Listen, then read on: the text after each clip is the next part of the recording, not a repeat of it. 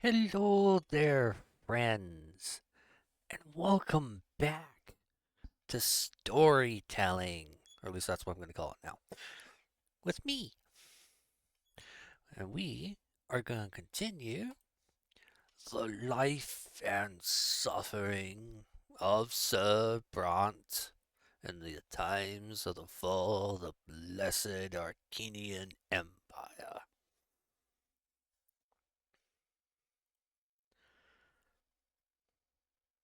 Continuing the story of Fabio. Chapter 2, Adolescence, which we're almost done with, which is fun. That's fun. I like that.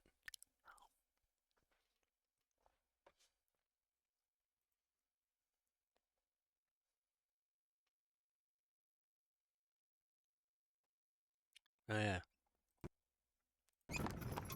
There we go.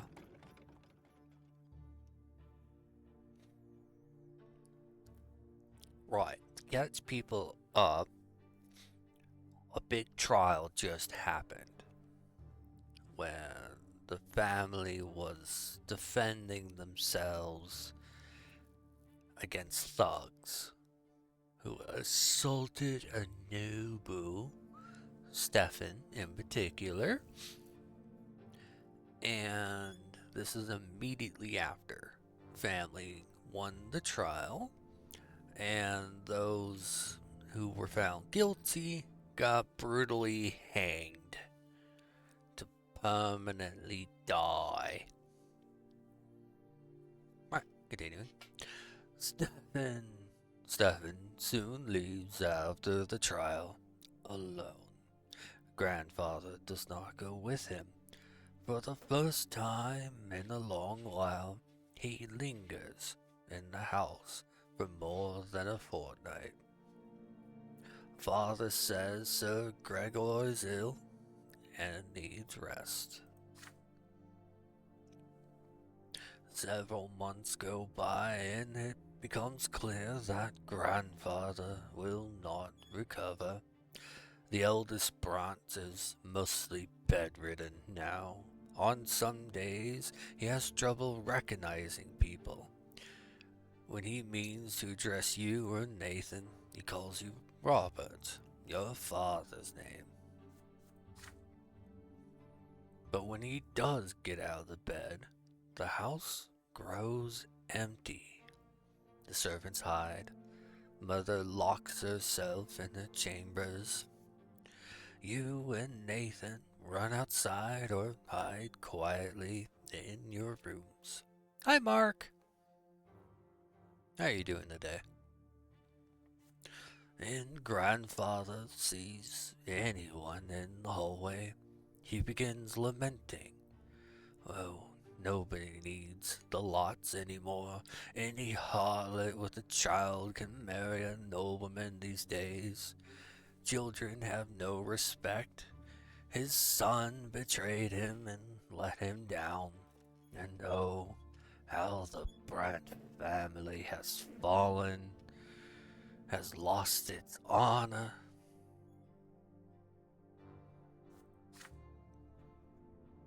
Nice. Well, thank you for popping on in at least, even though you just got to work.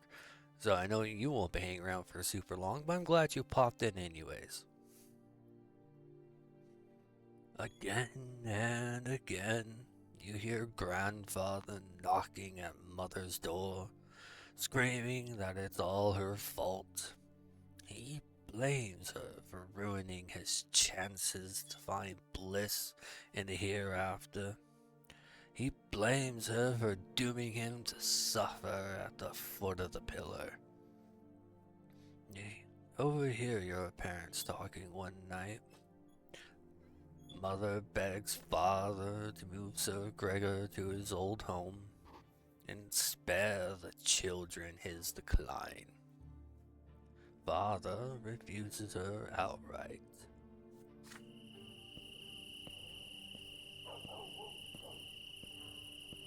It is late at night. The hot, dry winds are coming. The house is empty save for you, Nathan, Gloria, Mother, and Grandfather in his bed. Father has left for the capital on business. You are engrossed in the history of the Empire, snapping out of your reverie only when the clock strikes midnight. You blow out the candle and get ready for bed. You hear the shuffling of heavy feet outside your door. You see light in the hallway. Grandfather, what could he want in the middle of the night?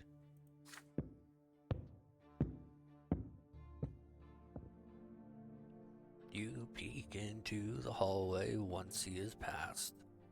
Grandfather's figure sways as he heads for the door to Mother's chambers. He opens the door and walks in. You hear him saying something quietly. Your unease is stronger than your fear now. You sneak closer to hear his words. You foul commoner! I have to cleanse my sins. I have to save my soul. You are my greatest sin, you and what you have done to Robert and this family. I should have put a stop to this marriage. I should have stopped Robert from tainting this house by your presence. Oh, why didn't I do it? Please, Sir Brante, I beg you. Silence! You will do my bidding. Fire will cleanse all low-born filth from this place. Fire and flame will free Robert from his disgrace. This is for my son's sake. For my son's sake. For my sake. I need to eradicate this low-born filth. The twins, they are calling for me now. I can feel it. I can feel it. I beg of you, please, have mercy. Mother begins to cry. You run into the room, unable to stay out of this any longer. Grandfather's gaunt figure looms over Mother's bed, a lit oil lamp in his hand. Mother is sprawled out on the bed, crying. Please, just let me warn the children. I beg of you, Sir Brante. Your steps are loud enough to be heard. Grandfather turns to look at you. Stay out of this, Fabio. Be useful for once. Worldly matters concern me no longer. I see only my sins now. And a sinner I am, a sinner! The twins, they forgive no one. They will judge me by the pillar. I must do something. I don't want to suffer for all eternity. Go away. Mother is crying. Grandfather is still looming over the bed, driven to madness. His hand shakes as it clutches the oil lamp. His eyes shine in the dark. He truly believes this has to be done. You are suddenly torn. What if he is right? What if the only way for his soul to find salvation? There is no going back now. You have but a moment to act. I get to make fun choices now. Do I go wrong? Well, actually, I got the fancy option here. Eh?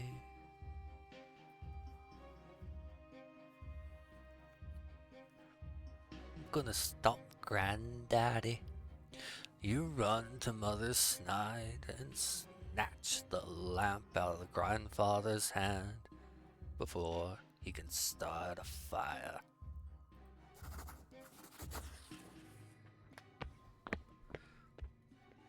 You look at grandfather defiantly and step towards him. He stares you down with rage and throws the oil lamp at the floor. You manage to catch it, but just barely. Several drops of hot oil hit the rug, not nearly enough to start a fire. The lamp's glass is blistering hot. It burns your hands, but you still hold onto it safely. You low-born scum! You ruin everything! You're every little bit like your mother. You. Enraged, he takes a swing, and you squeeze your eyes shut. But he does not hit you. Instead, there is a deep exhalation. You peek at him with just one eye, just in time to see him collapse, all his strength fading away. His chest is heaving, his face a grimace of content. Another heavy exhalation. The contempt is gone. There is only fear now. Grandfather's eyes open wide, almost in surprise. He exhales. His eyes grow dim.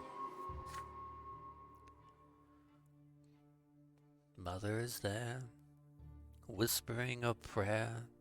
She is shaking violently. You put the oil lamp gently on the bedside table and call for the servants. They carry the body away. It does not disappear. True death has found him. You will never return. You spend the rest of the night with Mother in the sitting room. She will not let go of your hand. For many, many nights afterward, she keeps seeing Grandfather's shadow out of the corner of her eye.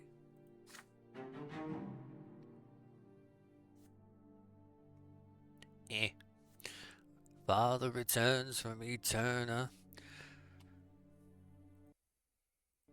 Father returns from Eterna the morning after. He is usually composed as he arranges for the funeral. The house becomes quiet, not the looming heavy sorts of quiet of the past few months, but the calm relief you all feel now that the crazed old man is no more. At last, Gregor Brante, the family's patriarch, has departed for the hereafter. And he died with indifference to us. But who cares? He's dead. Now, nobility and ingenuity up. Willpower down.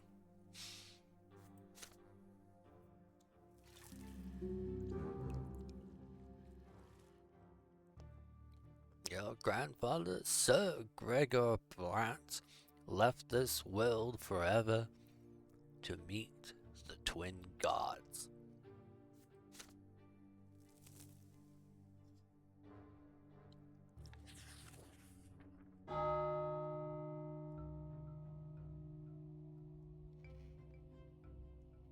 The night of grandfather's death shook your family to the core.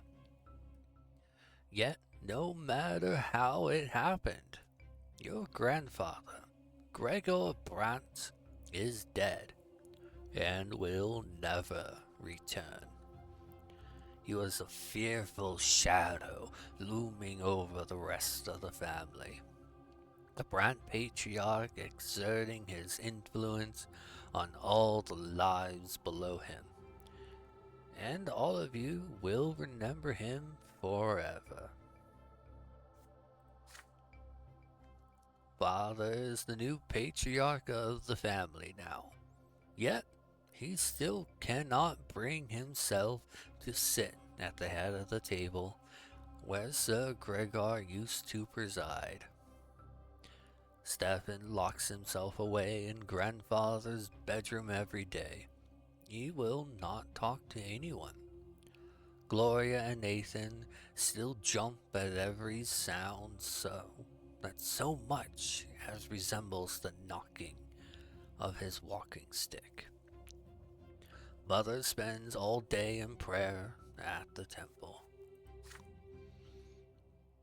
And yet, the house has become calm and quiet with his passing. There is one more thing that must be done. The final farewell. It weighs heavily upon your soul.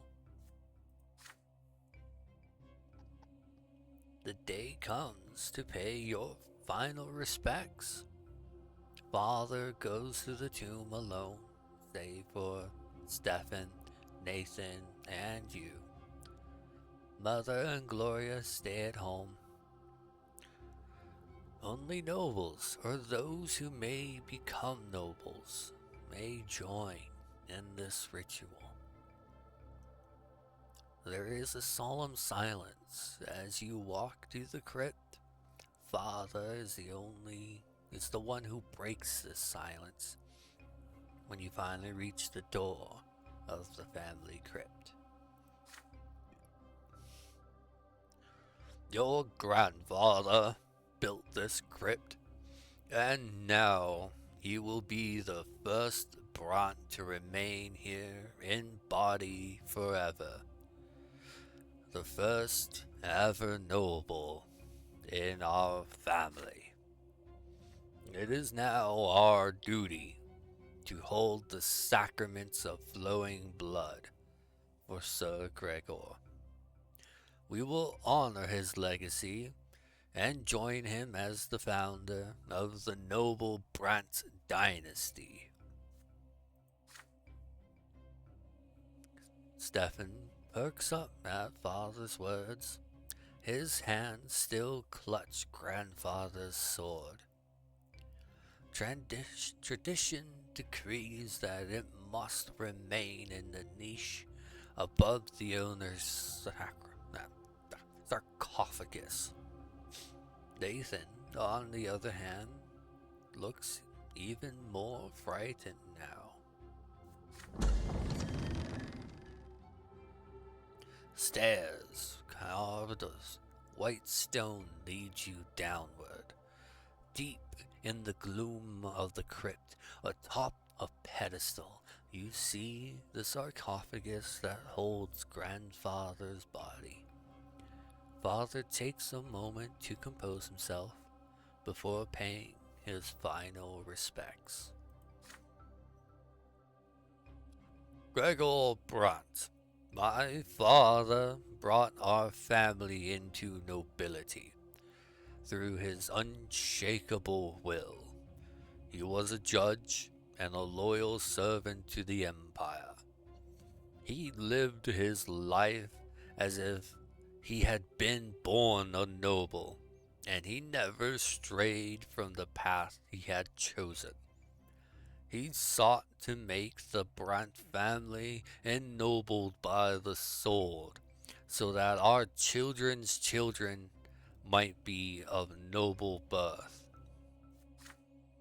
The twins know I abided by my father's words all my life, even if I could not obey him every time.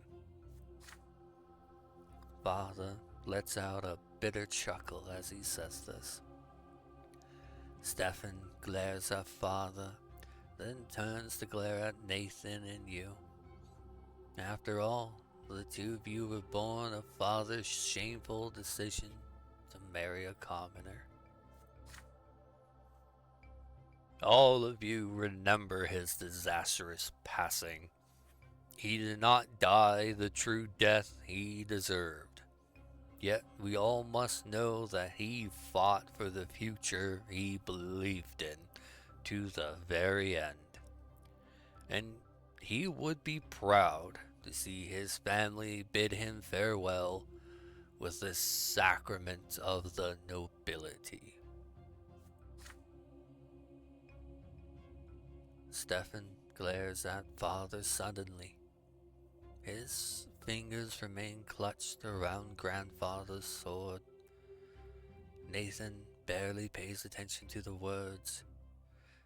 He looks around with unease, his arms folded across his chest. Father reaches into his jacket and pulls out a slender dagger, thin and sharp. He takes off his gloves. Watch me carefully, my sons. Make a cut on the palm of your hand and let your blood flow into this duct on the wall of the crypt. It will join your grandfather's blood here and flow forever. Then ancestor and progeny will become as one. We shall enter our family's blood tide and receive grandfather's final blessing. For his blood flows first in our blood tide. He will respond to you. You are part of him, and he is part of you. The quick motion, father slices his hand and holds the bleeding cut above a small opening in the wall. Then he hands the dagger to Stefan. Stefan cuts his hand without hesitation and does as father did. You receive the dagger next. The dagger's handle feels warm. You hesitate for a moment as you look at the palm of your hand. If you participate in this ritual, you will enter the Brante blood tide. You, a low-born child, a child who is still a commoner.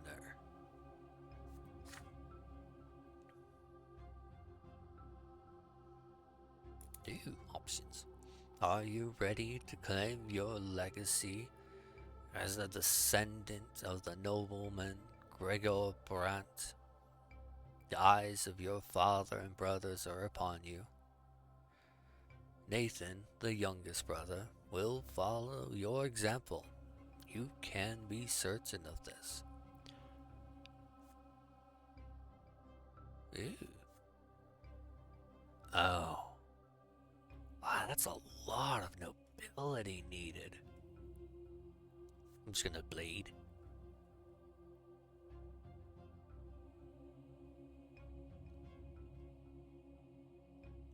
I'm just gonna bleed. I don't want to give it back. I mean, this was a fancy option, so I'm gonna bleed. Blood for the blood tide.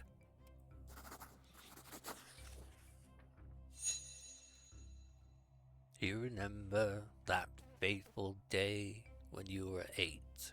The day when you tried to choose a different lot for yourself. You violated the ritual in the temple. You kissed the sword, and, against all odds, you said you had the right to be a nobleman. And now, you must confirm this right.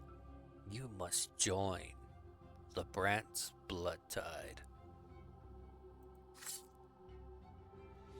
You grasp the dagger firmly, then hold the blade to your skin and quickly drag it across your palm.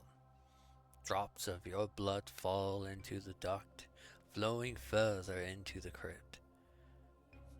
As they combine with the blood of your father and brother, the fresh wound burns on your hand.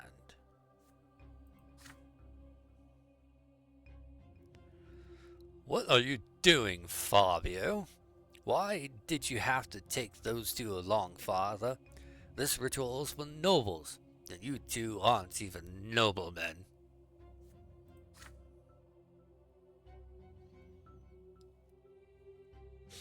His eyes meets father's stern gaze. No one is to interrupt the sacrament. Indignant as he is, Stefan falls silent. You hand the dagger to Nathan.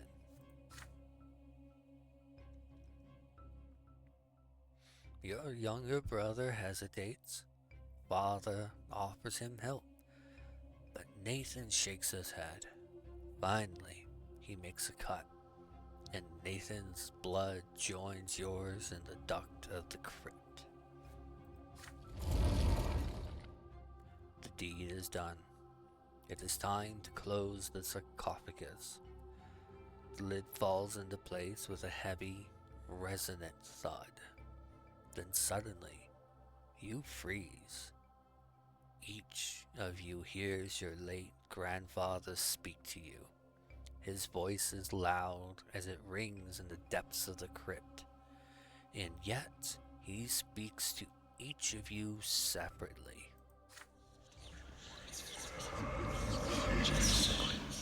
So you think yourself a descendant, son of a low-born wellman? Very well, time will tell how much nobility you have within. But know this, I am your ancestor. You are my flesh and blood. I will be watching you always, and my shadow will follow you forever.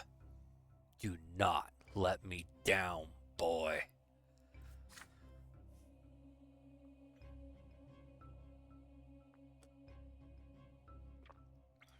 Grandfather's voice falls silent.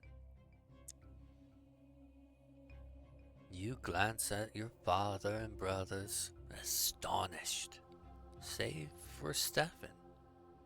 Everyone else is dumbfounded as well.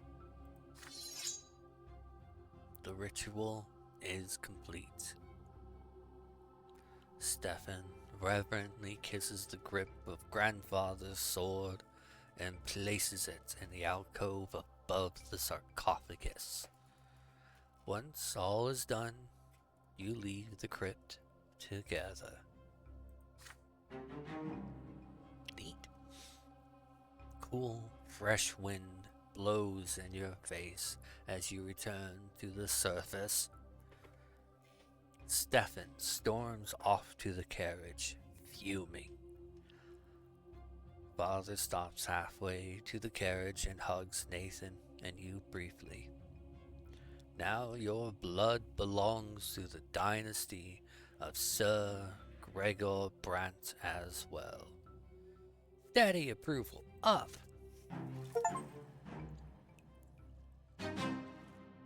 Neat.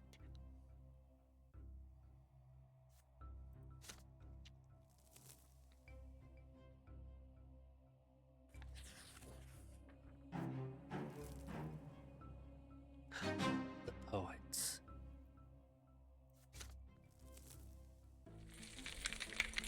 Today, you and Thomas are to explore the streets of the Castle District. You delve deep into the district, right to the old siege walls of Anazot. The city needs these walls no longer. There are no more enemies left for the Empire to fight, Since the twins descended and chose the Tempest dynasty to rule the empire, it has spread from sea to sea, bringing its rule and peace for many generations. The two of you gaze in awe at the old charcoal black marks on the former fortress walls. They say magic wielders during Charmelandia's rebellion could conjure gusts of fire with their own hands. The rebellious duke fought against the empire and the church of the twin gods in the days of yore, but nothing remains of his rebellion, now save for scorched ruins and parched land through Magra. Give me a second.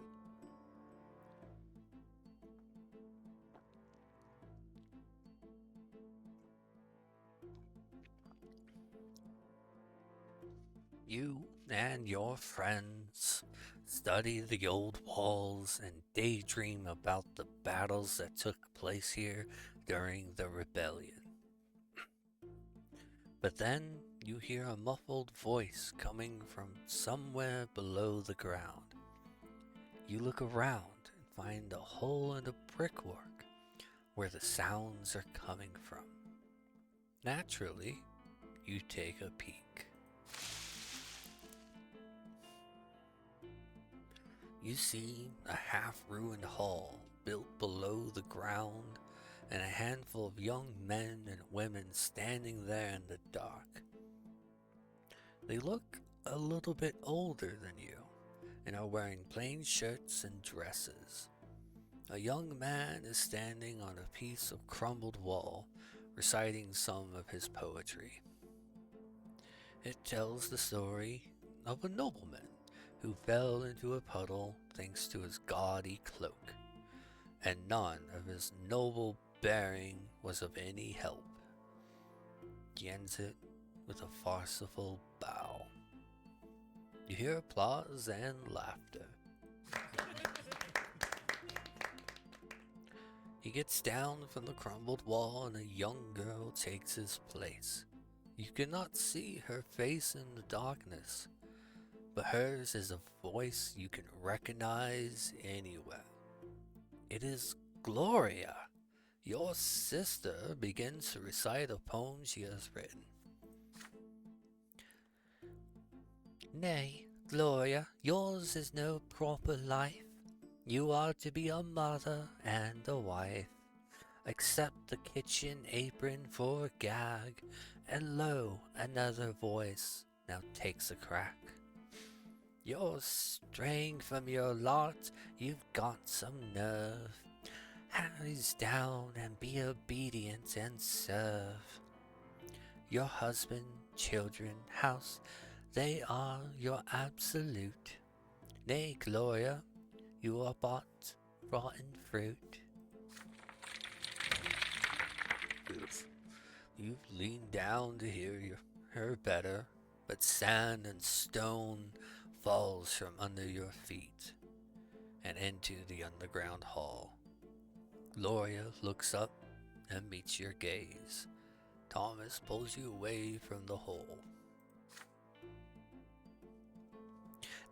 They're reading poems. Imagine that. They sure hate nobles, and even Gloria. I never thought your sister could do that. But they're sure gonna get in trouble if they get spotted by an adult. Bad-mouthing a noble will get you flogged in the next week. Not to mention all of the trouble you can get into for writing poems if you're a commoner. You better tell your sister to lay off. You better stay away from them too.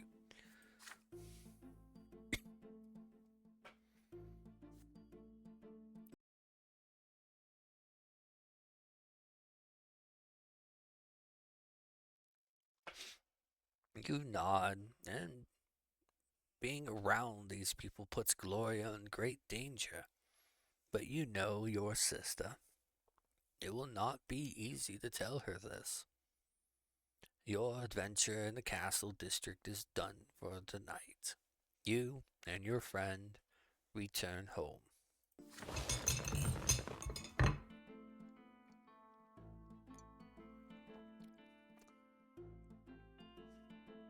During dinner, Gloria will not look at you. Her hair is all disheveled. Is she afraid, or is she ashamed? You are also worried sick. These literary gatherings may spell danger for your sister, but for an illegitimate child like her, there are so few ways to forge her own path. Dinner is over. Soon you and Gloria are alone at the table. What are you going to tell her? No choices. Convince her to leave or keep her secret? How much does she like me?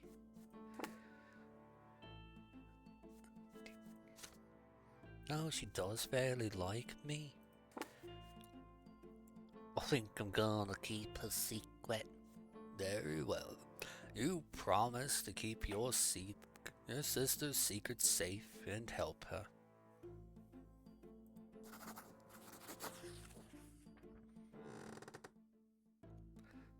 Gloria finally looks at you. You wink at your sister and promise to keep her secret. You praise the poetry you were able to overhear and confess that you were impressed.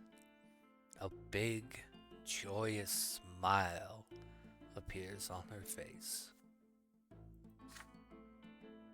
I'm so happy, brother. I thought you were about to tell me to stop going there and say what Mother says about my lot. But I'm glad you're not like that. Me and my friends, without our poetry, we don't have anything else left.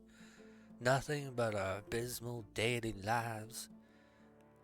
At least we can laugh about it this way. You get serious and tell her that her friends need to work much harder to hide their meetings. After all, this secret passion could end badly for them if they get caught. The best way out of this is to meet in a new place every time. You list off several abandoned places nearby where nobody will look for them. You promise her that if she ever comes close to danger, you will be there to protect her. Gloria nods and plants a kiss of sisterly joy on your cheek.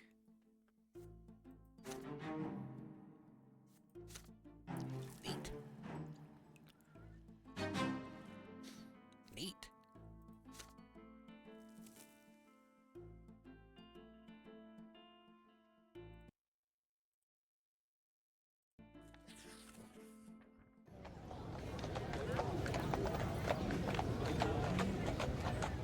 The Fugitive Girl.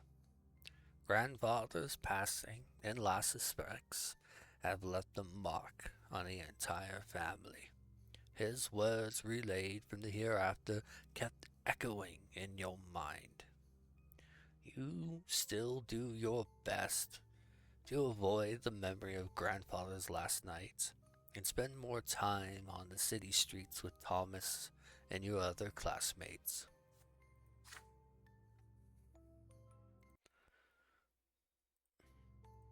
Nope. The road by the house reminds you of another clash with death. Sometimes, as you walk along that road, you recall Sophia, the beautiful girl with the wonderful eyes and the terrifying, thundering hooves. You have not seen Sophia since that fateful day. The children who live nearby say her parents sent her to a rich Arcadian family, the Ottons, as a servant. The sun has set. The pillar shines palely in the dark sky. Thomas is ill, so you decide to visit him and tell him the latest news.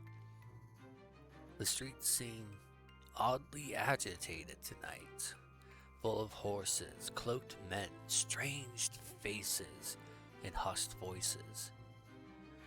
A young nobleman in a heavy embroidered cloak is walking back and forth, clutching at his sword nervously.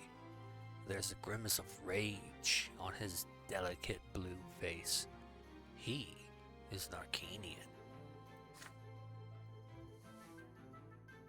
You overhear voices. Sir Auden, the girl's not at home. We searched the house. Her parents swear she ran away from home too. They claim they wanted to bring her back. Do whatever it takes. Turn this loathsome district upside down if you must. But bring my servant back to me. She's here. Sophia ran away from Arcanian? How can this be? There's only one place on the entire street where a person could hide. The abandoned Moral House. 4 houses away from yours. You head there, doing your best not to attract attention. The lopsided house, built of yellow brick, has been abandoned for 20 years or so. You remember playing there as a boy. You glimpse a figure inside even before you enter. A pair of eyes glimmer in the dark. You would recognize them even after another 4 years. Sophia has grown up. She is almost an adult now, and her face is full of fear. She is not the easygoing girl next door that you remember. She finally recognizes you. Oh, it's you, Fabio. Please, be quiet. They're all looking for me. I ran away from the youngest Auden. I might be in for a lesser death here, but I'd rather die than spend another day in their slavery. Just a thing to them, just a toy to play with.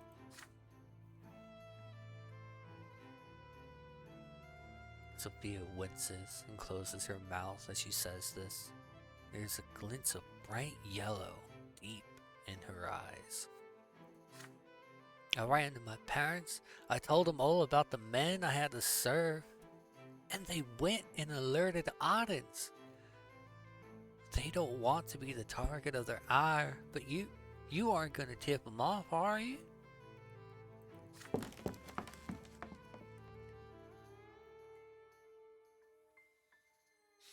The barking and shouting are getting closer. Sophia's voice grows quiet.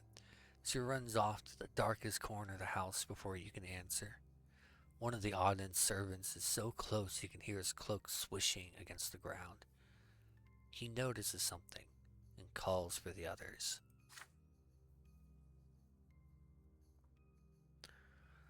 There are more voices around you now. They approach the house from the yard and surround it. One of them seems particularly snappy, annoyed, and impatient. You have already heard this voice today. If you're in there, girl, you'd be wise to come out and quit wasting my time. All will be forgiven and you will go back where you were. You know it. And if you don't, I'll drag you out by the hair.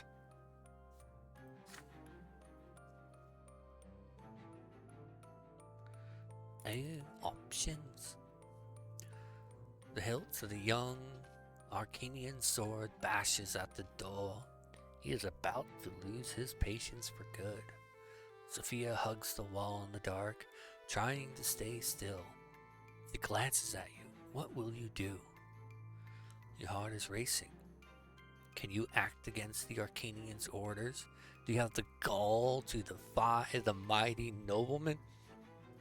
Let's look at our options. What options do I got? Try to stop Auden. Oh, I got that because I helped her from not dying. Bring her back? Can't do that. Help her leave. Or just hide alone.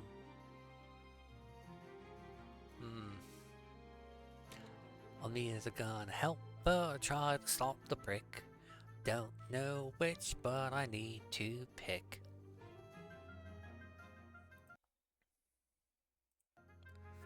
Let's find out. I'm gonna help Sophia. Mostly because I got the willpower.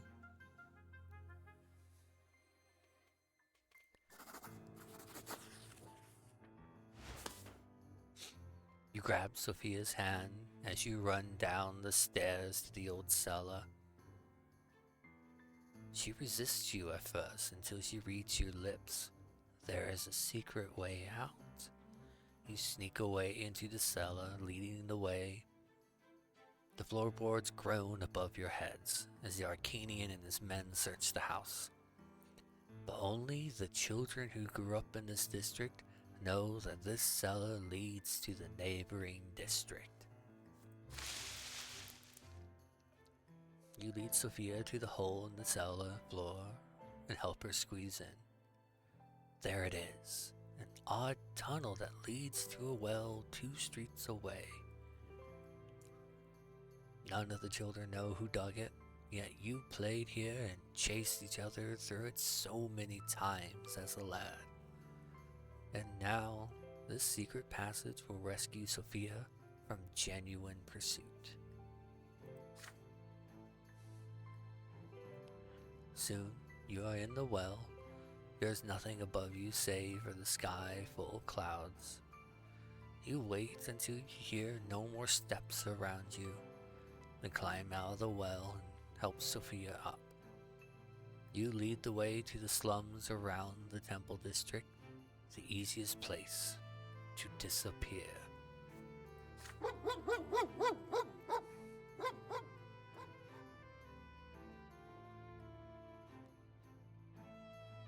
A dog in a nearby house starts barking.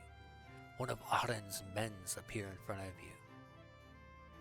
You take a step back as your fingers search for a brick, ready to defend Sophia, no matter the cost. You squeeze your hand, and then you hear a high-pitched scream of rage. A flash of yellow light stuns you. In the blink of an eye, Ottoman's man freezes and collapses, unable to get up. She's a witch!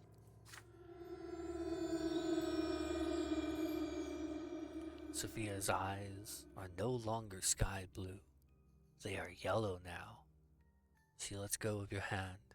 You recoil in fear.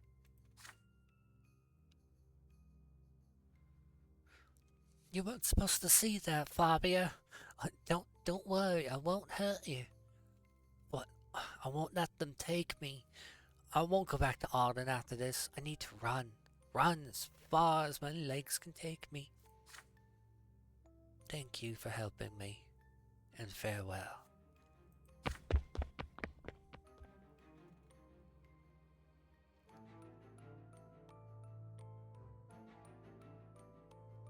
Sophia gives you a gentle kiss on the cheek and disappears down the dark alleyway. You stand there, stunned. Sophia is a witch? Her magic bound Auden's man by the arms and legs and made him unable to move.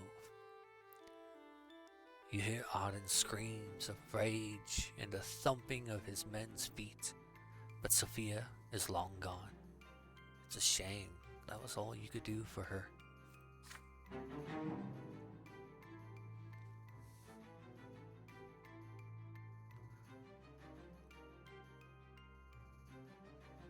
The runaway girl becomes the talk of your district for an entire week. You overhear that Sophia managed to flee the city. The Audens are furious. After this sudden appearance, she disappears from your life once more. You will not see her again until much, much later. Oh, she trusts me now. Still got 10 willpower.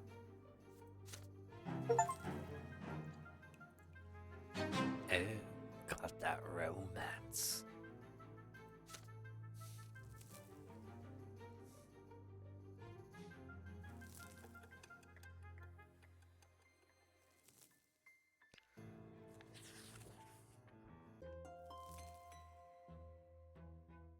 You're about to turn 15, one step away from adulthood. Mother is acting ancient at dinner today, barely touching her food. You exchange glances with Gloria. She carefully tells you that she wants to go to the tailor. Mother shudders and her hands clench into fists. Now, don't you dare leave home today. I forbid it. That dirty heretic Fotis is preaching his lies under the silver tree today. Twins willing, I don't want you to hear any of that. You and Gloria glance at each other again. Fotis, he is a patriarch and head of the clergy throughout the entire province.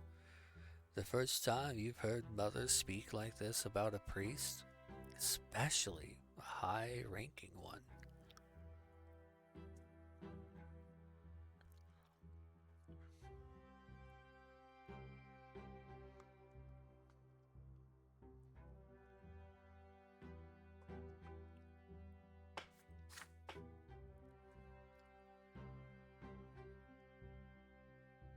Once you leave the dinner table, Gloria comes to your room with a cunning expression on her face, like she's about to play a trick on someone.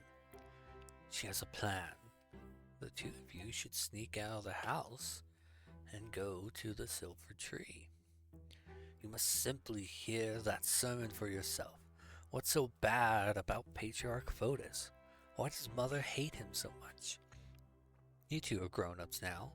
Surely you have the right to know. You agree with your sister. Together, you sneak out from under your mother's watchful eye and hurry to the silver tree. The temple block is full of people from all ranks and estate. There's barely enough room for you to squeeze through the crowd. The crowd has gathered around the very roots of the tree. Gloria suggests that you climb up to the roof of a nearby building so you can hear and see everything better.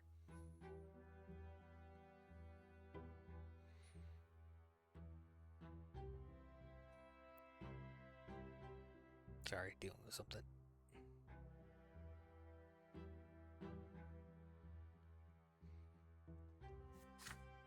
And not a moment too soon. From the roof you see a tall, silver-haired priest step onto the platform by the tree.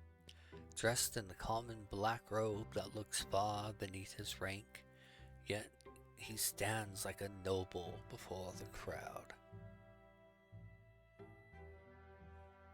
Behind his back is a banner flapping in the wind. The open book. This is the symbol of the new faith, the crowd whispers. The patriarch holds his hands up to the sky. The entire temple block grows quiet. He begins his sermon, his vibrant voice rolling across the square. Fotis speaks of a great mistake. Oh, give me a second.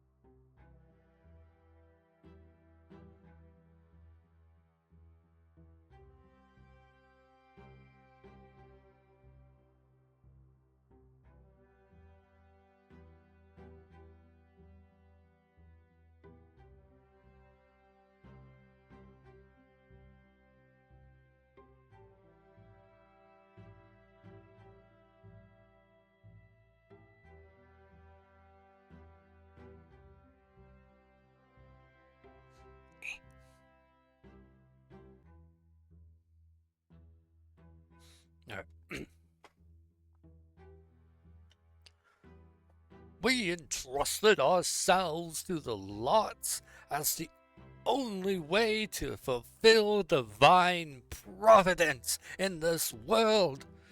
But for all these years, the will of the twins has been interpreted for us by a single man, Prophet Istius. The twins never are ever watching from atop the shining pillar. Of this we have no doubt. But how can we be so blindedly believe that we truly follow their will by following the lots? Have we not seen the 3 lots of Istius fail again and again to answer the question of how we ought to live our lives? Have we not seen people change their lot in life again and again without being smitten by divine wrath? Every person born, whether human or Arcanian, low-born or noble, must find their lots and their way to the gods on their own. From now, we will seek the gods in the accounts of their own lives and their own acts in this world, and in their own words as they echo within us. And as we heed the voice of the twins within, we will each find their path for us on their own. The crowd at the silver tree listens to the patriarch's speech in stunned silence. You glance at your sister. Her eyes glisten with tears as she hears Fotis's words. Then suddenly, a hoarse cry rises from the crowd. If there are no lots, does that mean the nobles are gonna till the fields and the commoners are gonna bear arms? The crowds begin to murmur. The patriarch raises an arm and inhales, ready to answer. An odd figure leaps from the crowd and onto the platform. A dirty beggar dressed in rags. A knife flashes in his hand. The blade slices. Blood starts spurting from Fotis's throat. He slumps over and collapses. A dark brown puddle spreads across the platform where he stood. Gloria clutches her mouth to suppress a shriek. A few moments of stunned silence, then the scream begins. The people are frantic. The temple gods try to restore order in the crowd, but to no avail. An old woman, dressed in the Inquisitor's cassock, tries in vain to apply pressure to the patriarch's wound. The nobles draw their swords, dogs are barking, the crowd is pushing and shoving, children are crying. The entire square by the tree is in chaos. From the roof, you see the moment when people start trampling each other, howling, praying, and shouting. Gloria tugs at your sleeve. Time to go. You climb down from the roof and run. You return home without exchanging a word. Mother has been in her room all the while, so no one noticed your absence. Gloria locks herself in her room. You do not discuss the things you have just seen. They are too frightening, but your parents discuss every little detail of the bloodstained sermon over dinner.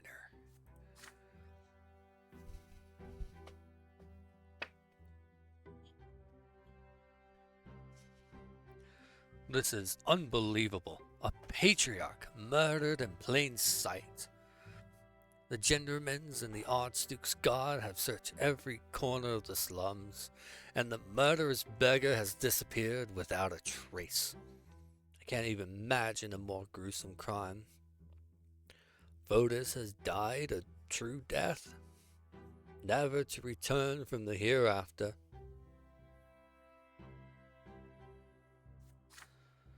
But how? Why can't the patriarch be reborn? We're so close to the twins. Such is the way of the world, my children. Once you are granted great power by the twins' will, there is no hope for you to come back, not even after the first of your deaths. Emperors, their powerful vassals, heads of the great Arcanian dynasties, patriarchs of the church, none of them are destined to be reborn. Otis is gone forever. I fear for his soul. It was lost in doubt. Will the twins accept him upon the peak of the pillar? We must pray for the patriarch, children. Let us hope he managed to return to the true old faith before the moment of his passing. But there is little hope for that. Oh no. Oh no. Oh no.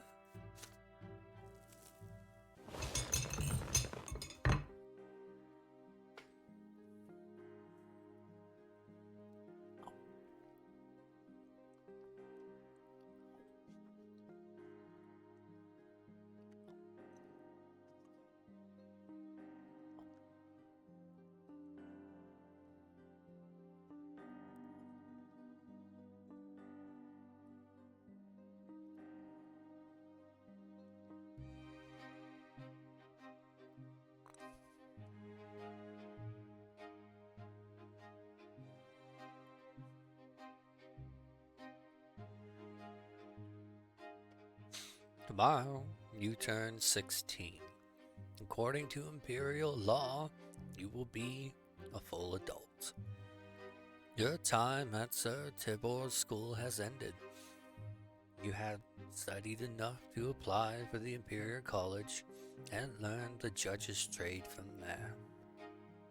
You are to travel to Eterna tomorrow. Your friend Thomas will go there with you to try his luck in the Imperial capital. Mother and father prepare you for the long journey. Remember, son, there's only one goal for you. You must become a student at the Imperial College. Your teachers dragged you through all those books for a reason. You have the knowledge and fervor to be employed by the mantle as I was, and as my late father was before him. And who knows, maybe one day you will be the one to write the name Brante in the Blue Book, and ensure your children's children will be noble by birth. Then Mother speaks to you carefully. There is worry in her eyes. But Robert, there may be another path for our son. Stephen, your firstborn, was born a noble. He will surely earn the title for the entire Brante family. Your second son bears the favor of the twins. For him, the path of the priest is a worthy calling, no less than a nobleman's sword.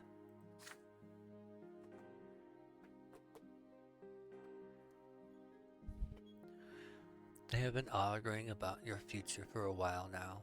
Still, she would never defy the will of a nobleman and her husband. You smile at them both, trying to placate them. Gloria laughs quietly behind their backs.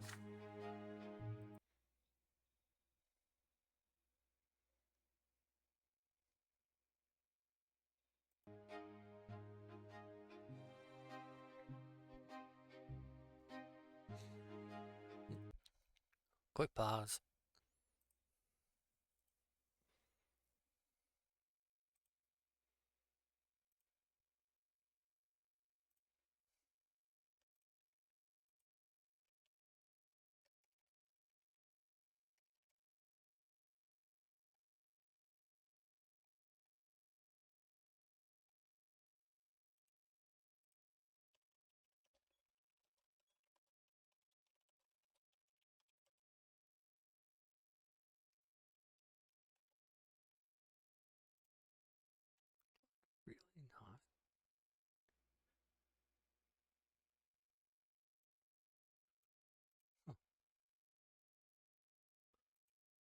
Interesting.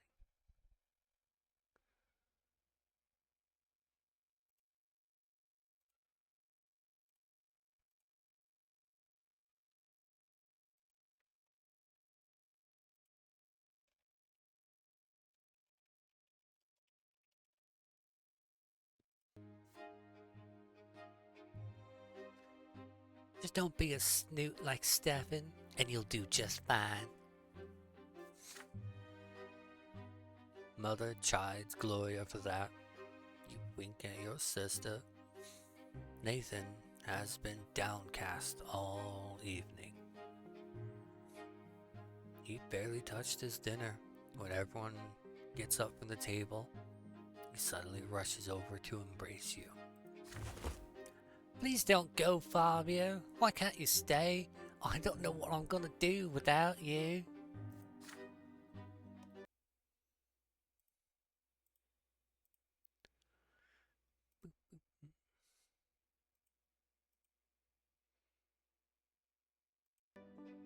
Boop, boop, boop. Hold on. Like juggling a few things right now. Boop, boop.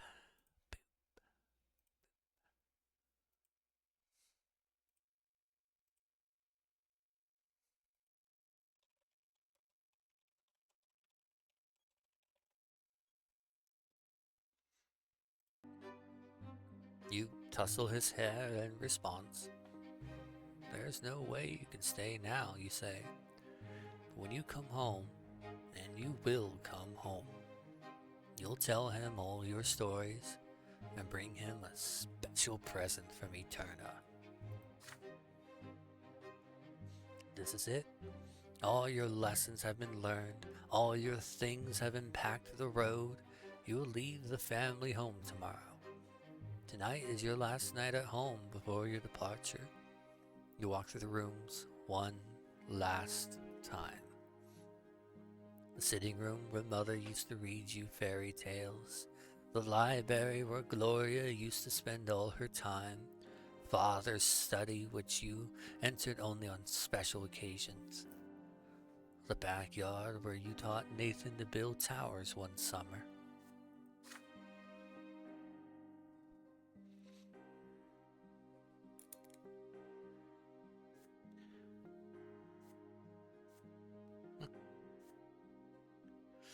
The whole place feels so familiar, so dear to you, feels like home. You lived here for 16 years. Will you ever return? It is getting late. Everyone is already in their rooms. But you hesitate. Father, Mother, Gloria, Nathan.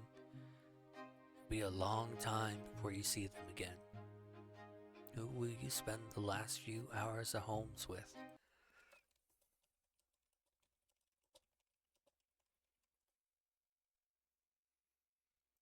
Who do I want to spend time with? Do I spend time with my sister, my little brother, or daddy?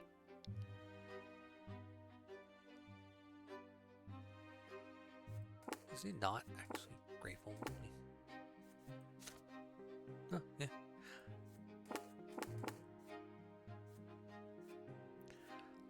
I think I'm gonna spend time with Dad.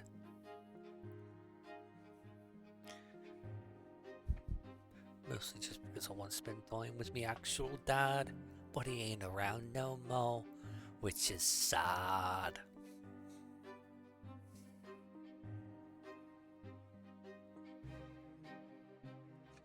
Spend time with Father.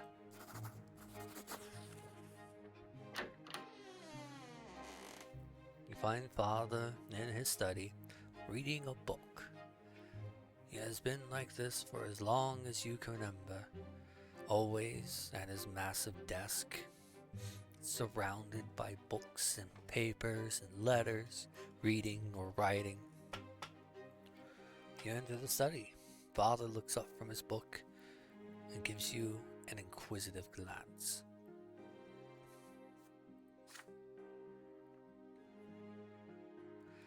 You want to spend the night with him before you leave. Maybe he can tell you some stories about Eterna and his own studies. or give you some fatherly advice.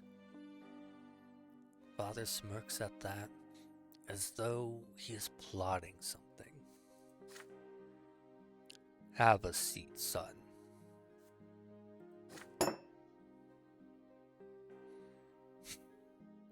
He reaches into a drawer and produces a decanter filled with rich, golden liquid. Barley whiskey, a nobleman's drink. I think it would be good for you to try it.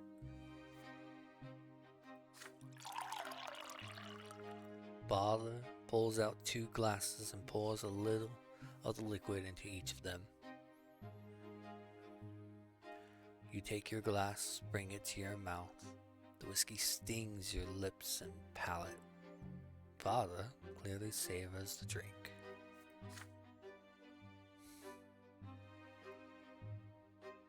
Father tells you a long story about his studies at the Imperial College. He had to study among the sons of the richest nobles from all corners of the land. He was but a commoner back then, and he had his fair share of hardships. When you ask him about living in the capital, he says it was difficult, dangerous, and full of temptation. You will have your share of time in high society as well. I hope the company of nobles won't lead you astray, son. You didn't go to a boarding school like your elder brother, but I believe a good education and a good family still stands for something. Now, what else can I tell you before you leave?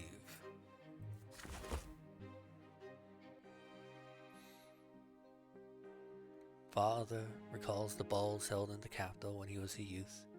He even stands up from the desk and shows you a couple of moves.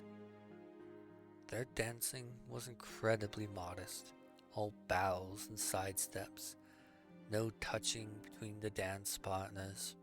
But then he chuckles. Those were the days when the fair lady could steal your heart with a single glance. You nod. If anything, you know that feeling by now.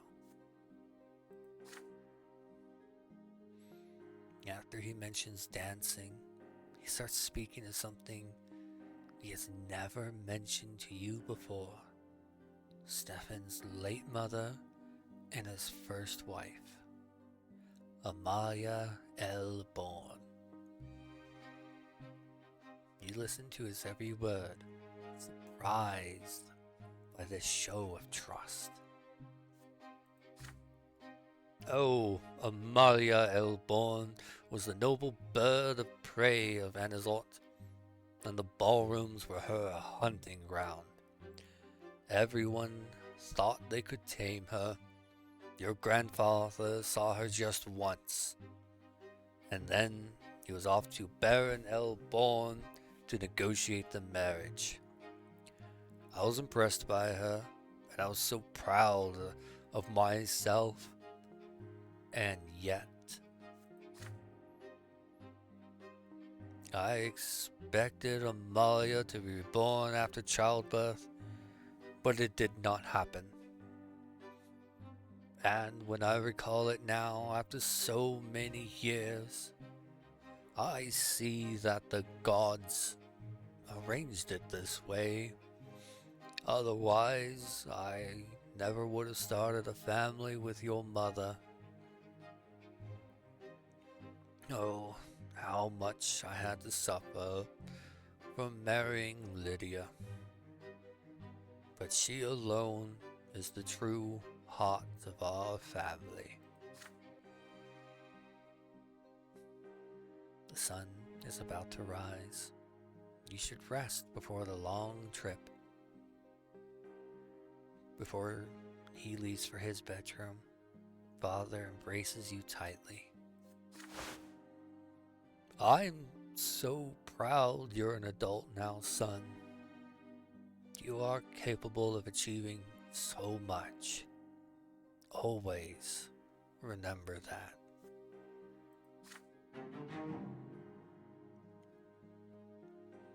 You get into bed, your head spinning slightly.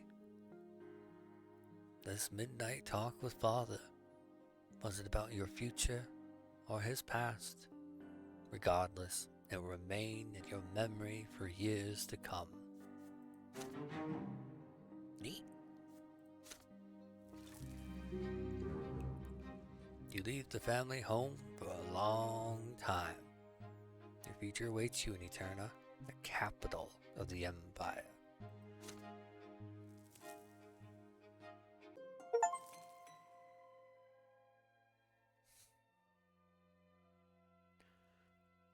Last night was your final night at home. The carriage is now waiting at the gate, ready to take you to the capital. The clip-clopping of the idle hooves against the cobblestones count the seconds before your departure. You take one more look at your parents' house and recall your childhood, spent there in the nearby yards at your school and on the winding streets of Anazort. You clashed with the greater world around you and survived. You felt the tingle of emotion for the first time. You were taught by the school and the streets. You explored the city of your birth and learned something of its past. You witnessed firsthand events that were remembered by history for all time. All of this is yours now, forever. You saw death, lesser death, followed by a rebirth, and the true death that takes and never gives back. You saw death lying in wait to strike the unaware, like a beast stalking its prey. You saw grandfather's angry grimace lit by the flickering fire of the lamp, the Archduke's cavalry trampling those who had stood in their way, and your older brother's bloodied sword slicing through the air. Death has followed you from a very young age. And yet, you live on. You have a friend who has been by your side all these years. Thomas taught you many things. How to take a hit, how to keep your word, how to remain true to your own self. And now, Thomas is walking to the same carriage as you are, with a heavy bag slung over his shoulder. Your friend will remain your companion for the time being. Ahead of you is a long trip towards the capital and adulthood. For the first time, you'll be away from your family and home. What awaits you in the future?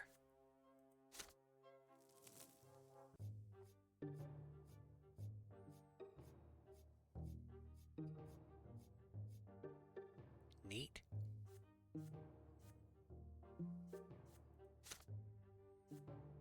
Not very spiritual. At all. Pretty balanced with nobility and ingenuity, though. Neat. Still got willpower. Surprising.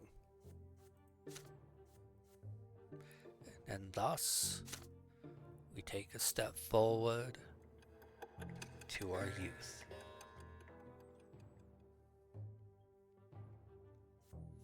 Peacetime is going to have so much in it.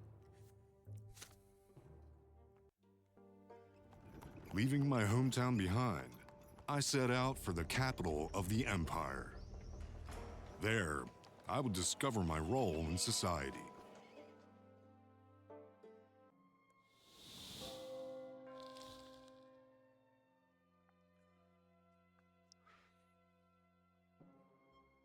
Chapter 3. Youth.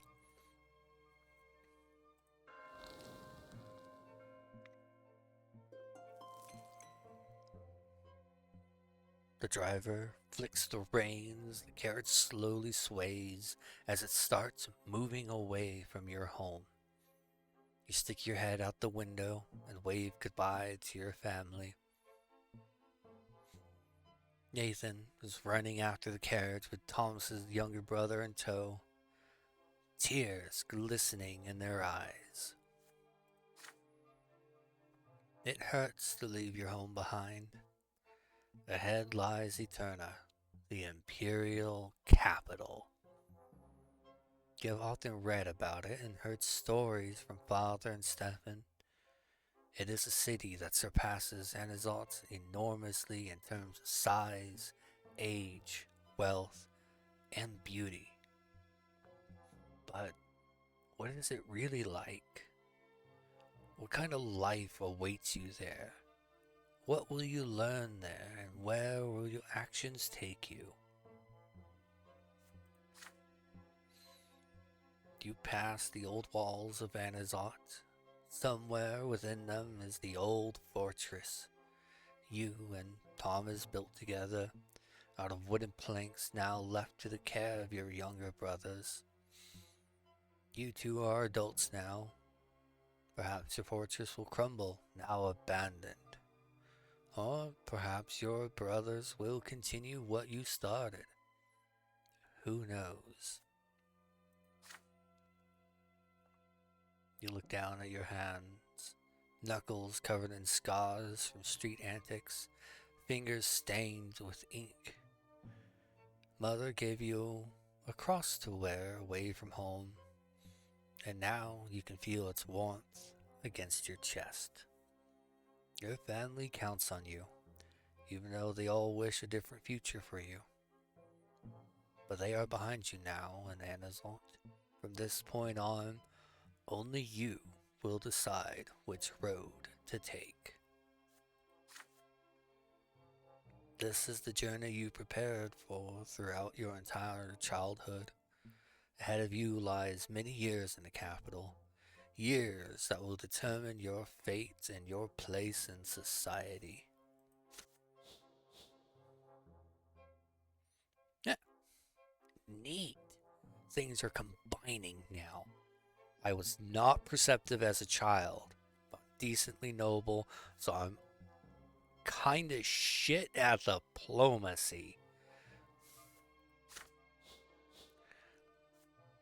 My manipulation skills also suck. I suck at theology. Fact that is true in life. But I got that valor. And I'm really good at scheming. To the conspirator. To the judge. Oh. The Inquisitor.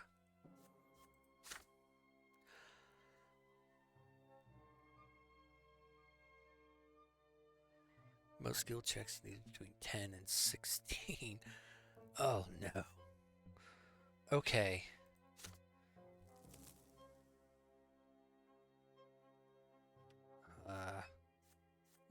Let's go back here.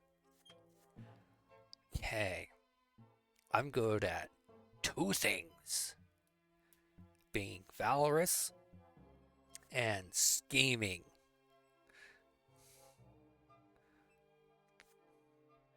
Oh no. Path of the Lotus. Lotless. Remain a commoner. Priest. Okay. Nobleman. Which I might be able to do, because I got that valor in me. Death. It's true death. But what about cake? Oh god, so much stuff here.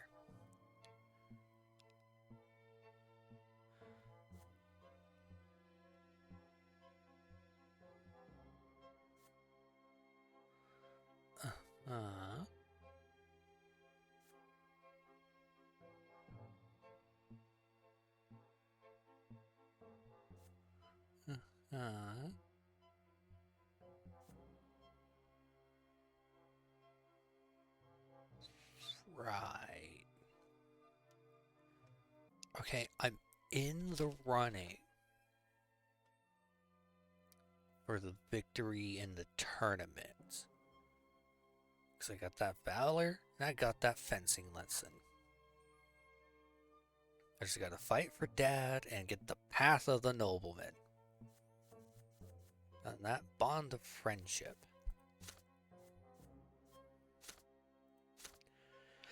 Okay.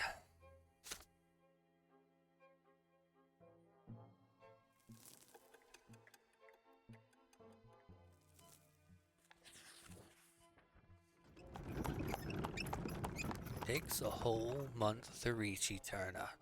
You and Thomas spend the days wagging your chins and staring at the scenery as your carriage makes its way along the road.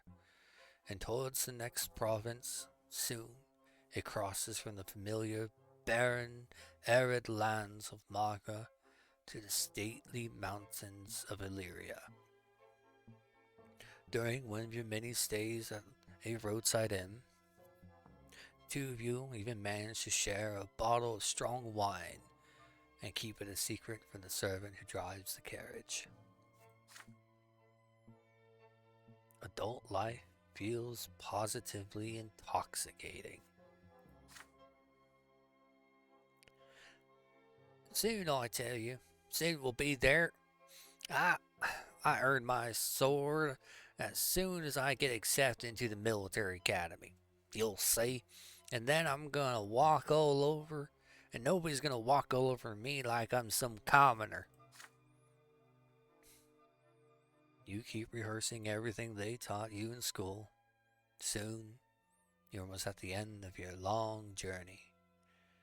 You have left behind the arid rocks of Magra, the mountains of Illyria, and the flooded meadows of Arcania. Eterna. The capital is right ahead.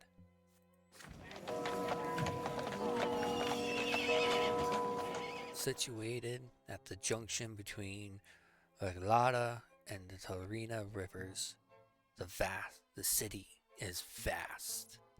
The majestic stone bridges keep its three shores interconnected. Smooth stone paves the main city streets. Gilded moldings decorate the buildings. Towering pillars reach high into the sky. Your carriage takes you past the spacious park with marble fountains and intricately trimmed bushes. On the streets, you see ornately decorated carriages bearing Arcanian coats of arms and abundant merchants' tents, filling the streets with beckoning cries and unusual sights.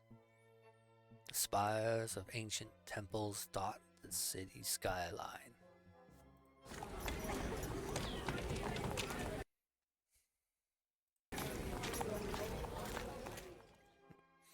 The carriage comes to a halt on a large city square with a towering marble fountain. The coachman says you have arrived. Thomas is to apply to the military academy. The academy barracks are 2 streets away. Your lodging house is in the alleyway nearby. A room has already been reserved for you. You get out into the street and say brief goodbyes to each other. You promise to meet again after the entrance exams. Then your friend disappears into the crowded streets of the capital.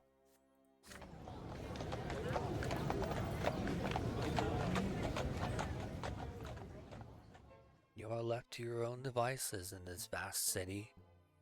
A group of nobles walk past. They are dressed in well-fitting clothing, decorated with gems and golden thread. You are not even noticed. Street urchins chase down a dog in the alleyway. Soldiers of the Imperial Legion are marching to fifes and drums towards the barracks. Humble pilgrims are gathering to the great temple of the twins. There are the sounds of music and fountains and the smells of baked bread and garbage drains. You quickly check in at the lodging house, then go back outside. The sun is setting, the streetlights come to life, merry music fills the taverns. Couples and nobles, coaches with tinted windows fill the streets. Shadows and hushed voices and laughter fill the parks. You're all alone in the city, so vast and unfamiliar. You take a look around and determined to fill your first night in the capital with memories.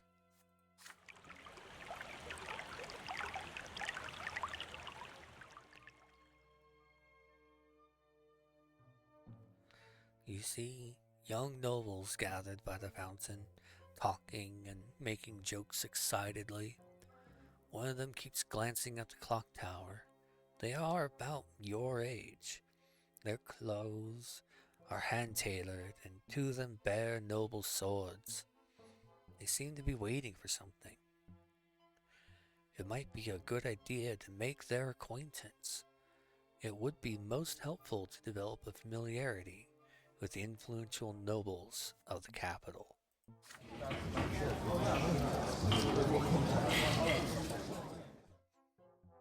Loud music from a large establishment on the corner distracts you for a moment. The servants have just opened the shutters to air out the hall. It seems there be a gathering inside. People from various estates greet each other as they take their seats. A servant by the door of the establishment hails you. Sir Gert Arkwright will be making a speech about the rights of the common estate. If you wish to listen, you better get inside quickly.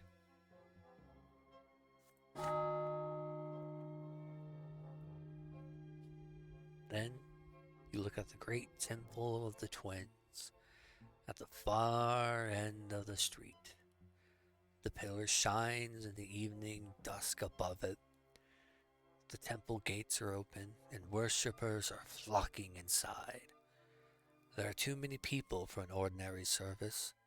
This must be something important. What do they preach here in the capital? What do they say of the new faith and the teachings of Patriarch Fotis?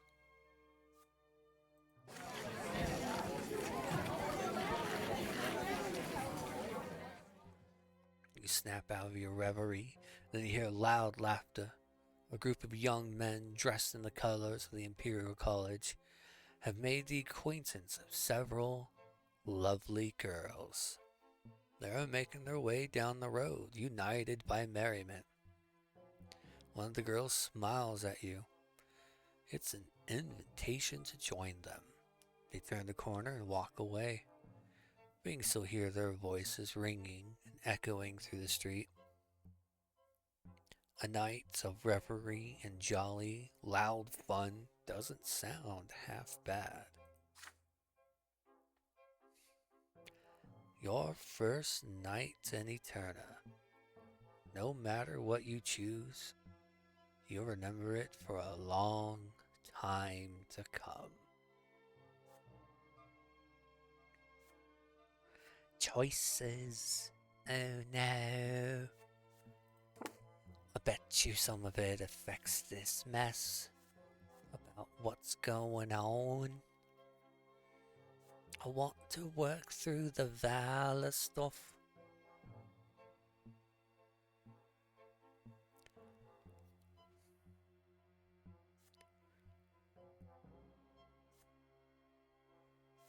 I need diplomacy or valor.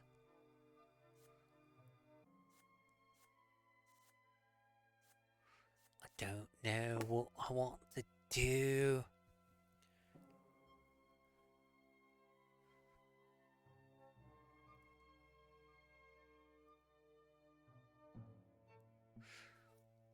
Okay. Look at this in a basic manner. Noble use might be diplomacy, valor.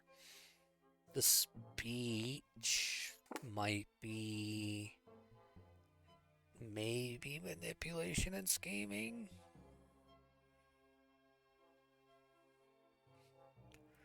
I don't know what to do.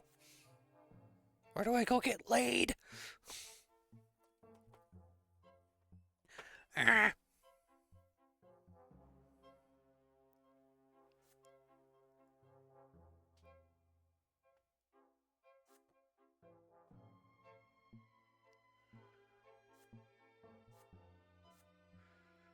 Let's meet the nobles. Forge a bond with the group of young nobles.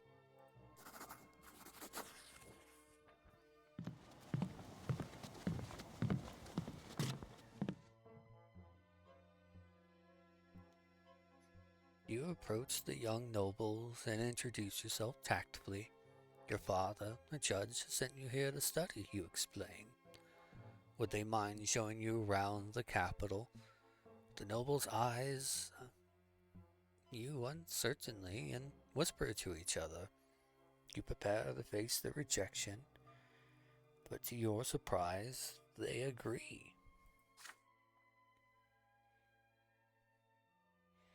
When the clock tower strikes 8, your new acquaintances proceed to a rich house not too far away.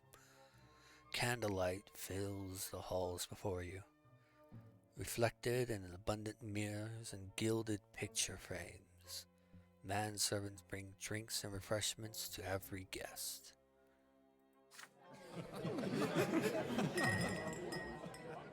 There are the sounds of music and laughter and small talk. Here and there you see couples dancing to the music. It appears you have made it to a small, noble party. The nobles are gathered in groups. You take the time to get introduced to each of them and join in their small talk. Some discuss their studies at the college, while others relay fresh gossip. Have you heard that a Melanda's carriage was seen in the city the other day? You mention how you once encountered Octavia Melandius, daughter and heiress to the Archduke of Margaret Square in Anazalt. These words draw a small crowd. The Melandius dynasty rarely, if ever, visits Eterna. They say it's the only house that can stand its ground against the Imperial Tempest dynasty. One young man even allows himself a little joke. They say the great Arcanian houses turn to a Melandus only when a Tempest needs to be refused. After all, only the Melandus dynasty still knows how to say no. But there's more. It turns out all humans owe the Melandus dynasty for their foreplay nobility. Cha Melandus was the Arcanian who opened the first college, and its graduates were the first to be ennobled by the mantle. To feed and nourish their barren land, the Dukes of Magra took to industry and began adopting innovative industrial and social practices. The dynasty's motto is remembrance and majesty, but strife and change would suit them better. Then nobles start discussing the other great Arcanian dynasties. The Tempest dynasty is the first of the first, naturally, marked by the twins' anointment to rule. All the Tempests are known for their sincerity, often bordering on a volatile temper. And yet, it is this very passion that has led them throughout history. The Tempests have been chosen by the gods to rule the Empire. The Diamant dynasty are the main supporters of the Emperor's family. Honor personified. The Diamants preside at the Arcanian courts of honor that remain throughout the Empire, and in spite of the public taboo. These courts hold more sway over the laws and lives of the nobility than imperial edicts or prefectural authorities. Some mention Patriarch Junius Diamant, the black sheep of his own dynasty. He preaches the new faith that rejects the lots and stir in the minds of the common folk. The Orgriff dynasty is another noble bloodline. Favored by the Emperor, they zealously advocate the twins' faith and see the Empire as the union between heaven and earth. Every year, the Orgriffs donate enough funds to build new temples across the Empire. The Monroge dynasty is an ancient and controversial name. The Monroges often speak in favor of removing humans from nobility, restoring nobility as a solely Arcanian privilege, and returning all human manned offices in the Empire to Arcanians. Many gossipers accuse the Monroges of plotting against the rule of the Tempest and bring back the old Arcanian Republic and joint rule of the great Arcanian dynasties as it existed long before the Emperors first came to be.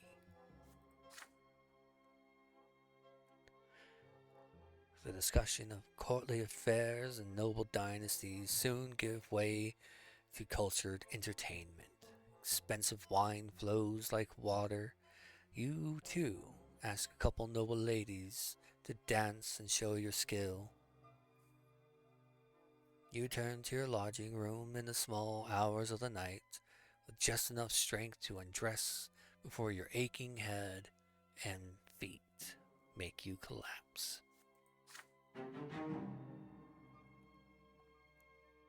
Neat.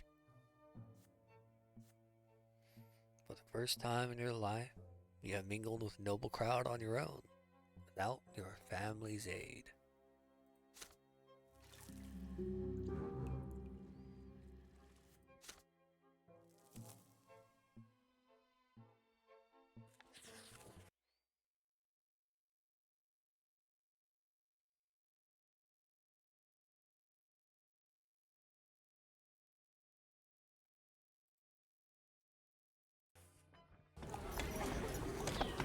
Oops, son. You have spent the last 3 days studying books, but today you decide to take a walk through the streets of Eterna. They are full of life as usual. You proceed to the square next to the lodging house. A procession of priests walk through the square. You notice one of them holds a banner of the new faith, an open book. This is the same banner that was behind Patriarch Fotis on the day of his assassination. The crowd immediately gathers around them. Many people are looking at an icon painting on a pedestal depicting a gray-haired man with glowing green eyes. You recognize that face, the face of the late Patriarch Fotis. A man with a thick beard appears by the icon. His broad shoulders bear a white and gold cloak with the coat of arms of the capital province embroidered on it. He is Luke, Patriarch of Archnia. He casts a stern gaze over the crowd. I speak to all who live within the sights of the shining pillar. Exactly 1 year ago, we lost Fotis, Patriarch of the Magra province, mentor of the new faith. Patriarch Fotis was the first to see the books of his diets were nothing but the words of a man and not the words of the twins themselves. He was the first to tell people to seek the path to the gods in their own hearts, instead of blindly following the lots, who seek answers in the lives of the twins and their own hearts rather than the words of the priests. Through Patriarch Fotis, we were able to see the truth. Through his death, we saw that his words are not heresy. They are truth that used to be obscured by his lies. And now I bring good news. Patriarch Junius Diamant has seen to it that our teacher will be canonized as a saint. Yes, Junius Diamant, an Arcanian from a great dynasty, and the Patriarch Vestinia has joined the new faith himself. And through this we hope that the entire empire will soon see that our doctrine is the truth. We are free from the shackles of the lots. We are equal before the twins. With each day, more and more people hearken to the truth. And one day, the entire empire will hear our call. So let us pray, my brothers. The believers around you bow their heads in prayer and thank the twins. Not for the lot they were given as they usually would, but for the chance to choose their own path. The Patriarch's sermon is inspiring. It compels your hands to meet in the sign of prayer. It compels your lips to repeat the words of the new faith. Patriarch Luke's sermon forms a cadence, and your heart beats in time with it now.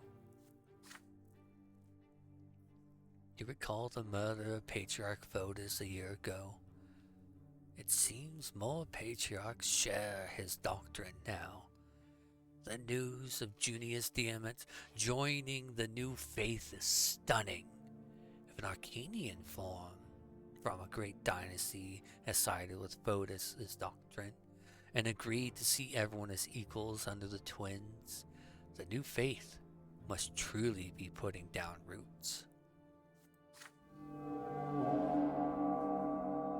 But suddenly, several figures appear by the podium, figures clad in black with glinting silver on their sides.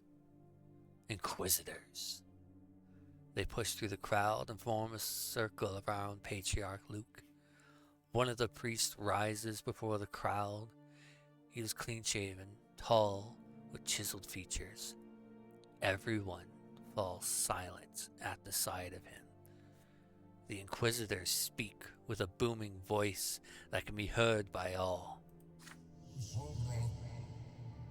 I am Father Ulrich. In the name of the twins and by my rights as Inquisitor, I order you to turn around and leave. The words you are hearing are full of lies. The Patriarch Luke has set out to poison your hearts and minds. The Inquisition will not allow this heresy to spread. Only true path in life is the will of the twins. Life offers us no other choice. You are hereby ordered to disperse at once.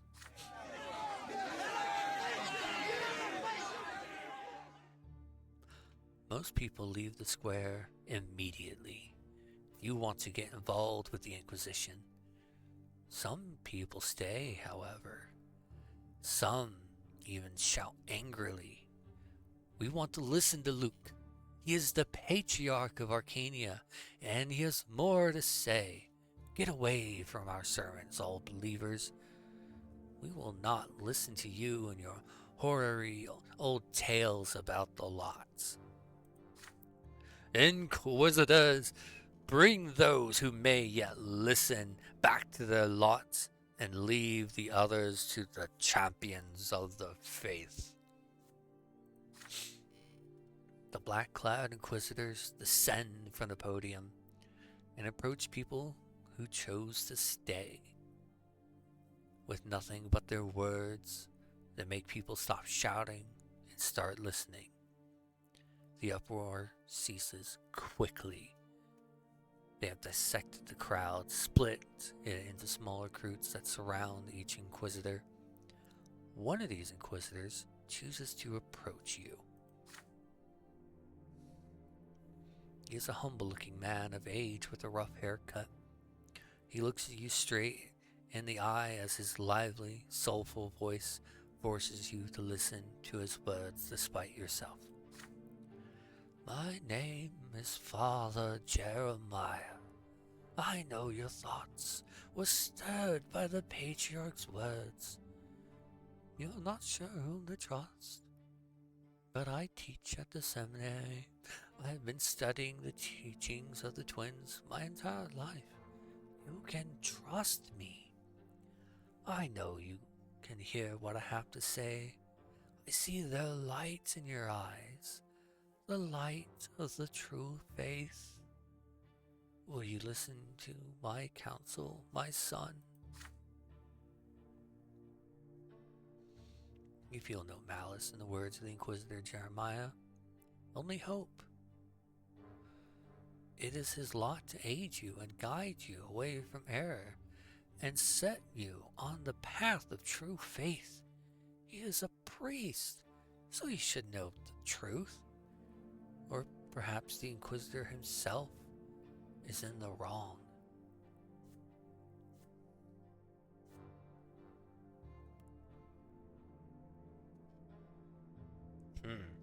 Listen, debate, resist.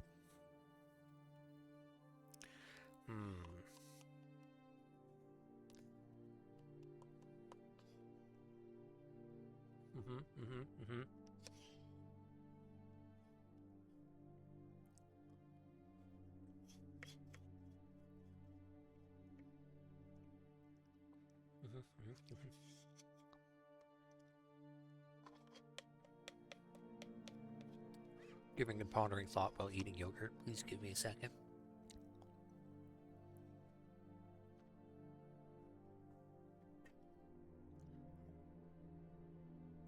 Yogurt is tasty. Okay. I'm going to turn consequences back on.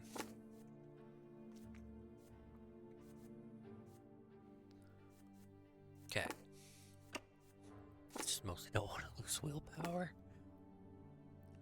Okay. I need diplomacy.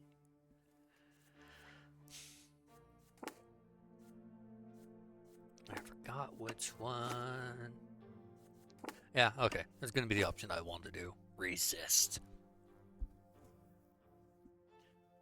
You refuse to be ordered around by him. It's not the clergy's place to give orders.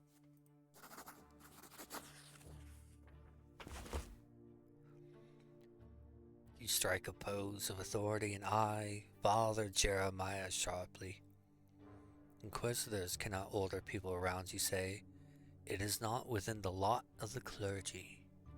Only nobles can give you orders.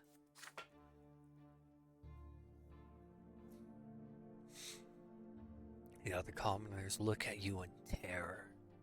You have just defied an inquisitor. However, Father Jeremiah still looks at you without any of the anger you had expected. My son, your words do indeed contain a germ of truth. I am Inquisitor of the clergy, and by the will of the twins, I cannot give you any orders. But know this, the Inquisition does not imprison everyone suspected of heresy. We exist to protect souls, to guide and save them. We pursue dangerous doctrines and seek to rescue every soul we meet. Arrest or execution isn't our last resort, reserved only for sinners beyond redemption. You can see that I am merely speaking to you right now. I have not resorted to force, nor am I giving you any orders. But if the need arises, I will summon the champions of faith, nobles who will be there to give you orders and punish those who defy the church. But as long as you're not calling for the overthrow of faith, you're safe from them. And, as you said, it is not within my lot to give you orders. You are free to go, but expect no mercy in the hereafter. For after we die, there will be none.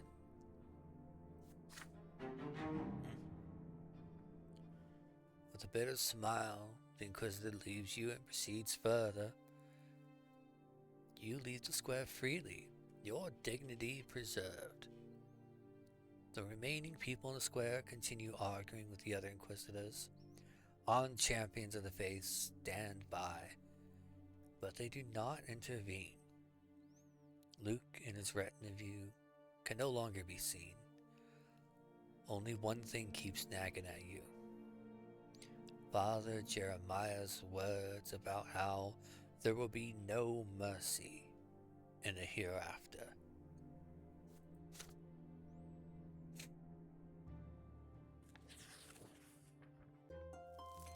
Neat. Patriarch Luke's sermons have converted many commoners and nobles of the mantle to the new faith.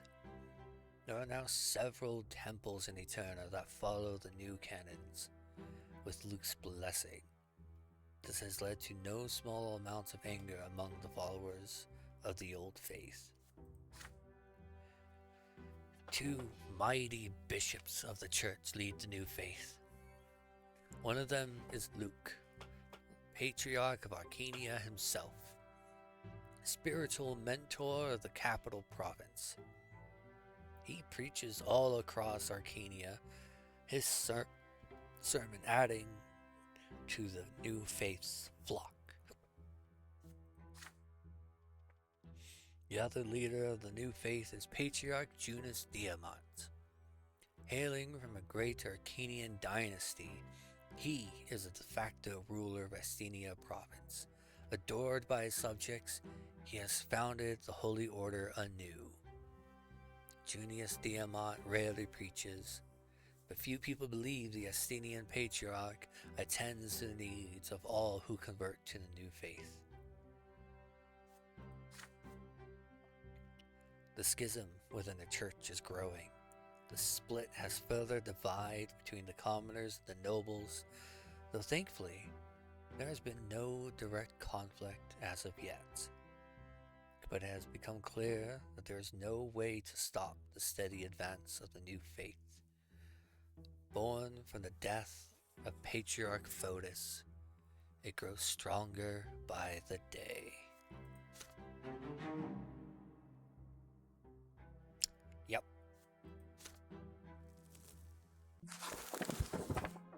City that never sleeps.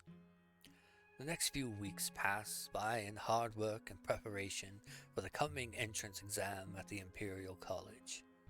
You grow more and more exhausted with each passing day, so much so that one night you fall asleep while studying another book. When you finally come to, you decide it is high time to get some recreation outside. The city of Eterna amazes you as you stroll through its splendid streets. It is another night, a different night, yet the city is beautiful still. Shining pillars, a slice of light against the dark night skies. The lamps on the facades of the buildings are lit. Night descends on the capital. You don't feel like going back to your books tonight.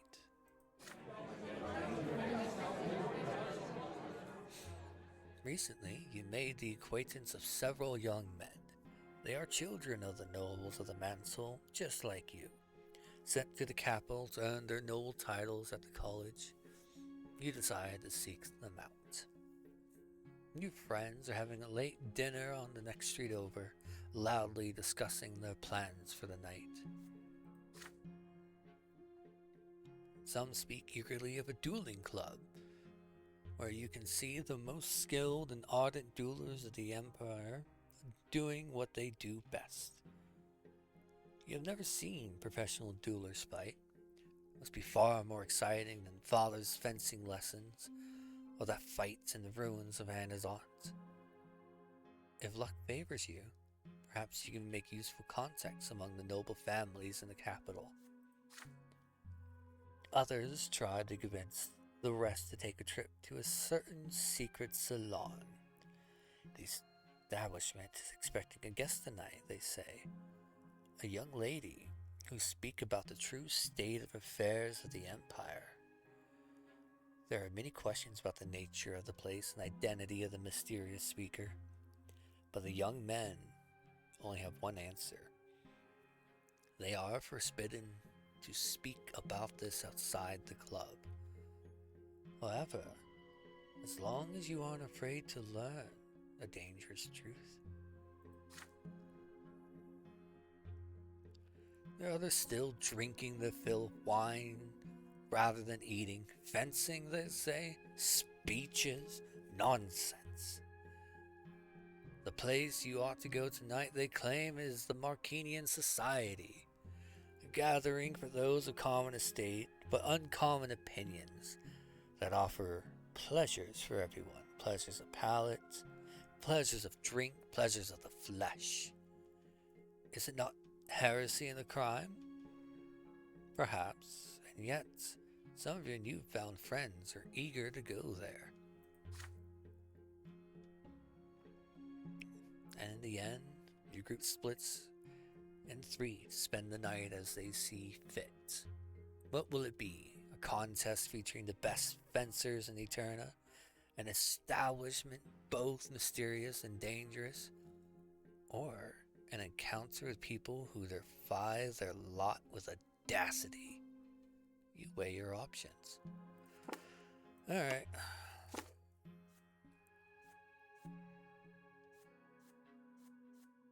Yeah, that's what I thought. I'm gonna go Doom Club regardless. You decide to learn from the Empire's best duelers. I need that valor up.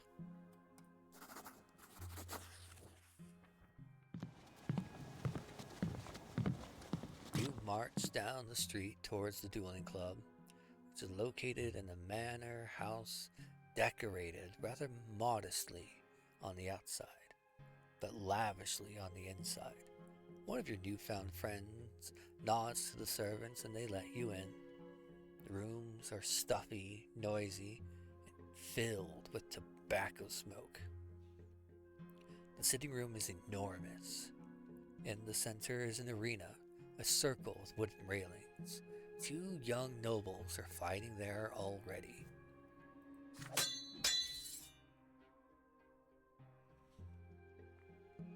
You take a glass of wine from a servant and watch the fight from one of the many soft chairs. You cannot bear a sword yet, but nobody says you cannot watch. As soon as the dueler is wounded, the fighter ends. But the way they fight still make the audience gasp and scream in awe. When the dueler is too slow to dodge, the duel ends with a bright red line cut through his sweat-soaked white shirt.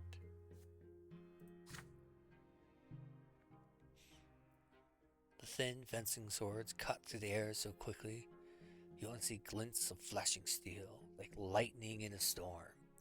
Do your best to remember all the feints and tricks you see tonight. They will come in handy when you earn your own sword.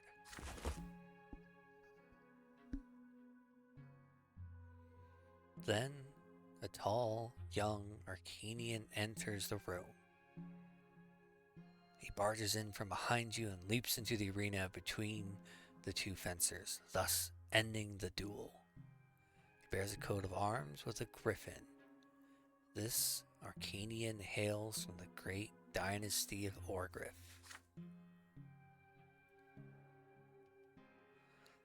The Arcanian voices boom as he challenges everyone in the audience to a duel.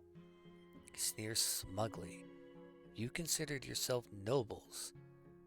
And how about you face an Arcanian lord in honorable combat?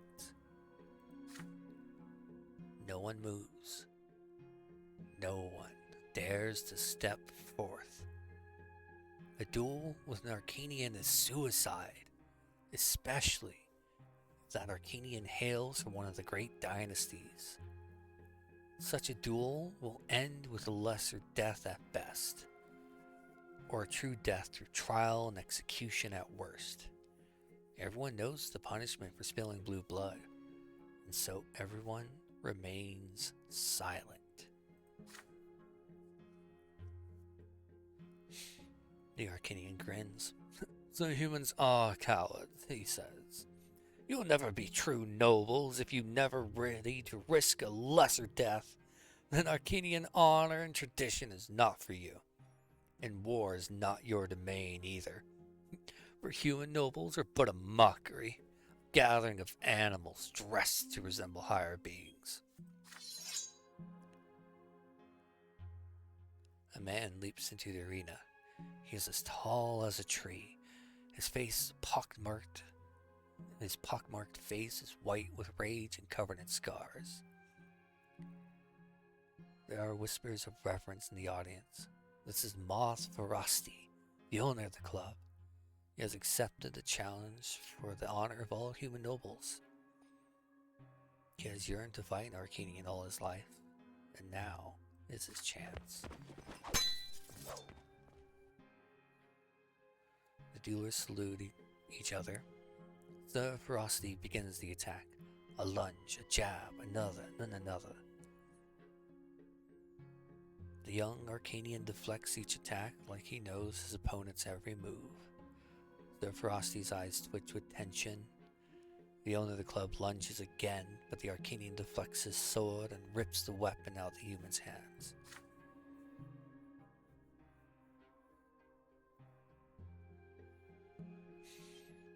Moth Verasti looks at the Arcanian in confusion and bows his head in recognition of his defeat. The Orgriff youth flashes a proud, superior grin. His fencing sword lifts the sleeves of the defeated opponent. It bears 3 black motes of lesser death. Now the young Arcanian's eyes serve ferocity with a mockery of sadness and compassion. Why, it appears the poor, overeager ex-commoner is on his last life.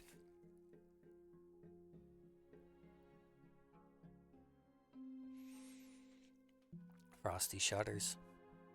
He asks Orgriff youth to be so kind as to spare his life. Nobleman to nobleman. The Arcanian's face grows dark and grim. His sword stabs deep into Rosti's chest. And the Orgriff youth speaks loud enough for everyone to hear. He is the only noble in this hall, he says, and everyone who saw this must forget the dueling club ever existed and leave this place, never to return.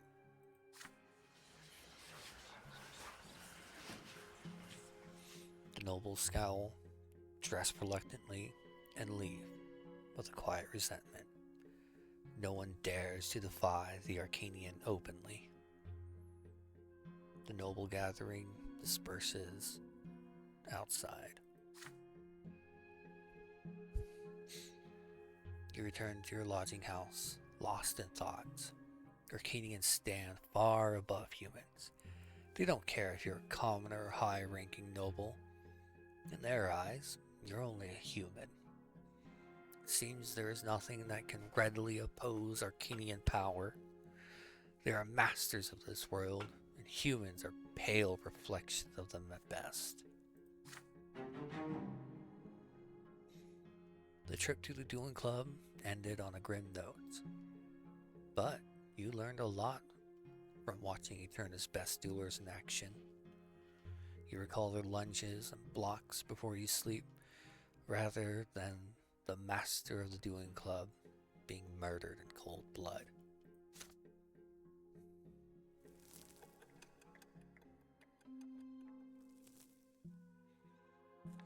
Jeez, that was all the first year. You're on your way to the largest library in Eterna to study for your entry exam. It's right next to the college. Streets are full of people. Everybody is watching. You hesitate for a few seconds, then let your curiosity get the better of you and head towards the place where you will soon study. Before long, you hear the shouting. The great chancellor is about to give a speech about the future of the empire. You can't possibly miss this.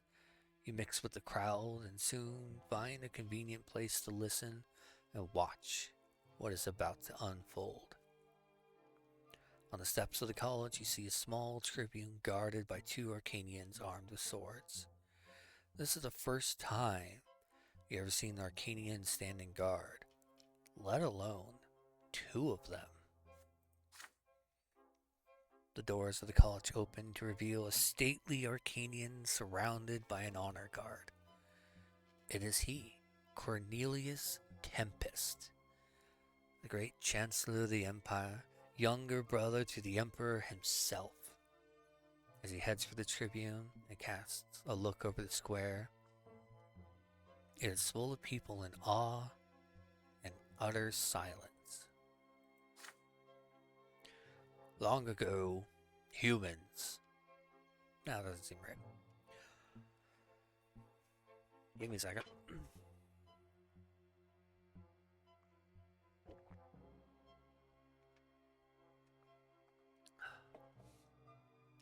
Long ago, humans witnessed the Arcanians' arrival. 2 nations built the empire side by side.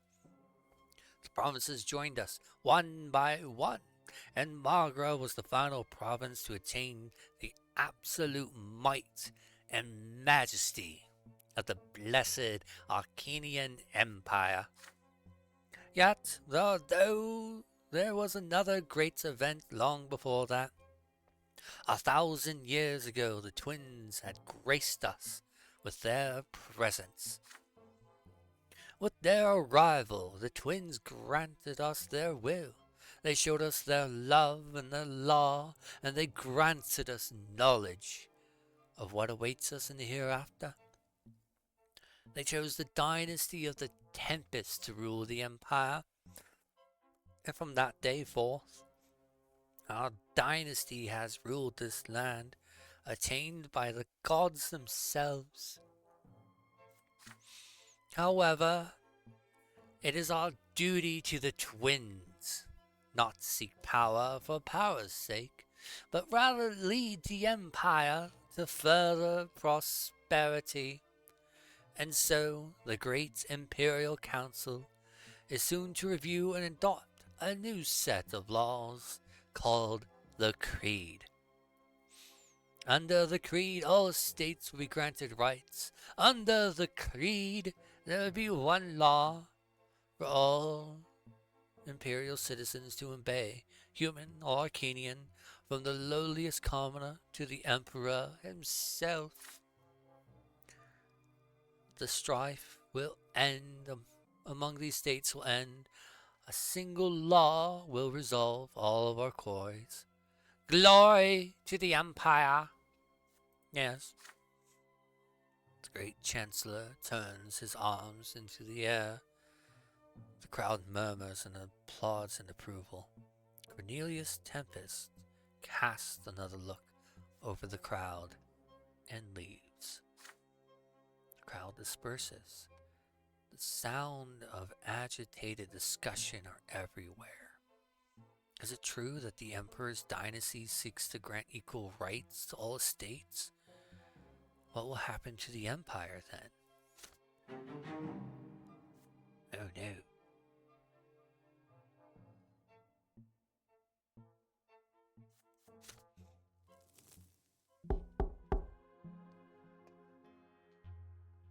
It is early morning. You have been awake since sunrise studying. There is a knock at the door. Is it a letter from home or a hotel servant? You open the door and freeze, stunned. Hello, Brant. Before you stands Sophia, the girl who used to live next door. She's all grown up now. She looks so different. But you would always recognize those blue eyes, no matter what. You gesture for her to come in. Sophia enters the room, glances around, and sits in an armchair. You eye the girl you used to know as you sit across from her.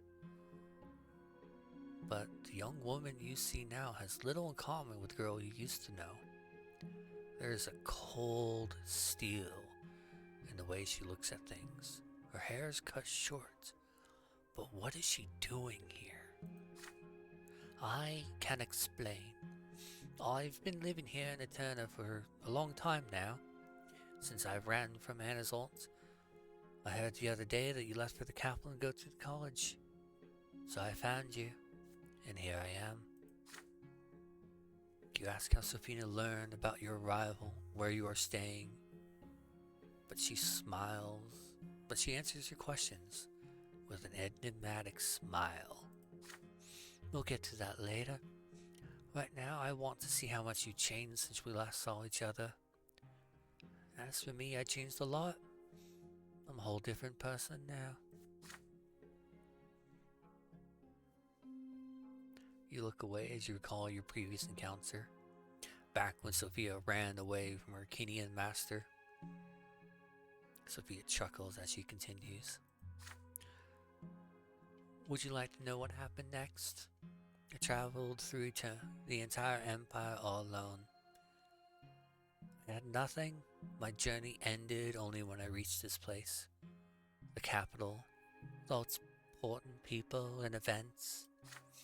It is the heart of the empire. It's a place where I can make a difference. I made friends here. Found people I can truly call my family. I've even got an education of sorts. And I have a purpose now. I fight against injustice. I fight against the lots. I fight those who treat our lives like mud on the pavement. And no, I'm not afraid to tell you. I came to you for a good reason. I need help. And I know you. I have faith in your good heart. And besides, it's also about the Imperial College you want to enroll in.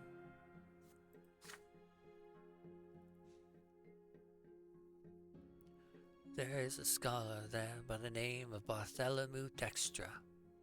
He teaches natural sciences at the college. Dexter is an old man, but he's quite progressive. He'll stop at nothing to advance science and acquire new knowledge. As you know, only second generation nobles or above are allowed to teach at the college, but Dextra, he is a commoner.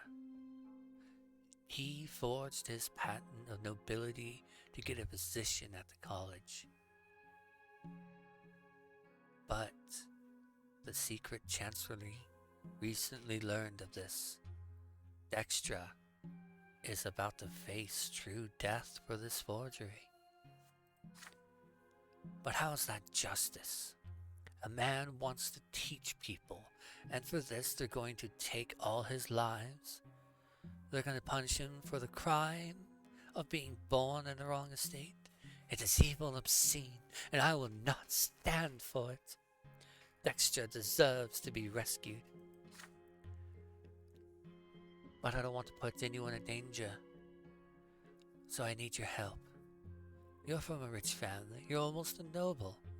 If you help me get Dexter out of the city, nobody will suspect anything. No one will know. The scholar will live on to continue his research elsewhere, far away from the secret chancellery. Will you help me?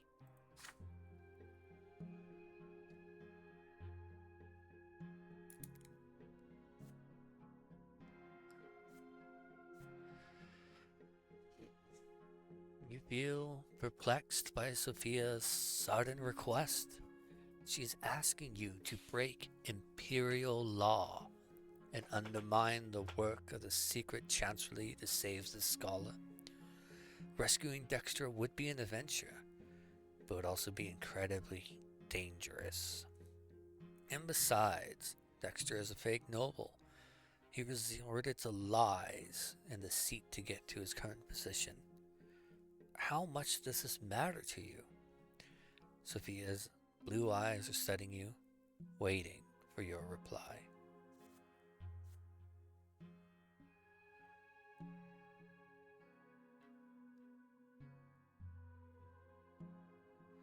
Oof. Okay. Help or refuse?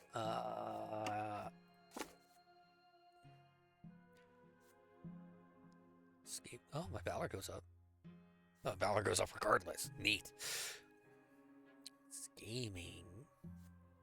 Diplomacy. Scheming. You know what? Let's help. I'm gonna regret this later.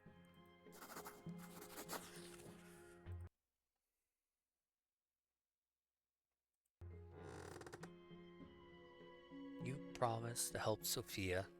Bartholomew Dextra does not deserve this. He has to leave the capital. She can count on you. I knew I could count on you. Then we must act at once. There's no time to waste. Dexter is to be arrested tomorrow. Here's his address. Go there as soon as the sun sets. No one will suspect you. Dexter often tutors young men for the college entrance exams. Tell him the owl sent you. Use the back door to get out. The carriage will drive up to the backyard. The driver will hoot like an owl. He'll take you to the south gate. If the guards stop the carriage, just talk your way out of it. Once you're outside the city, Dexter will run away in a different carriage. You'll go back the way you can, and I'll meet you in Majesty Square.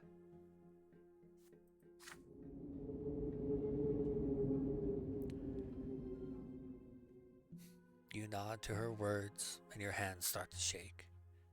You are about to go against the secret chancellery. You're about to help someone escape punishment. To defy your own lot like this, it's unthinkable. When the sun sets, you leave the lodging house and walk quickly, glancing over your shoulder repeatedly.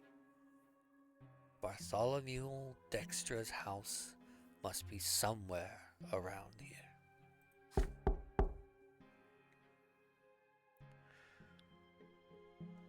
You found the place.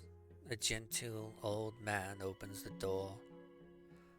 His face covered in wrinkles, his shoulders are stooped, and yet his eyes are sharp and lively.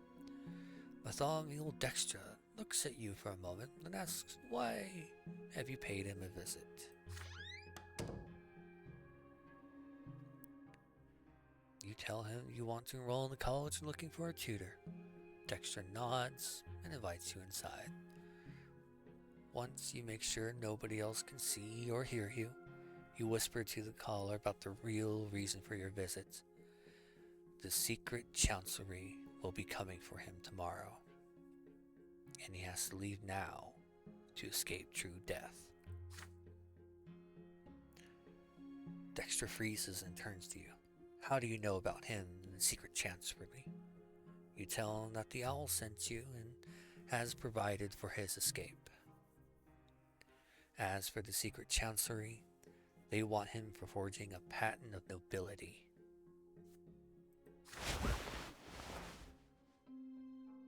The moment you utter Sophia's name, the lecturer calms down and starts packing for the journey. You watch him distractedly and notice that he lives in a rather esoteric fashion. Doesn't take long for him to pack.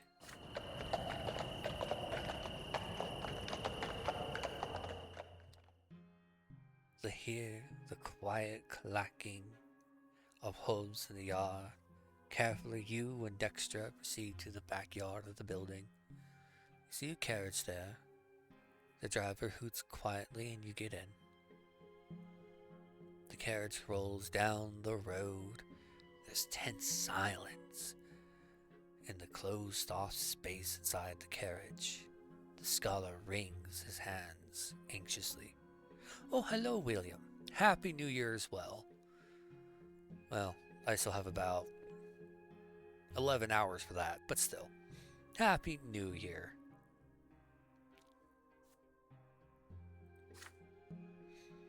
Through the carriage windows, you see the massive city gate passing by. You're almost outside the city, but then a loud voice reaches you. Halt! The driver obediently halts the carriage. Two city gendarmes approach you. You leave the carriage to face the gendarmes. Before they can get a peek inside the carriage, they look you over and ask, where are you going so late at night? You tell them you are the son of a judge in Magra, here to enroll in the college, and right now you wish to visit the estate of a newfound friend.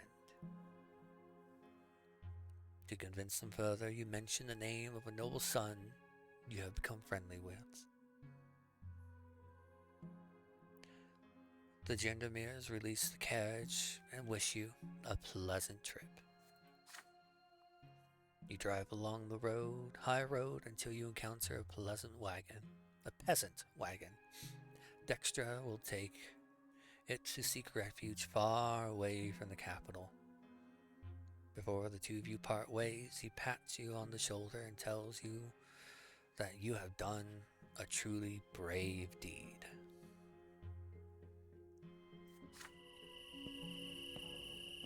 Minutes past midnight.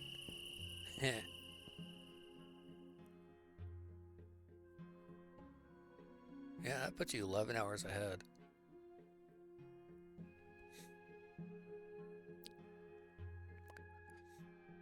Yet here I am, 1:30 in the afternoon, still December 31st. How does it feel to be in the future? You return to the city without incident. You find Sophia in Majesty Square as agreed, sitting on a bench by a streetlight, reading a book of some sort. She closes the book when she sees you, offers you her hand.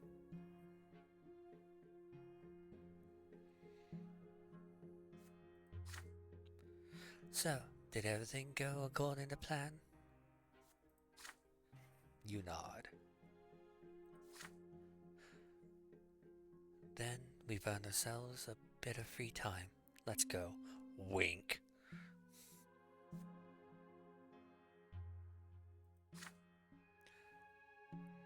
You set off on a walk through the maze of narrow back streets. Finally, you have some time for questions. What happened to Sophia over the last 2 years? She was just a girl before, a servant. How is she now a revolutionary? Smile. Sophia just smiles sadly.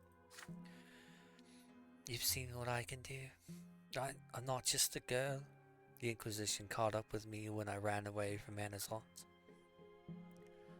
I ended up in the House of Humility, a dreadful place. I got collared. Do you know what it how it feels to lose your free will, losing everything that makes you, you.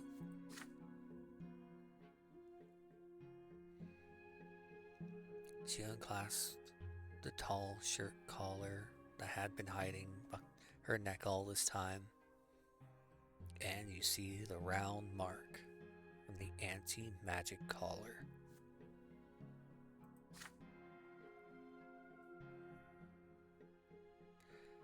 They say a scar like this will remain after a lesser death, but I got lucky. Patriarch Junius Diamant saved me. Diamant took me and the other mages from the House of Humility, removed our collars. He made me one of his attendants. He taught me that there are no lots. He told me that I'm like this not because I'm a freak, but because it's my nature. He told me I can find a path to the twins like anyone else in the world. And then I was taken. I got out on my own, found my lot to protect the common people from the noble yoke, to help others who are as unlucky as I am.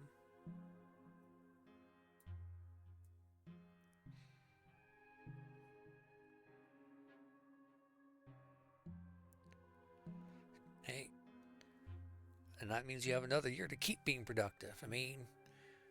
How far have you gotten in the past year's game dev? But right now you have a game that can be wishlisted on Steam that you took inspiration from the very game I'm playing. You're making your own thing, and hey, if you did that all within a year, that's impressive. And the more you do such things, the more you learn, the more you grow, and the more you can do.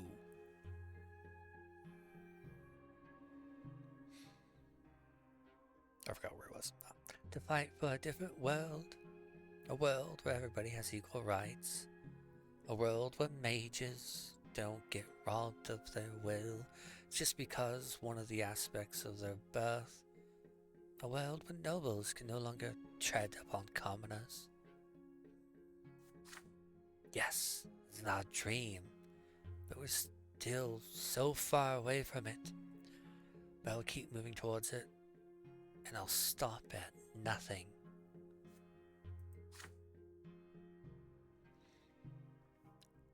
A strange, distorted expression appears on Sophia's face, but she quickly returns to normal.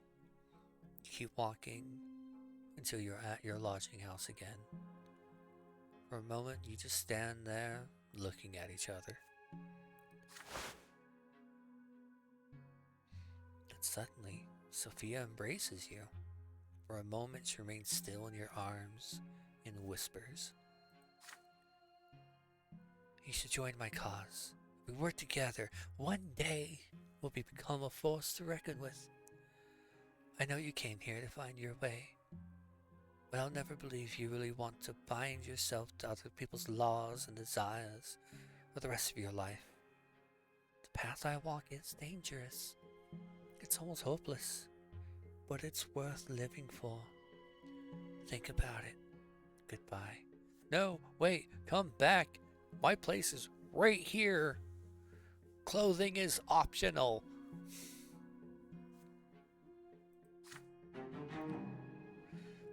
Then she withdraws just as quickly and disappears. In the dark streets of Eterna, you make your way back to your room, exhausted by the events of the day. Was this really just a single day in your life? Woo! So valorous, so dangerous.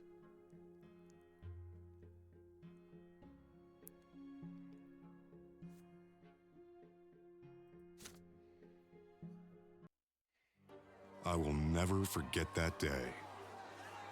For it was then that I chose the path I would walk for the rest of my life.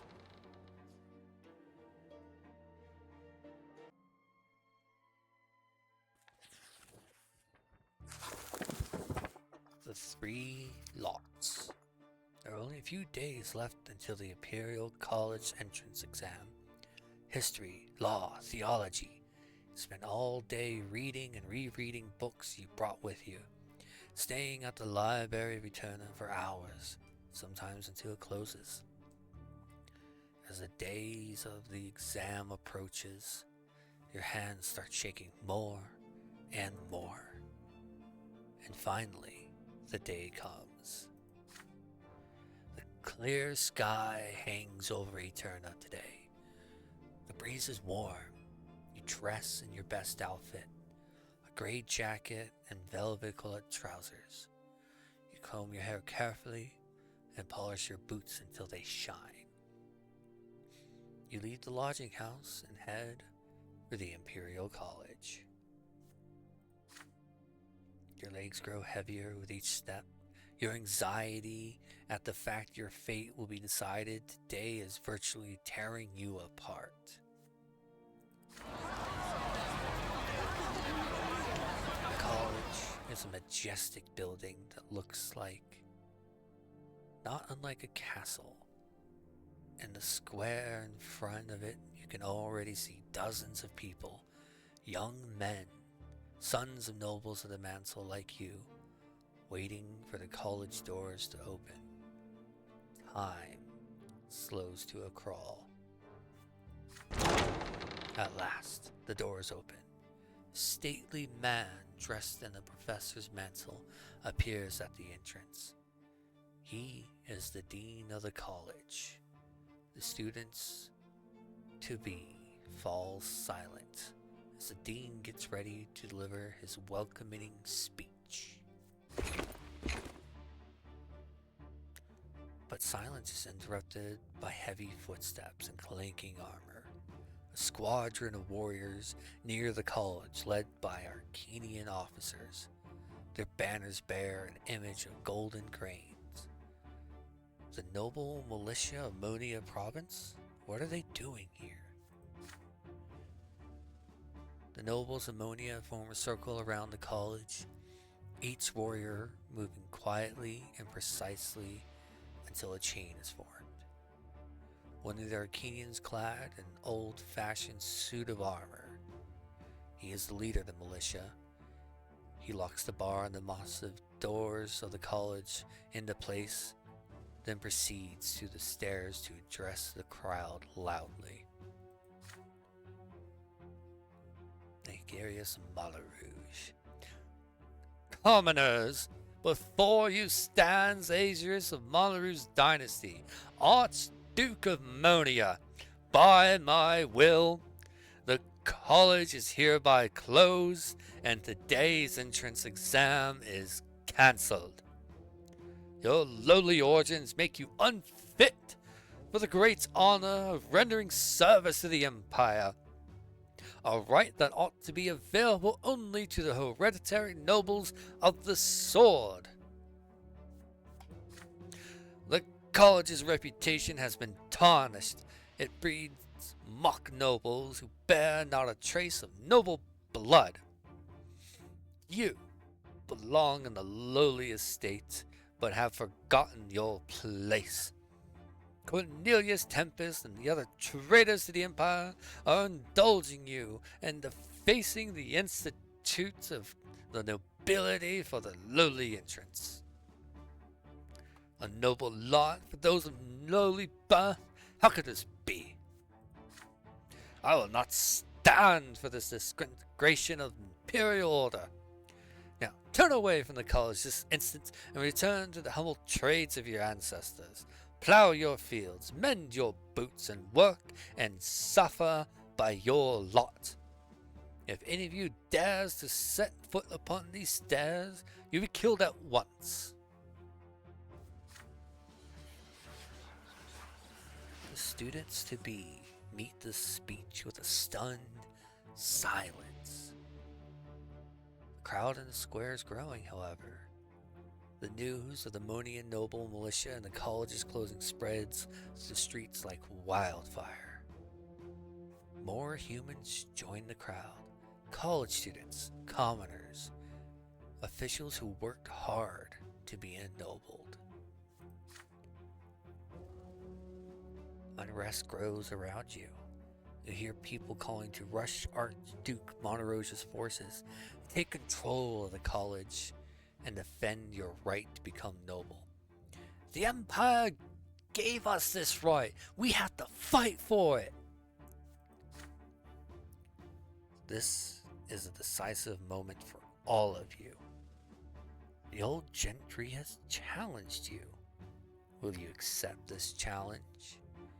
In the face of this shameful illegal act by the Archduke's forces, you may prove that all of you deserve the noble lot. You will need to break through the cordon, get inside the college, and take control of it. The nobles never dare to hurt you if your presence is strong enough. If you are ready to risk it all and fight for your right to nobility, you will have to lead the charge.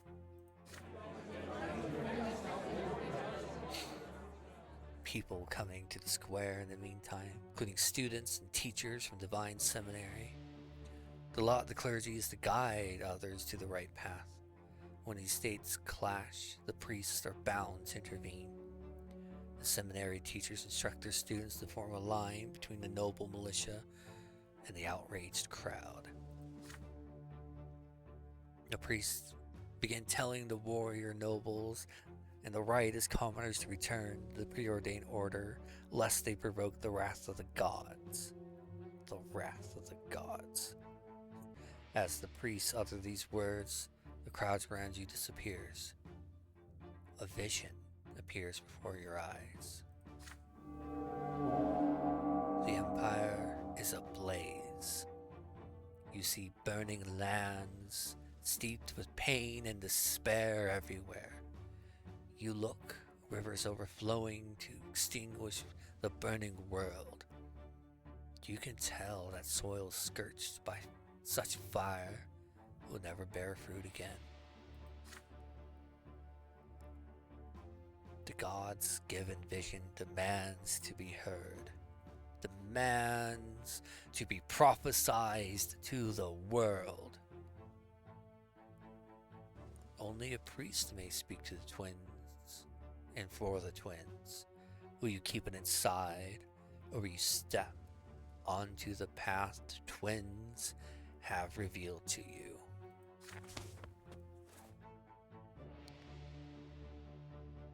Somebody shoves you in the back and you snap out of the vision. You turn around to see a small but decisive troops of commoners moving quickly through the crowd. They are led by Sophia. As soon as she sees you, she signals to them to stop. So you're here too? Going to rush to college, are you? Can't you see it already? The laws cannot be trusted. They gave you the right to study here, just to throw you a bone. When the going gets tough, you masters take it away from you at all. It's time for you to decide. We are the lotless, and we are not putting up with the system any longer. We will fight for a new world. Are you coming with us, or are you going to submit to them? There are students and professors locked in the college. Who knows how long Monterose will maintain this siege? And what if they start slaughtering people? Neither groups of nobles will care what happens to them. We are going to go inside and pull them out. Come with us if you're ready to take control of your own destiny. The tension in the square is palpable, and the situation is about to implode. Students, commoners, nobles of the mantle, followers of the new faith, all of them are gathering their forces to move on the wall of soldiers. They expect nobles to let them through en masse. Surely they won't start a massacre. The lotless, led by Sophia, prepare to break through the siege to rescue people in the college. All the while, the priests preach both peace to both sides of the conflict. The college is your only way to nobility. Only you can fight for your new lot and fulfill your duty. You can organize an offensive strong enough to go in college and thus seize your lawful right like a true nobleman. Yet, the revelation about the wrath of the gods still pulse in your mind. Once revealed, this vision, take you on a different path. Standing with the priest and preaching what you've just seen, warning all of the dire danger on the path of warring estates, bringing the twins' words to the people and guiding them salvation. Could this be your new lot? Hell no. Sophia and the Lotless, they expect you to join their struggle. They're waiting for you to cast off the old ways and the eternal yoke of subservience. If you choose this path, you will not change your lot, and your suffering will continue. But your suffering might just change this world. This is the moment. Your future life will be decided here and now. Oh, joy. Fall the Lotless, which is the option if I haven't gotten anything else going for me. But I'm valorous as fuck. I must break through the cordon into the college. I will fight for my future that I deemed fit. And I say knowledge. After he goes to the bathroom. I'll be right back.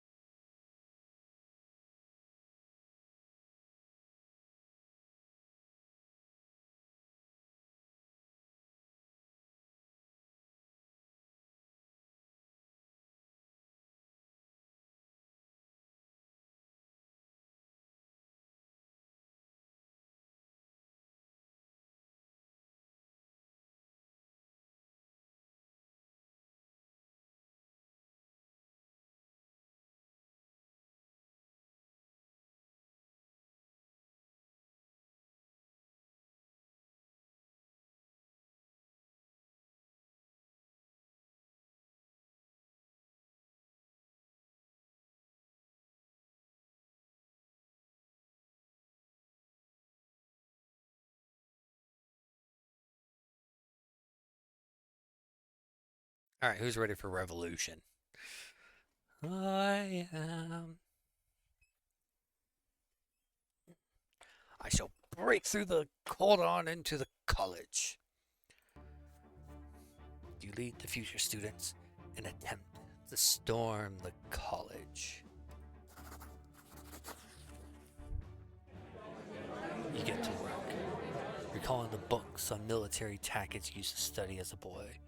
You call out to the students and children nobles around you and assume command. They hear you and they listen. You stand together in close formation and march towards the weakest link in the line of nobles. The more people joining you along the way, a veritable phalanx of young men armed with nothing but determination against the noblemen's swords. The noble militia ready their steel.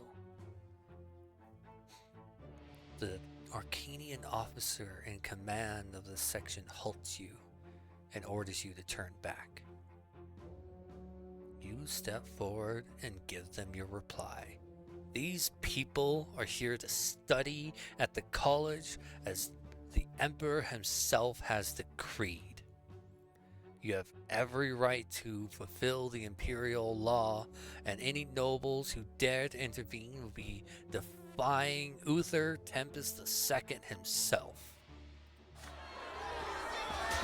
Your plan works. The officer hesitates when confronting you with your words and your vigor.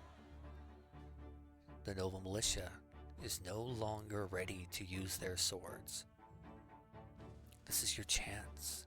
You command your forces to their advantage in numbers for a singular push, and the militia line breaks. You reach the college gates. More people start running for the breach.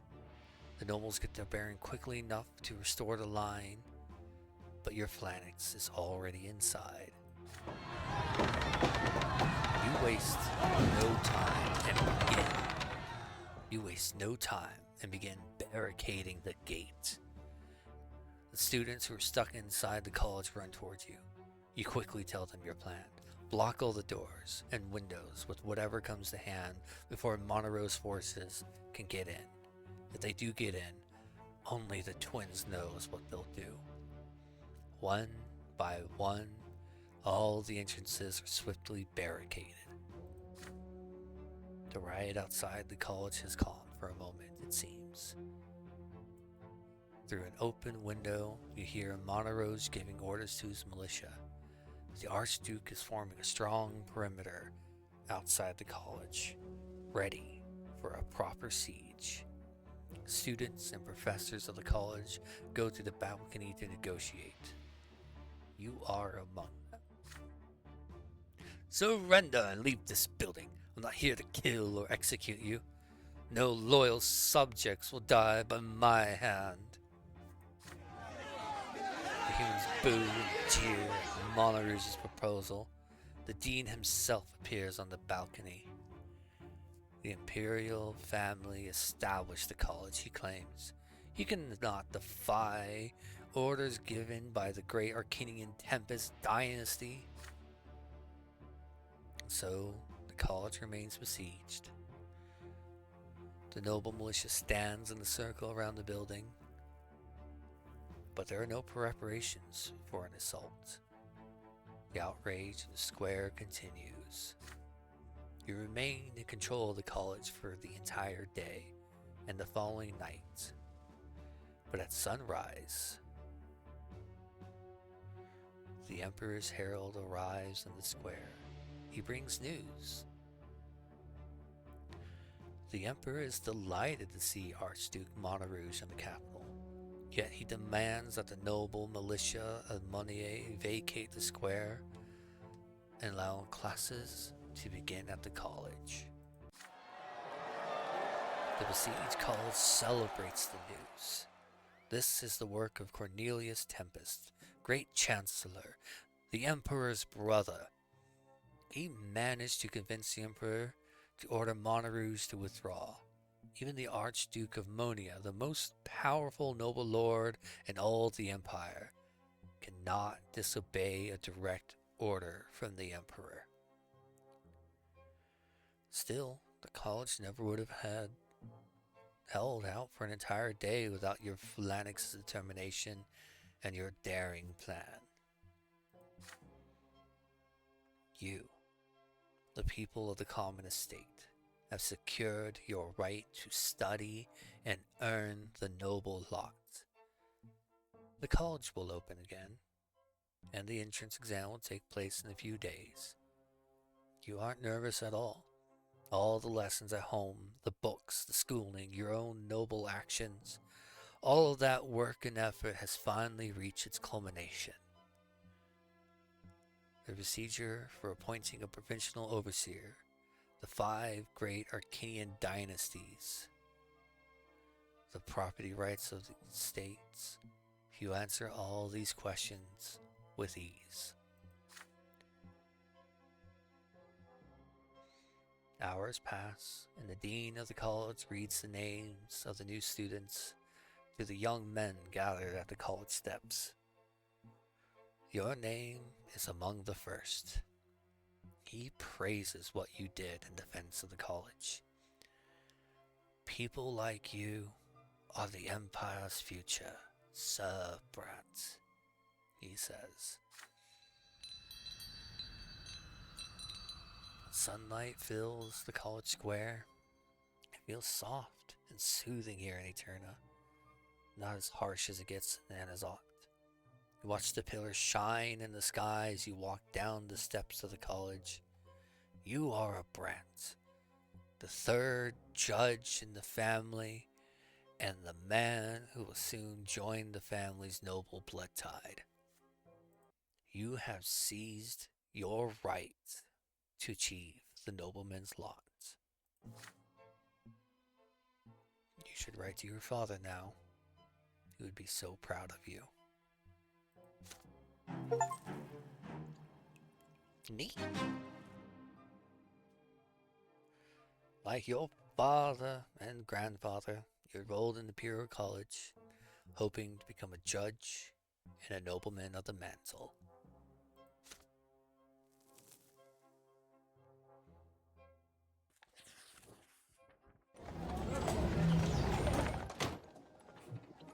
You return to your lodging house one last time to gather your belongings and move to your new home. A young man dressed in the uniform of the military academy greets you by the door. It takes you a moment to recognize Thomas. Your friend locks you in an embrace. Brant, hey, how are you? Sorry. Brant, hey, how are you? I keep fucking this up. Brant, how are you? I heard this nasty stuff that went down at the college square. Those damn gentry would do anything to keep the low-born folk under their thumb. Glad the situation resolved itself. I've gone full Aussie. As for me, I'm an academy cadet now. Yeehaw. He is beaming with pride. You invite him in and chat while you pack. Thomas continues to raise the news as you walk up the stairs.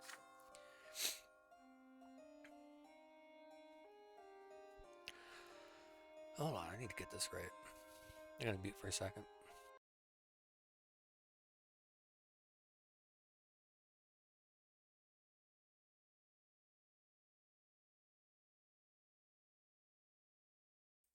Okay, I made it to the top 10. Can you imagine?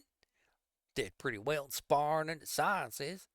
It was all thanks to the help you gave me back in school in Anazoth. I'll be studying the art of war now. And that's a quick march in the noble title. How about you? Tell Thomas about what happened over the past few days and of the path you've chosen. He remains quiet as you speak. Both of you realize that you may never see each other again. You know, Brant, here's what I think. You have your own path in life, but you're my friend. We gotta make sure our friendship lasts forever, no matter what happens to us. Here, I brought 2 brass rings. If the old traditions are to be believed, both the rings and the wearers will remain close to each other, no matter what fate takes them. What say you?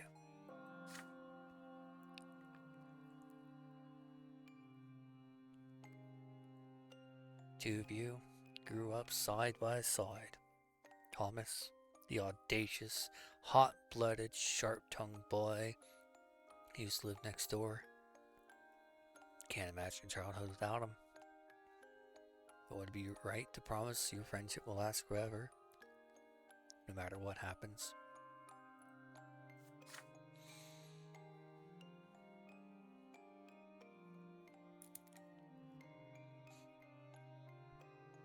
Two rings made of plain brass lie in his open palm. You wear these rings, you'll be bound by ties of friendship for the rest of your life.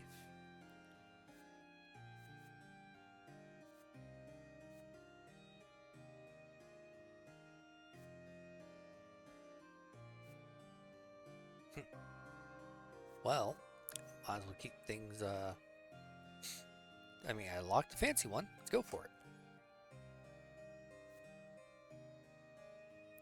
I mean, I guess I could have taken the ring no matter what. Swear an oath of friendship.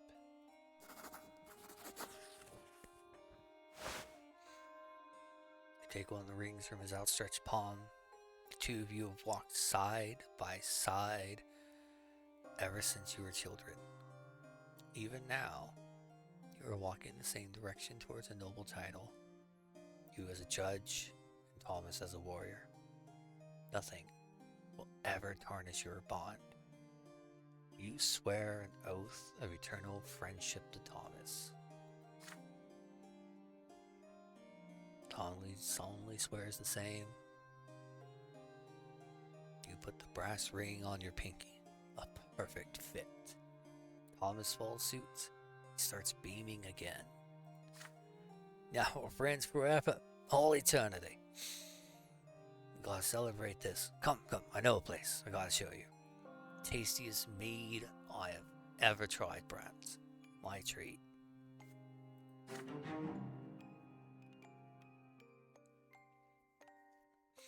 Two of you go to a noble salon by the square of the Emperor Severin, surrounded by tobacco smoke and mead bottles. You wag your tongues, recalls the days of your adolescence, make plans for the future. Nobody knows what could be waiting for you, but you promise you will never lose sight of each other. Cool.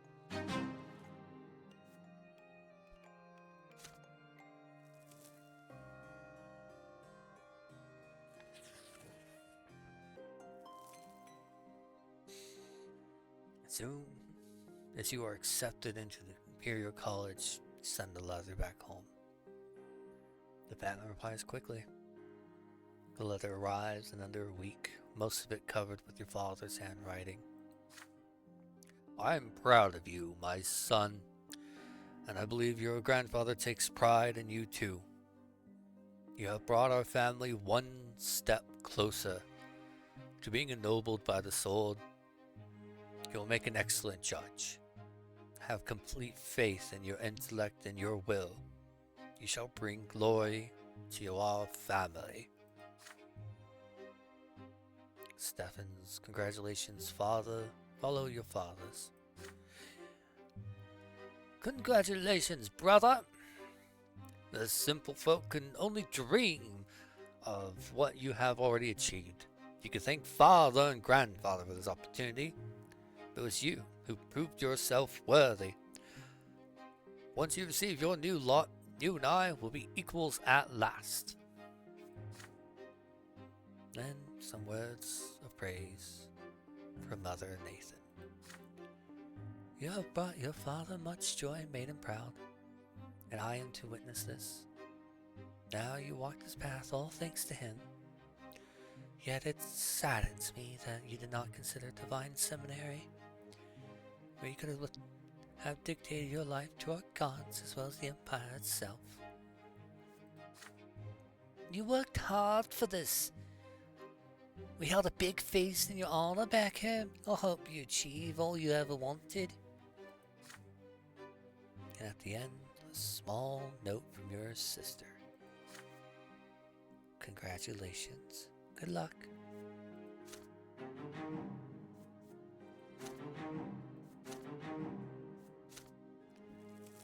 Rude.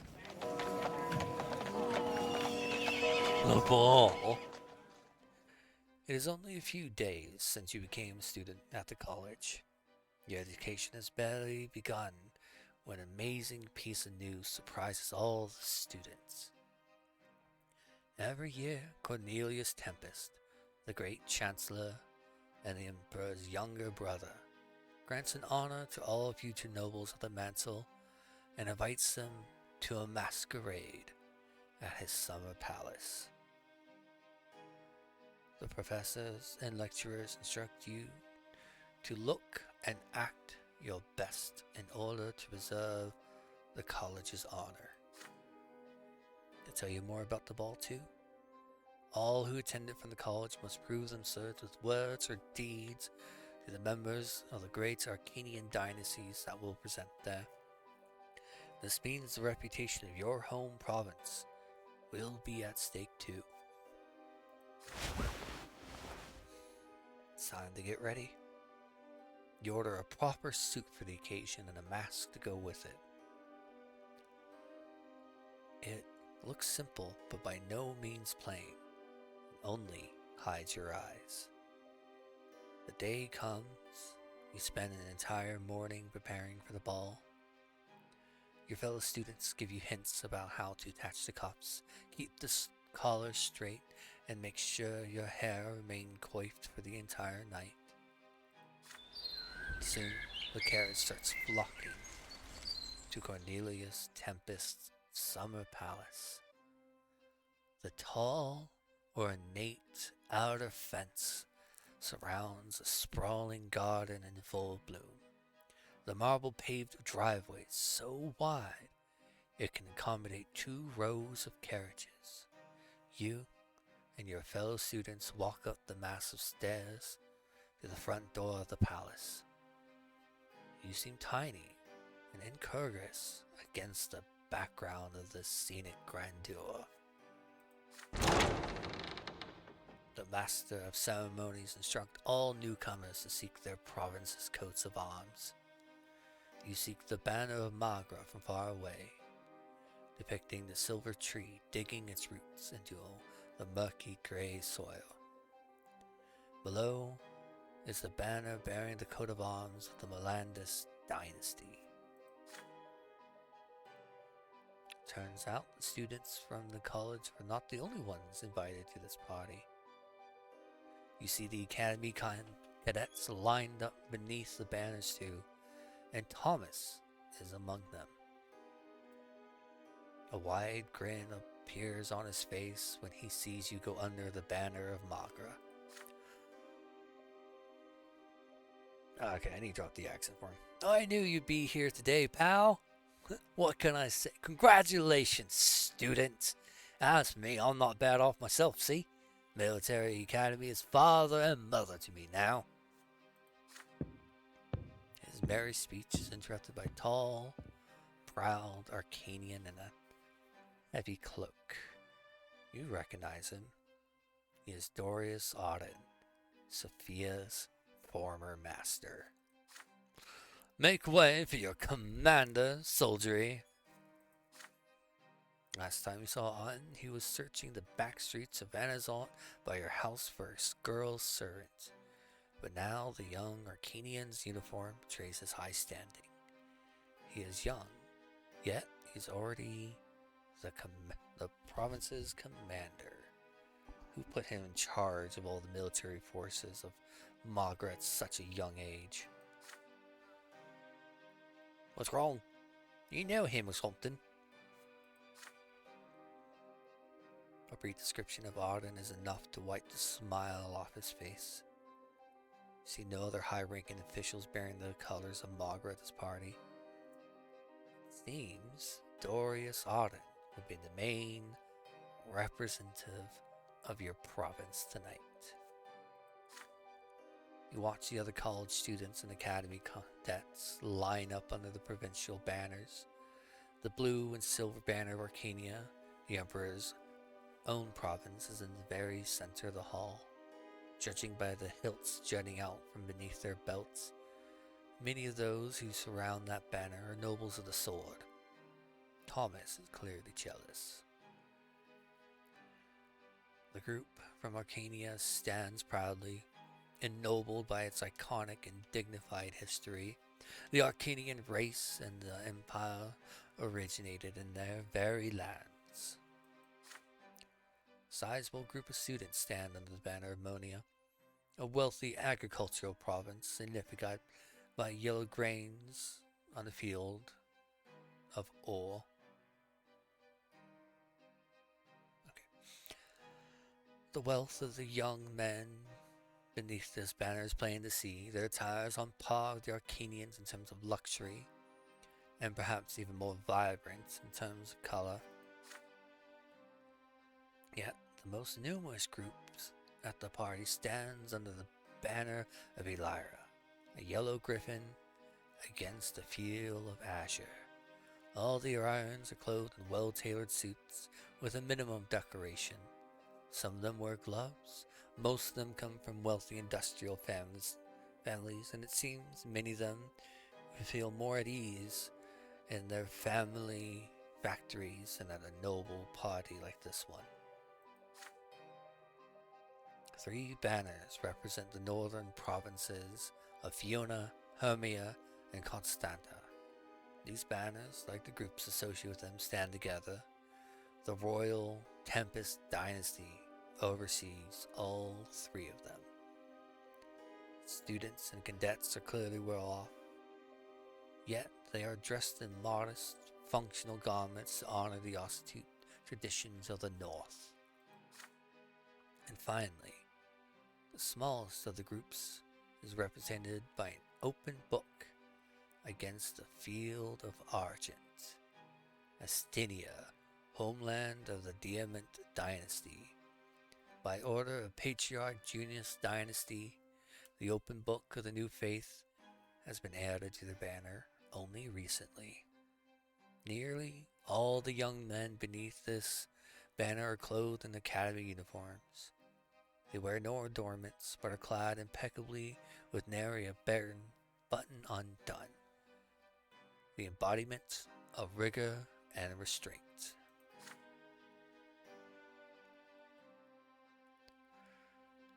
The Master of Ceremonies signals the beginning of the party. It's time for dancing. The first dance is a minute, and tradition calls for everyone to dance. Harpsichord music fills the halls. The Academy cadets waste no time finding dance partners, and soon already making the fluid first steps of the minute. You look around. One of the young ladies representing Marga catches your eye. She's slender, like all Arcanians, clothed in a yellow dress embroidered with emerald green. Her face hidden behind a full mask decorated with bright green feathers.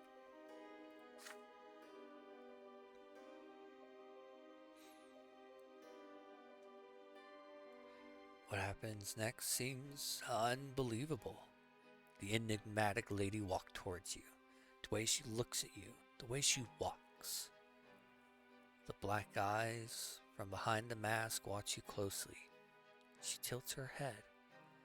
There are no words, but you feel there is a question.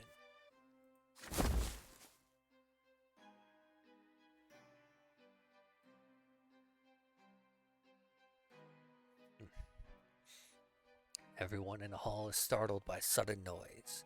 You look behind you, see Thomas getting off the floor, his face a grimace of rage. Dorius Otten stands before him, eyeing him with disgust. His arm rests on the hilts of his sword.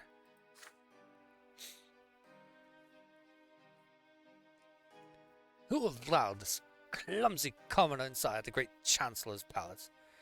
Its noble masters are trying to dance, and it's getting underfoot.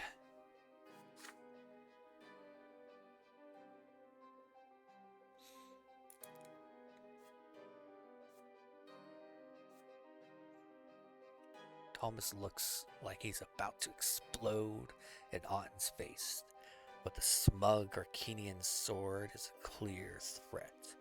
If your friend's rage gets the better of him, he'll end up in trouble. The enigmatic Arcanian beauty, however, quickly loses all interest in their quarrel.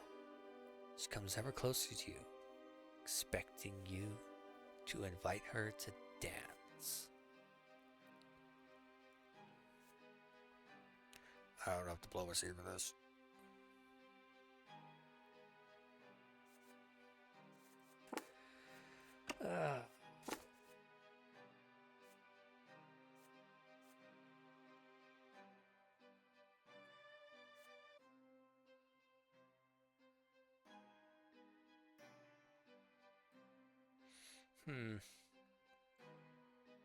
I don't want to lose face with my friend. No. Swore an oath to my friend, and I shall keep it.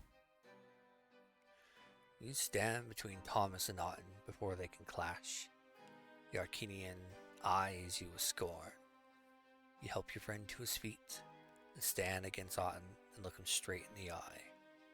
A moment later, you follow your stare with a mocking question. Is something amiss? Is the Arcanian master so unsure of his nobility that he must assert it for every commoner he sees? Or perhaps he considers such to be his lot?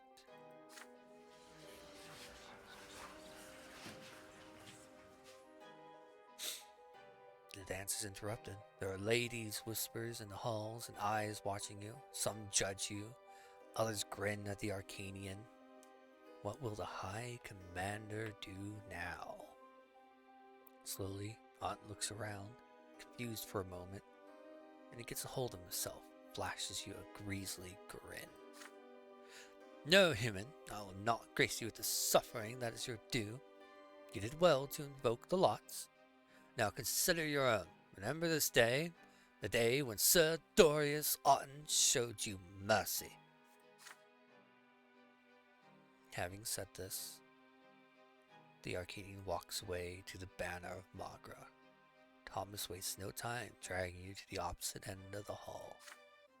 Why is it twins? You look savage. Seems your words hit home. The Arcanian pig couldn't even think of a proper rejoinder. You're a real friend. Thanks. Smile at his praise, and gladly and firmly shake your friend's hand.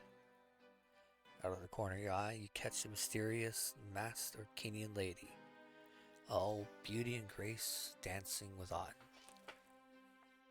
Could have been in this place had you so chosen. Yeah, I don't give it.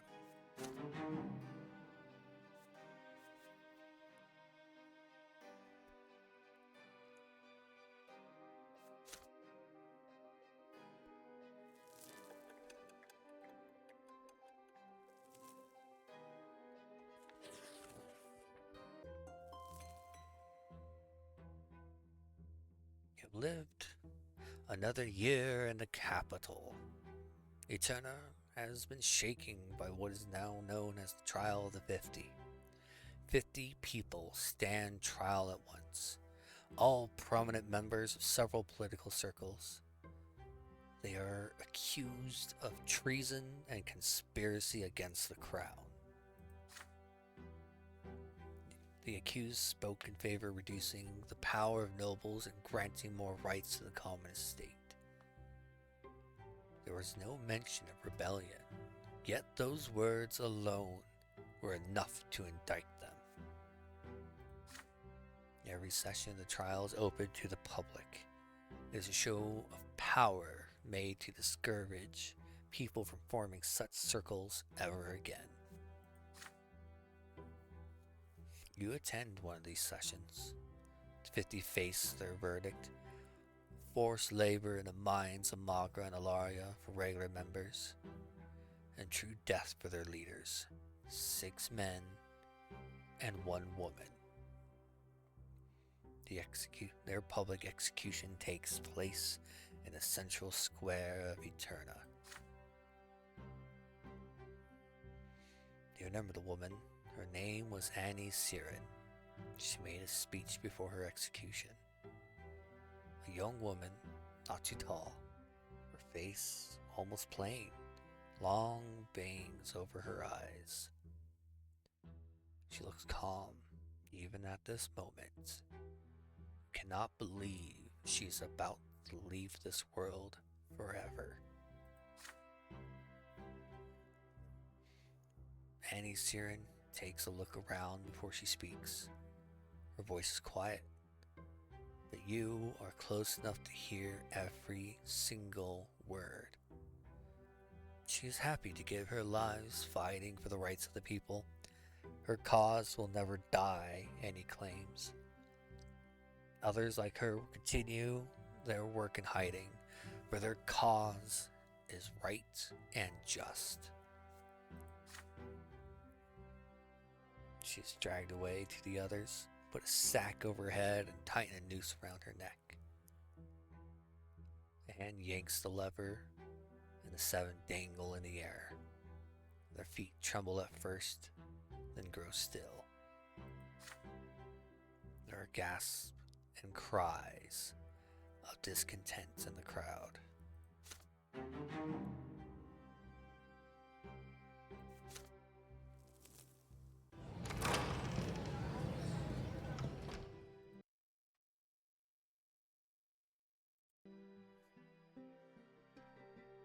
Sir Elcroy's lesson. If you want to flavor sparkling water, simply cut vegetables near the water. Don't put it in, just near it, and just kind of waft the smell over.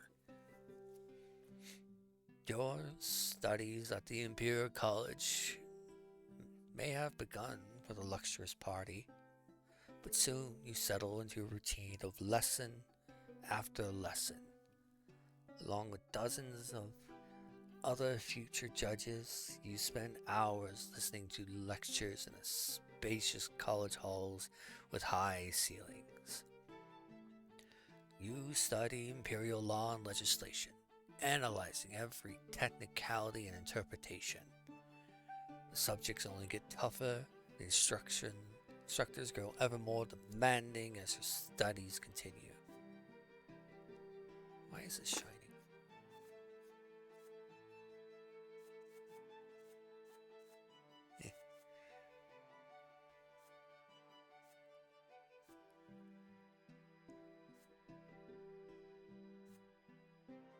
Yeah, the only thing I'm left I can do is victory in the tournament.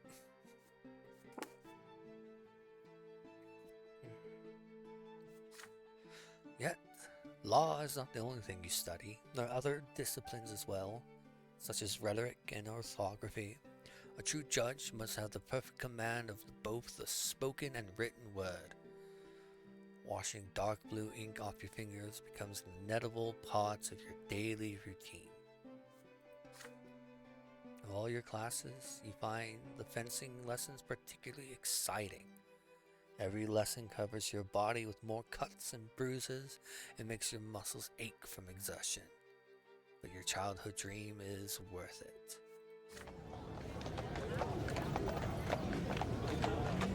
Then, finally, there comes a short break in your studies.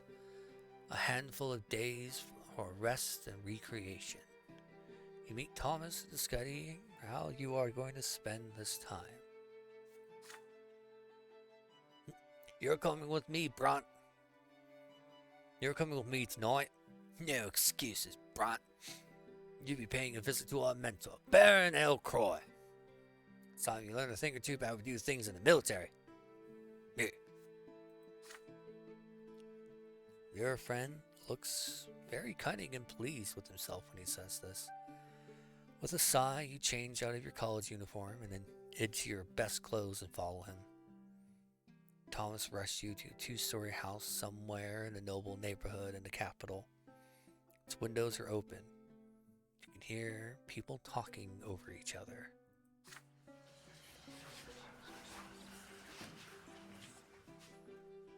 The house's sitting room is filled with young people, at least 24 men, almost all of them academy cadets. In the middle of the sitting room is an armchair. In this armchair is a gentleman wearing a uniform of an Imperial Legion officer smoking a pipe. His thick hair falls over his large, observant eyes. Baron Elcroy welcomes the two of you with a slight nod continued his speech while everyone listens respectfully. As I was saying, young men, I firmly believe that days when all military glory of the Empire belonged to the Arcani dynasties are done. Long gone. Human nobles have been serving the Emperor at least as well as the Arcanian nobles for a long time now. Still, Arcanians keep acting like their origins are more important than honor and service to the crown.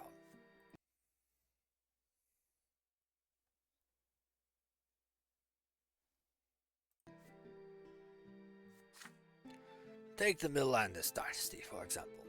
The Archdukes of Magra, long ago, their leader Milandus fomented a rebellion against the rule of the Tempest and the Twins' face. He sucked all life from his own land, doomed thousands of his own subjects. Yet the Milandus dynasty still rules over Magra like nothing ever happened. Then suddenly, Sir Croix flashes a cunning grin. I think this calls for a test of your strategic thinking, young men. But first, let me refresh your memory on the rebellion of Charmalandus. It may seem surprising, but we have to thank him for our current status. He was the first to ennoble humans, an act of unprecedented insolence, but it gave rebellious Duke immense support in his province. He risked his own reputation and title to make himself stronger, thanks to humans, and in that, he succeeded. No one's ever dared challenge the rule of Arcanians in Tempest before, but the rebellion of Magra changed everything. Humans became part of the nobility. We got a taste of power only the Arcanians could wield before, and unless I'm mistaken, most nobles in the Empire these days are human. Why, we outnumber the members of the Arcanian dynasty dozens of times over. So, Charmalandus had complete rule and control of the lands of Magra.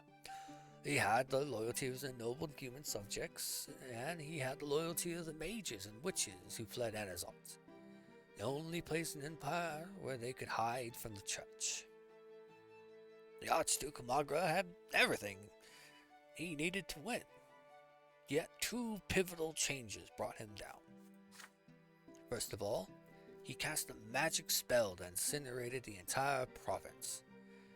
It certainly stopped the Imperial legions in their tracks, but the population of Magra would no longer side with Charmalandus after that.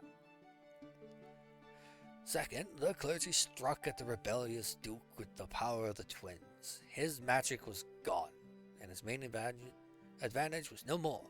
Many fled, but as you know, he still took the Empire an entire month of siege before the palace in Azalt was taken. At the rebellion of Magra, Empire changed drastically, and most importantly, humans finally received their lawful right to be ennobled. And I'd like to stress that in particular. Ennobled, not by birth, but by virtue, through knowledge and talent. History, young men, is more than just a memory of the past. It is also a lesson for our future.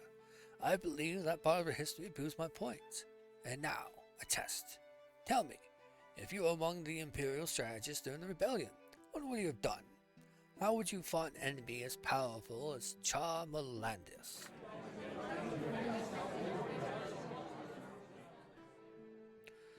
With this, Sir Croix leans back in his armchair and takes a pull of his pipe while the cadets are discussing. Some take no time to say they cannot believe Sir Croix thinks humans were the first ennobled by serving the rebellious Duke. Others say the prolonged palace siege might have been a mistake. Storming the palace would have been a better choice. Soon, ideas start flying. Some only cause laughter, while others debate. They're discussing the past of Zanazalt, the past of your home time. You cannot possibly stay quiet, stay silent right now. If you were in command of the Imperial Legions back then, what would you have done?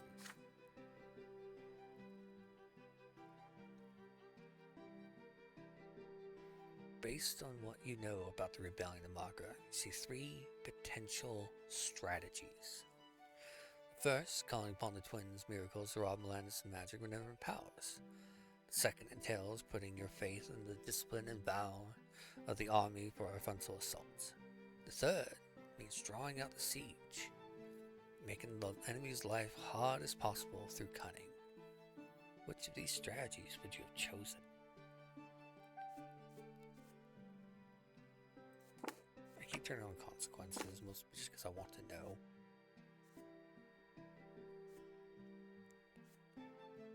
Honestly, okay, yeah, that's pretty much what I thought. Honestly, decisive siege. Relying on the strength and valor of Imperial Legions would have been the best choice.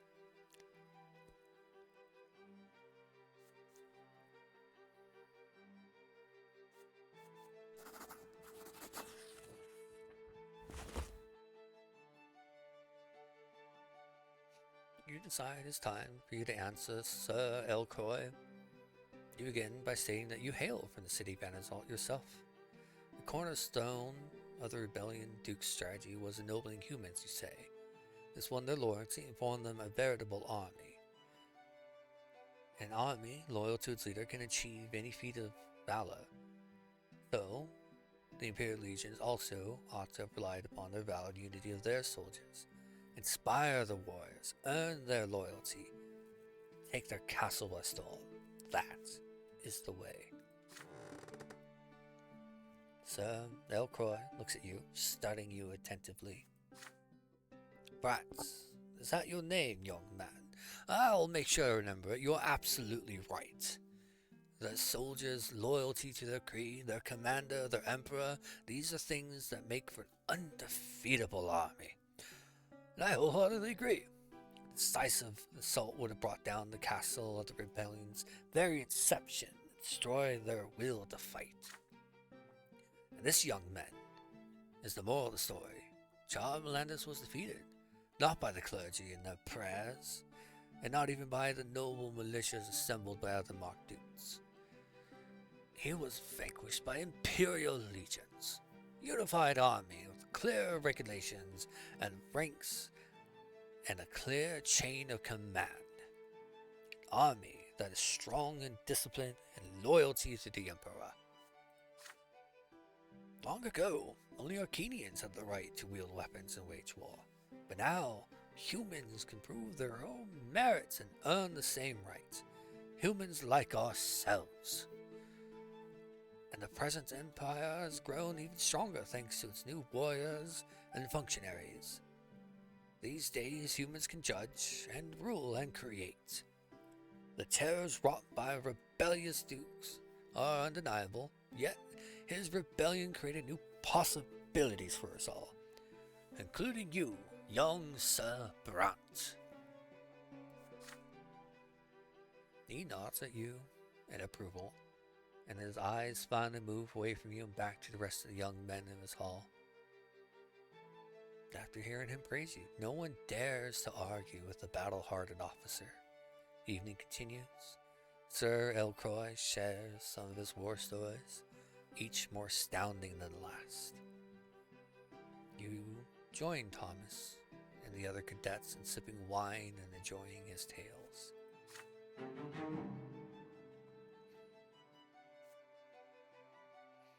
You return to the college long after midnight.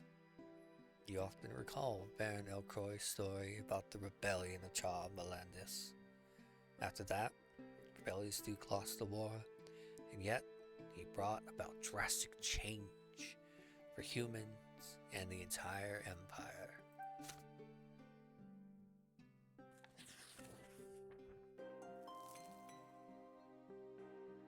There are days you received letters from home. Father's writing is very reserved. He mostly discusses events and work in Magra. Writes very little about the family. It makes me proud that I've managed to teach Stefan how to handle our affairs at home. Your brother behaves impeccably at the society balls and receptions that we host. He's already made several crucial acquaintances. Gloria has a different opinion of Stefan. She thinks your older brother is taking more and more after grandfather. Stefan is not like grandfather. It's in his manners, his posture, he even dresses like him. He used to be aloof around me. We barely talked in the past, but now he always blames me and tears me apart. I can't take it anymore. He walks all over me all the time, treats me like a housemaid.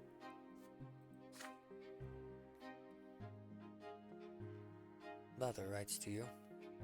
From her letters, you learn that Nathan just barely managed to graduate from school. It makes me sad to admit that Nathan has none of the talents you have. The other day he told me he won't even try to study in Capital. He says he won't be able to pass the exams. The only solace I find are in the nights Nathan and I spend together reading scriptures and our walks to the church by the silver tree. He accompanies me every time.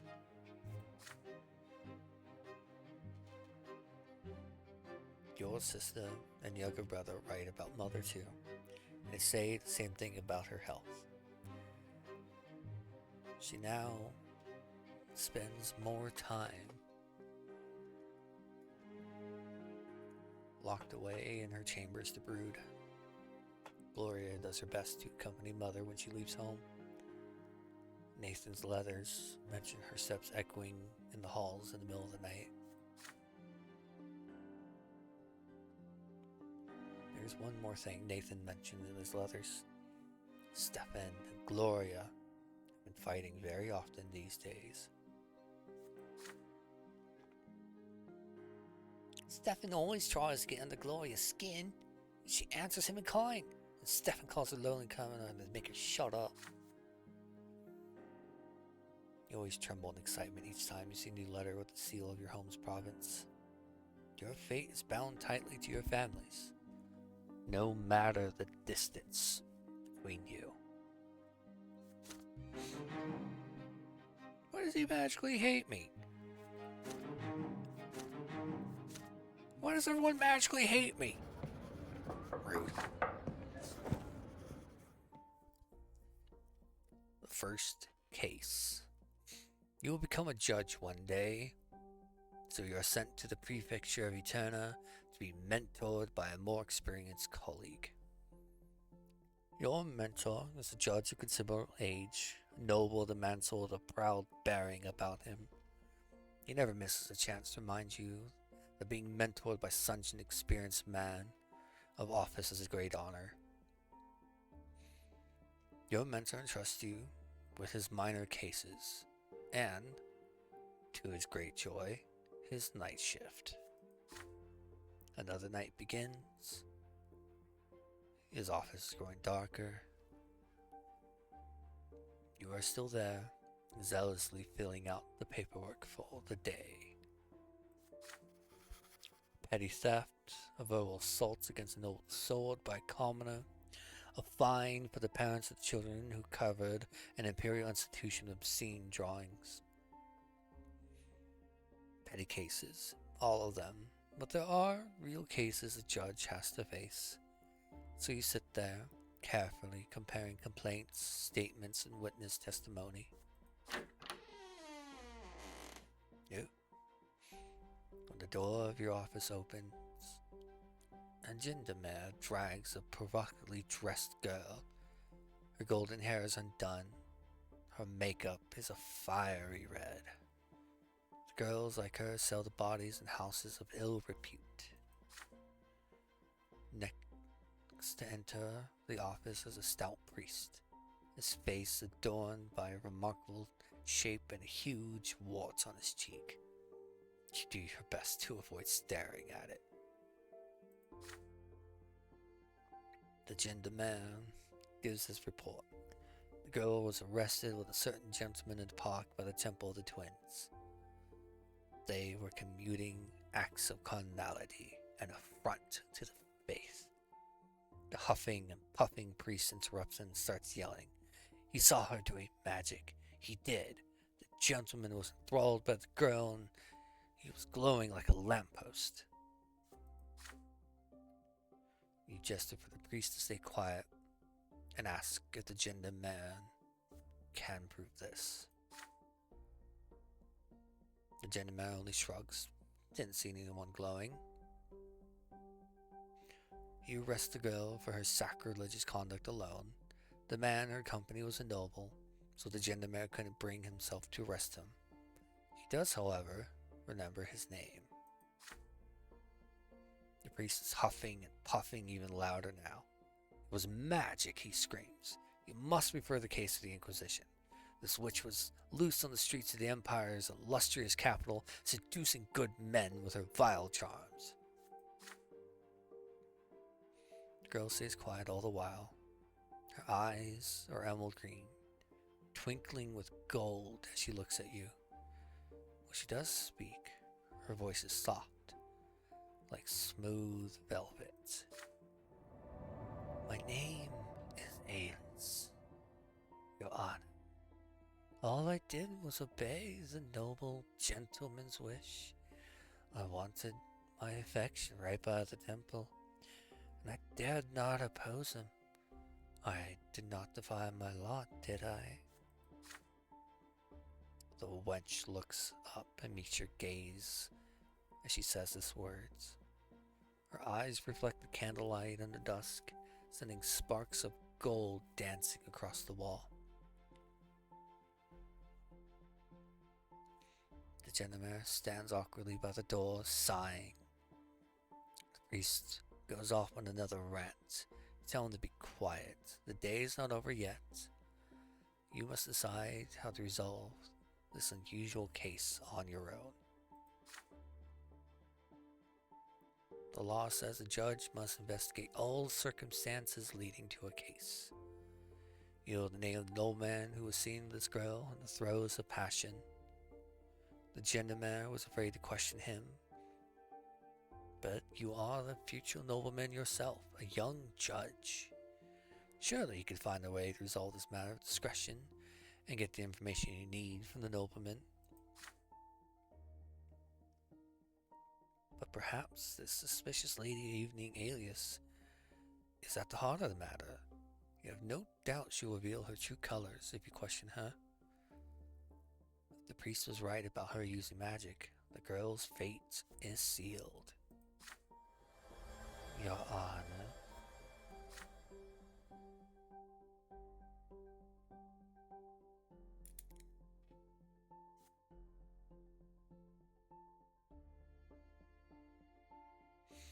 You look up from your desk and into the eyes of the beautiful Aelis.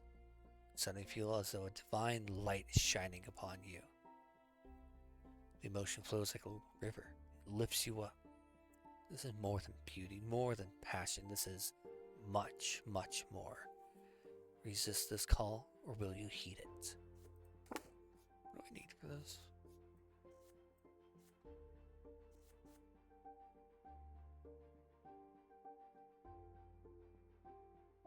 Yeah.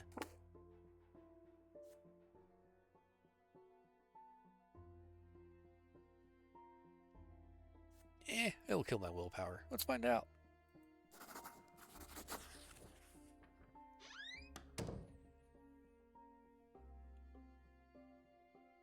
You dismiss the priest and gender-mare and begin questioning Aelis. You're alone with the harlot now. She traces the lines on your table absent-mindedly with her finger. Her dress still reflects the candlelight, scattering it into golden specks across the walls of the office. You sense something unnatural in these sparks of gold.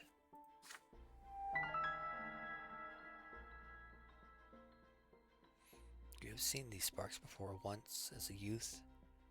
You recall a sunset in Anazot, an abandoned house in Sophia's deep blue eyes. You cannot help but share the priest's concerns. The questioning begins. You ask Aelis how she makes a living. Your Honor, my My dream is to become an actress and join the Imperial Theater. But I'm just a poor girl of low birth. How else am I supposed to earn my keep? Her trade is of none of your concern, you explain. However, engaging in depravity next to a holy site is an affront to the twins. Alis smiles craftily and the fire lashes in her eyes. The light in her eyes beckons, promising to take you somewhere far away. You quietly pray to the younger to deliver you from this temptation for the sake of justice. In front of the gods. On the contrary, your honor, I serve the twins. Their love flows within me, and I grant it to anyone who asks.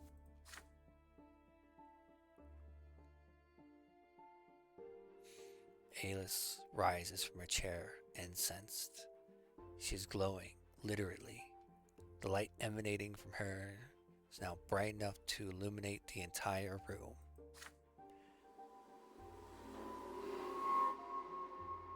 This is neither my vice nor my folly, your honor. It was the twins' will that I be born this way. I do not control people. I do not cloud their minds.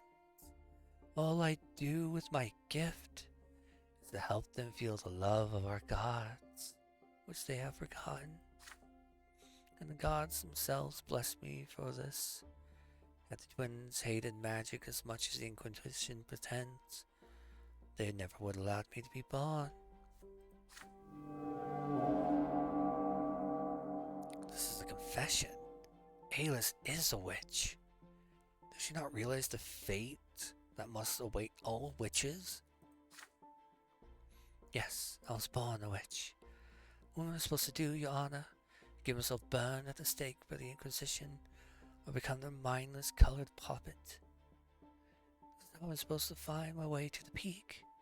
No, I'll live my life my way. If the twins judge me guilty in the hereafter for bringing their love to people, then so be it. The case is closed. The girl is a witch who uses her sorcery to beguile the mind. She confesses as much to herself. She must be sent to the Inquisition now. There's no other way. Such is the law. I hope you can see it, Sir Brante.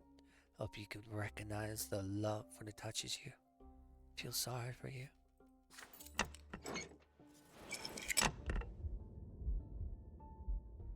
Oh, I didn't want this. Can I go back?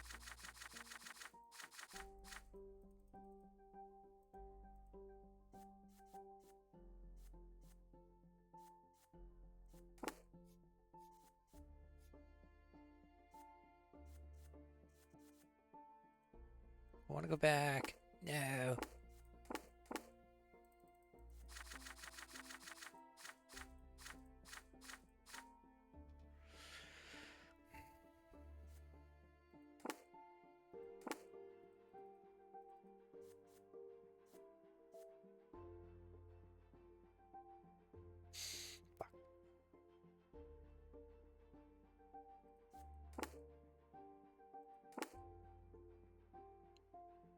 Stern-looking priests enter your office, accompanied by champions of the faith.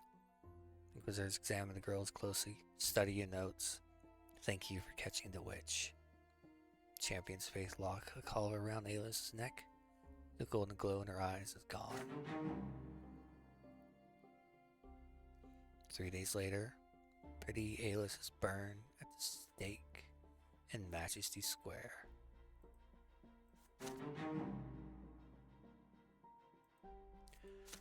What a waste of willpower.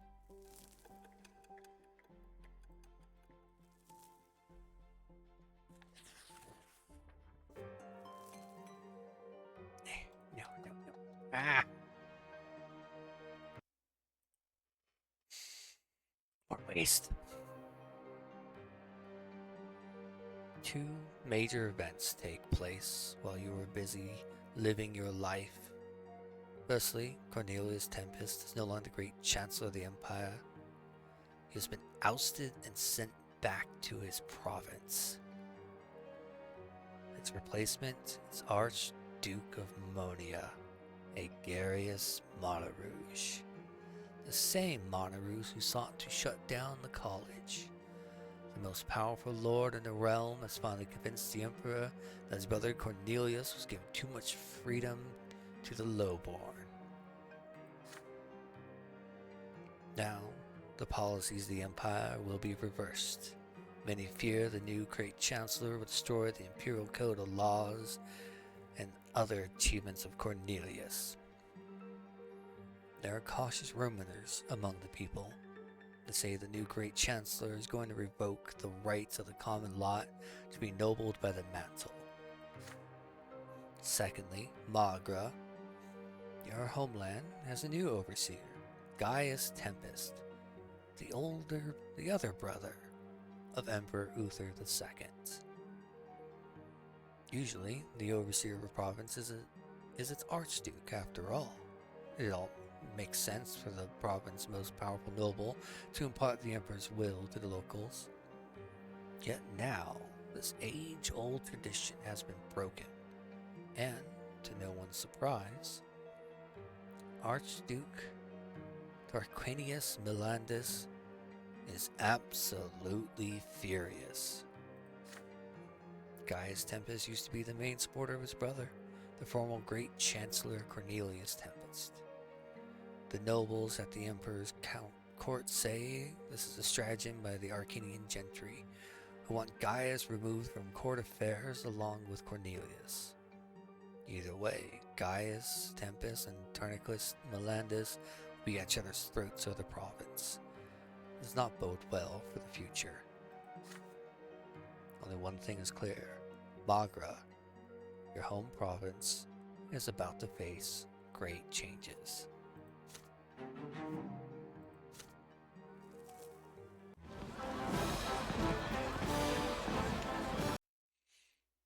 Alright, before I keep going, I'm going to honestly try to find a way to redo that bit.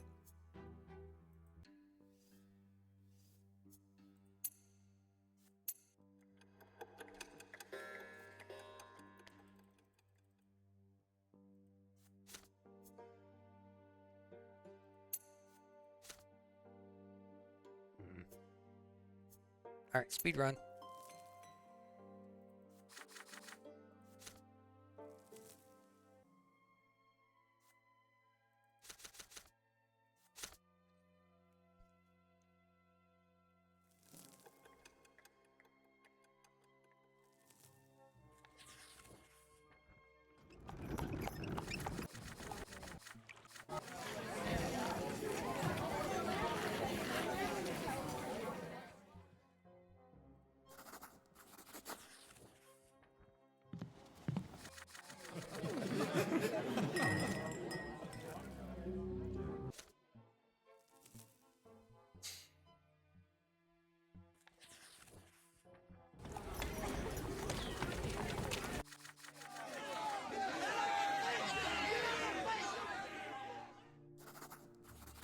Do the exact same choices that I did for this chapter, just to not lose anything.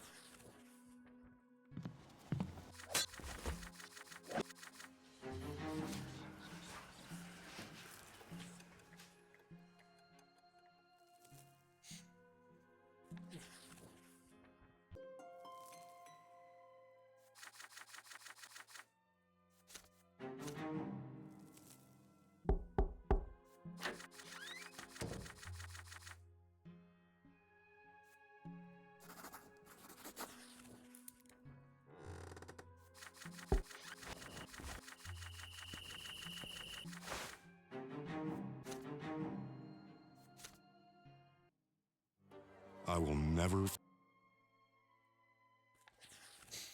Moving on. This also gives a chance for my voice to take a break. Great. through.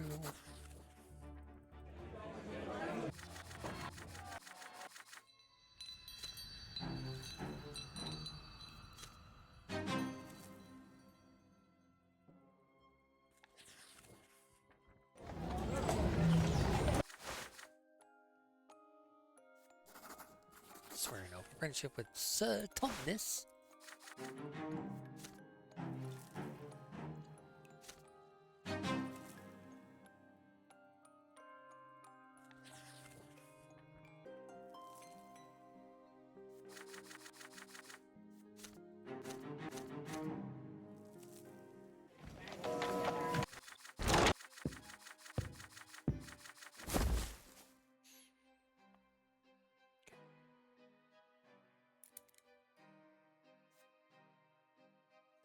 Drop on higher. I'm not changing anything I've done.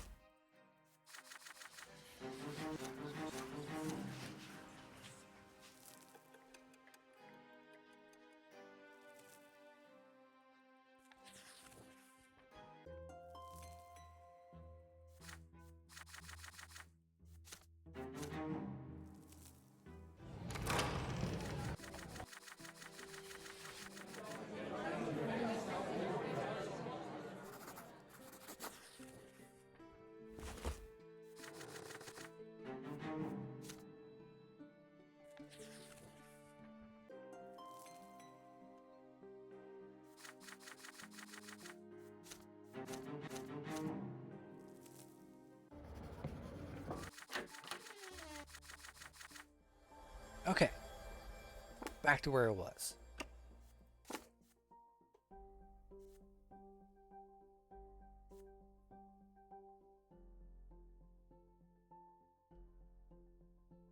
Okay. Do I want to up my diplomacy or do I want to up my willpower? Okay, I need to up my willpower. Yeah, yeah. The girl must not end up in change. You will find a legal way to free her.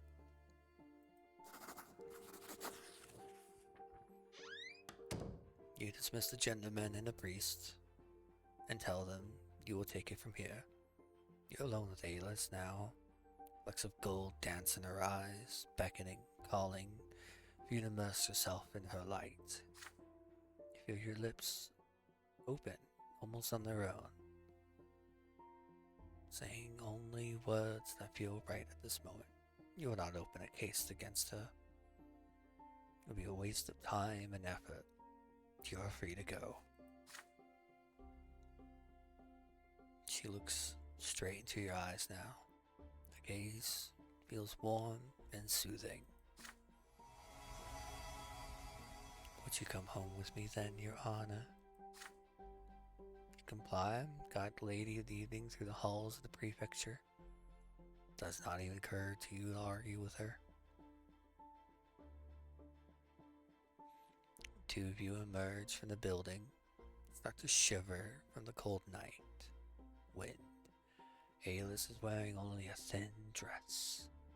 She's not freezing in this weather. Wind's love keeps me warm.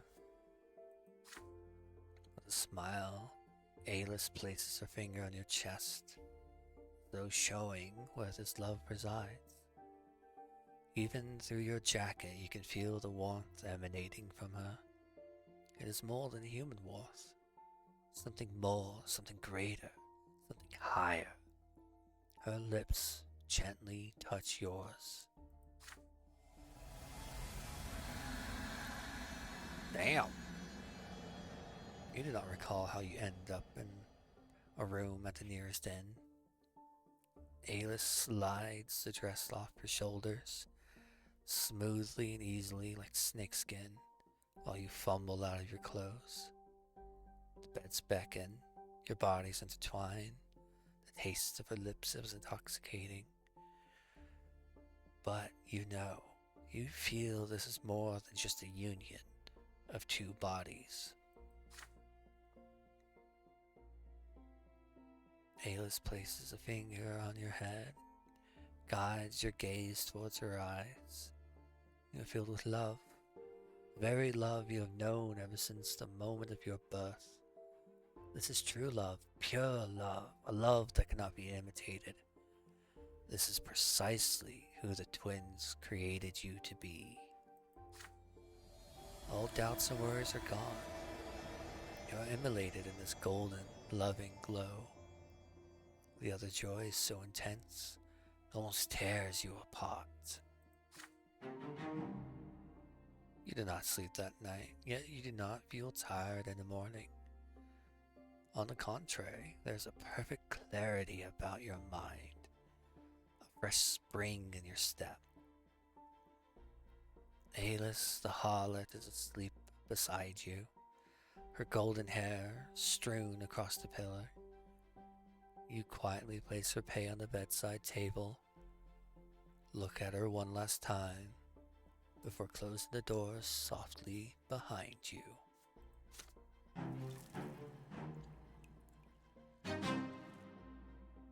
Neat. Okay.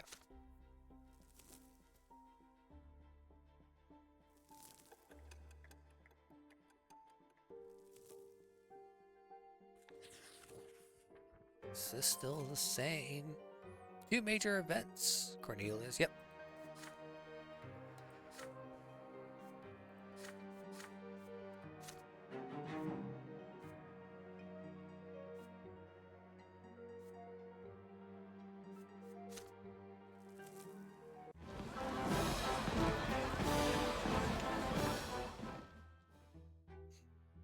The capital is preparing for a great celebration. Coming of age of Gyrian Tempest, heir to the throne. The streets are being cleaned, the low-born merchants are gone from the squares, and flags and flower garlands have appeared on the buildings. By the Emperor's decree, everyone will celebrate for the next 3 days. Eterna is abuzz. A festive procession starts on the streets. Students from the college and cadets from the military academy will be there to show their gratitude to the Emperor's family for entrusting them with the power they wield.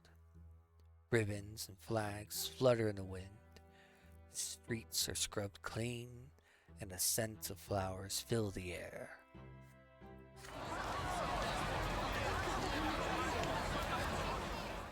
You march side by side with Thomas, carrying the banner of your province. Your friend's brown hair is unusually welcome today. He waves to every girl you see on the streets as you pass by. They giggle shyly, and some of them wave back. See that, pal? Look at that beauty. She just smiled at me. Now this is what I call living. I just love parades.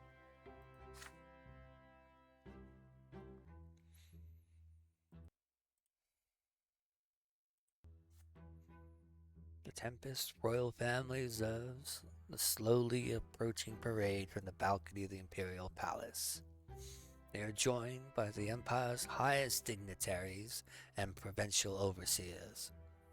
You see Emperor Uther II with your own eyes, there, high above, yet so close.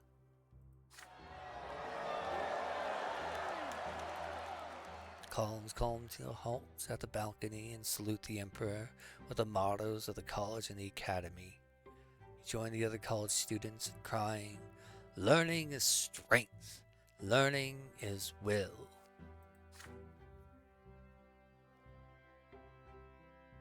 Picture makes him look grumpy. The Emperor raises his hands in a gesture of benevolent greeting. His voice echoes across the square. I accept your gratitude, my loyal subjects. Take pride as you wield your knowledge and valor in service of the Empire. All who are worthy will be ennobled by the mantle, by my grace.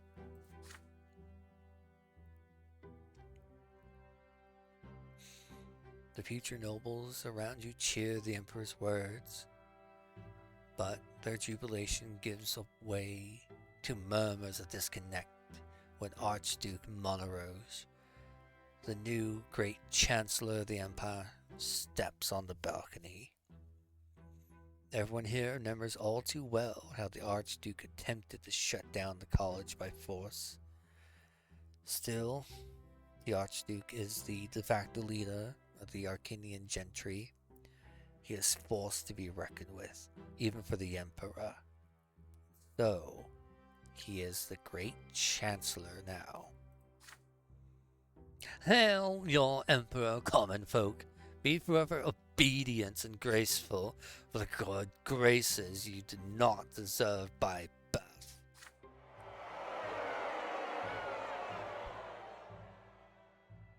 The Archduke does not even bother to hide his contempt for the gathering below.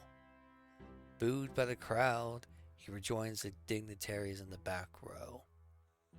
You notice one of them, a slender, elegant figure under an emerald banner with a black snake. She is Octavia Melendez, daughter to the Archduke of Magra. Oh, now that's new.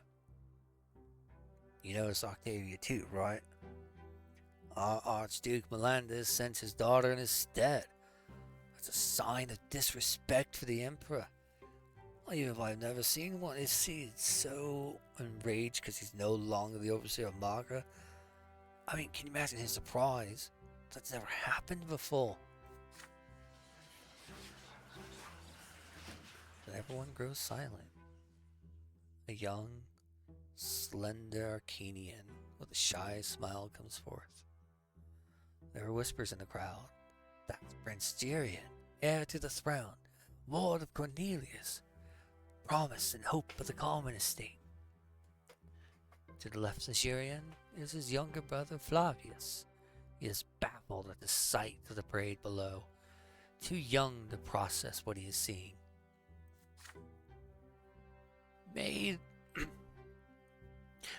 the twins be kind to you, my future subjects. I promise to repay you in kind and help you prosper in your loyal service to the Empire. Exalted by these words, future nobles roar as one. All hail Prince Gerion. Another figure steps into view next to the heir is Arcanian, elegantly dressed as his mantle bears the tempest colors. He raises his arms, about to make a speech. Hey, look! That's Gaius Tempest, the Emperor's brother, and the new overseer of Magra, by the by. Seems the Arcanian elders want him far away from the throne as possible, just like his brother Cornelius. Those two have been promising him many freemen and commoners like you and me. Long live Prince Gerion! Students of the college, cadets of the academy, time and time again you've proved yourselves to the Empire by word and deed. Today is a day of great celebration, and in honor of Prince Gerion, you must ask the Emperor to guarantee you forever the right to distinguished conflict to be ennobled by the Manta. So ask now. The cadets and students freeze in hesitation, exchange glances, unsure whether to follow the words of the Emperor's own brother. On the balcony high above, Prince Gerion remains still, awaiting a reaction from the crowd. Archduke Monterose briskly steps into view once more. He takes several seconds to observe the crowd before he speaks. Imperial subjects, what the Emperor brother wishes to say is that you must always remember that you owe your status to the Tempest dynasty. The Emperor accepts your gratitude, sends you off with his blessing. You may leave now. Bugger off. But the column stay where they are. That's not what Gaius Tempest said. Let the Emperor hear us. Law! We ask for the law!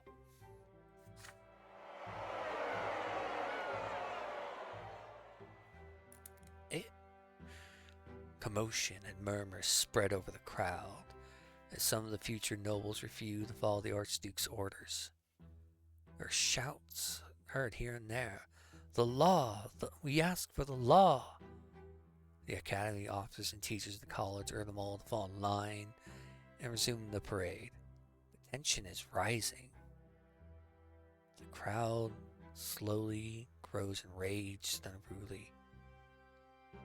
You have to decide where you stand. Oh, Valor option for sure. You join the call.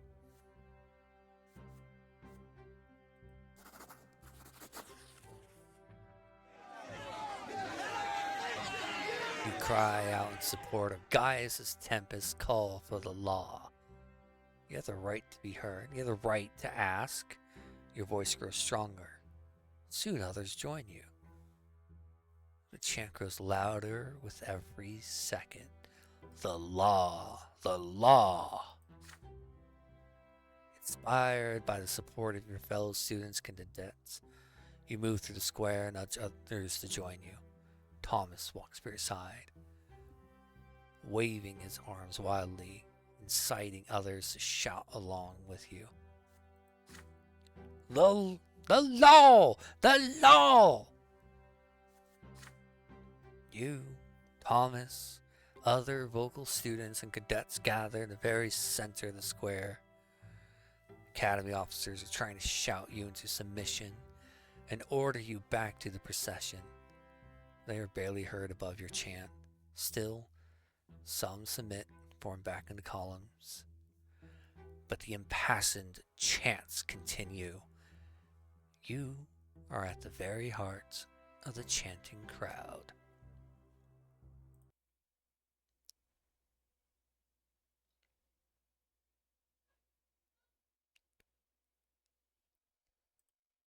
Hold on.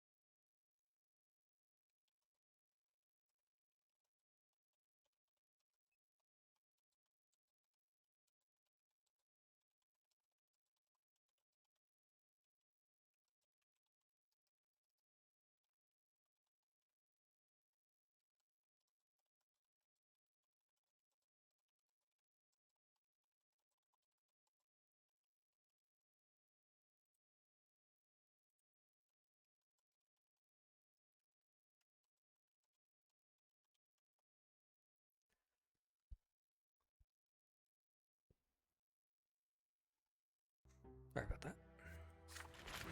An Imperial Guard cavalry regiment emerges from the palace. They start slowly advancing on the crowd, their hands on swords, pushing people out of the square. You have to stand your ground. You start giving orders to defend the cobblestones beneath your feet with your future nobles. You assemble into a double chain formation around the center of the square. It is strong enough to prevent the Imperial Guard from reaching the very center. The commoners go running left and right away from the horses, but the cavalry stops when it reaches your double chain. They cannot break through unless they are ordered to attack, so they halt and wait for orders. The horses paw at cobblestones. Cavalry's swords are drawn, ready to come crashing down upon your heads. It is a standoff between the armor-clad cavalry and the unarmed students and cadets.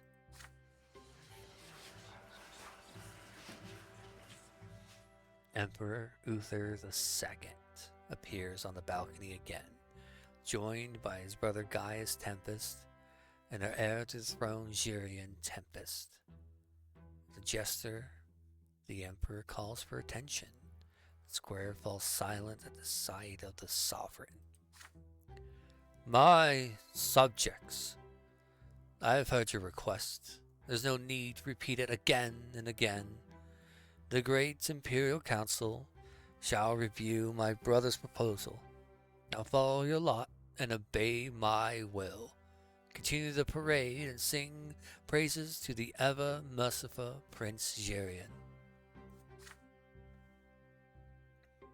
These words from the Emperor are enough to quell the commotion in the square.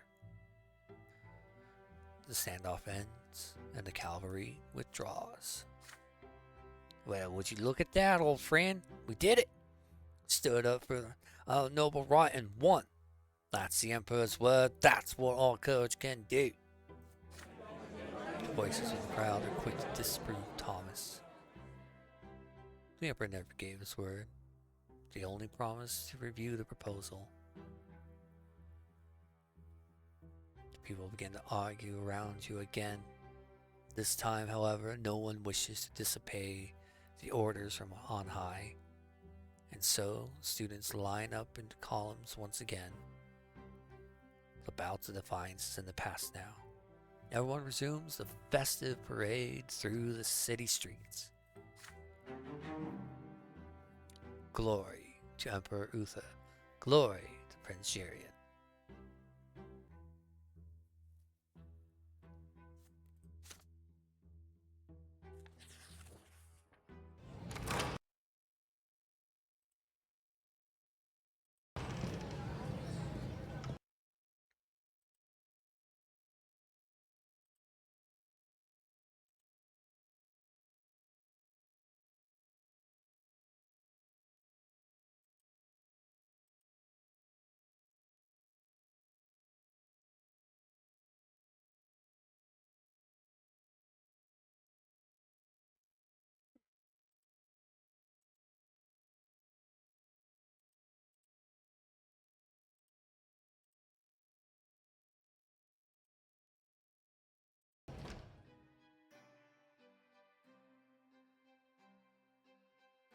The way of the sword. Your studies at the college come easily to you. Only now do you realize the importance of all the lessons you endured as a child at father's expense. Month after month, you studied the judge's trade down to the smallest details, growing more confident in your new calling with every lecture. But there is more to your education than the judge's trade and imperial law. You also learn manners and courtly etiquette, and poetry and composition, and even fencing. On some days you go with Thomas to a deserted patch of land to practice the sword. And finally, the day of your judge's exam comes. You send your test results to father, and he replies with an appointment to a judge's office at the prefecture of Magra. Now you have a new life and a new profession back home. You return to your hometown as a judge.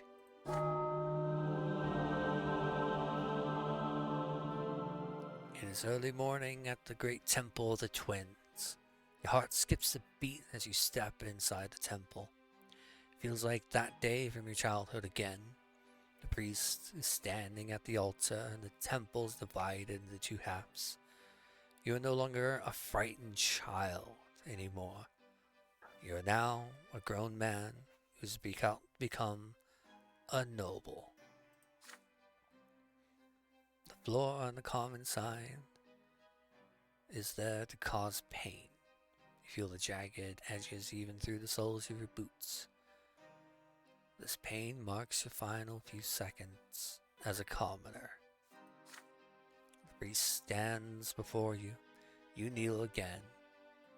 But now there's warm, smooth marble under your knees. You hear the words spoken above your head. From this day forth, your lot's strength and will. From this day forth, you will rule and fight and pursue the odds. Now rise, noble. Place your lips on the smooth steel of the sword, and when you rise again, you realize that the trembling you felt ever since your first sacrament is now completely gone. You rise a new man. Your every motion now uncannily accurate. Your thoughts surprisingly fresh. Your muscles ready to face the fight. This day feels worthy of a poem. And now you can compose one if you wish. Touch your back. The mark of the lash from your previous sacraments is gone. Completely erased forever.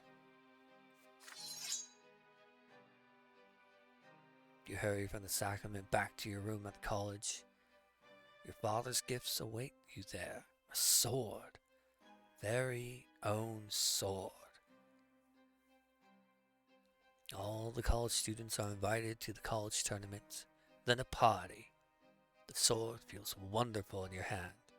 A promise of future victories. The tournament begins. The stands are loud with anticipation. Never in your entire life have you seen so many beautiful, noble ladies in one place. But there is only one who attracts everybody's attention. The raven-haired, black-eyed Octavia Melandus, the daughter to the Archduke of Magra, has graced the tournament with a visit. She's wearing a dress of emerald green, rossitaire hairdo immaculate. She is surrounded by her ladies in waiting, all beauties in their own right.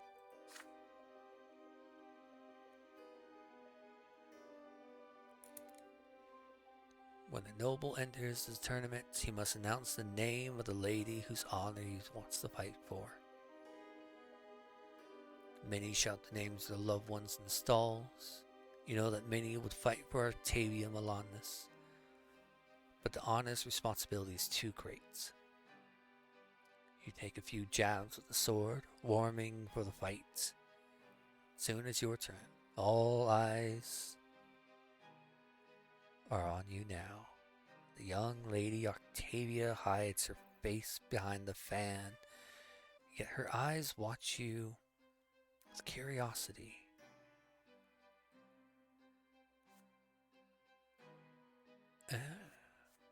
You're not just gonna fight with Dad. Fight in the honor of your father, for you owe your nobility to him.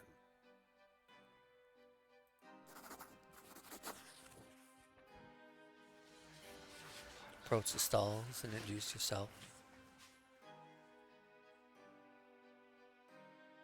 Then you announce your decision. Robert, you will fight in the name of your father, Robert Brante. You earned this noble title only because he taught you well. Your honor demands you dictate your victories to him. The stalls go quiet.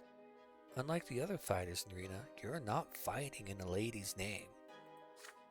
As the fight begins, the rules are the same for any noble duel. Whoever draws first blood wins. Your opponent does not put up much of a fight. A few minutes later, he misses a jab to the thigh. Your shirt is soaked with sweat. The hilts of your sword feel slippery in your wet fingers. Still, you prevail in 3 fights in a row. Then, prepare to face a new opponent. You know him well. He was mentored at the prefecture Eterna after you. He's an unusually quick and nimble fighter. Again and again, you found yourself driven to the edge of the arena to avoid his jabs.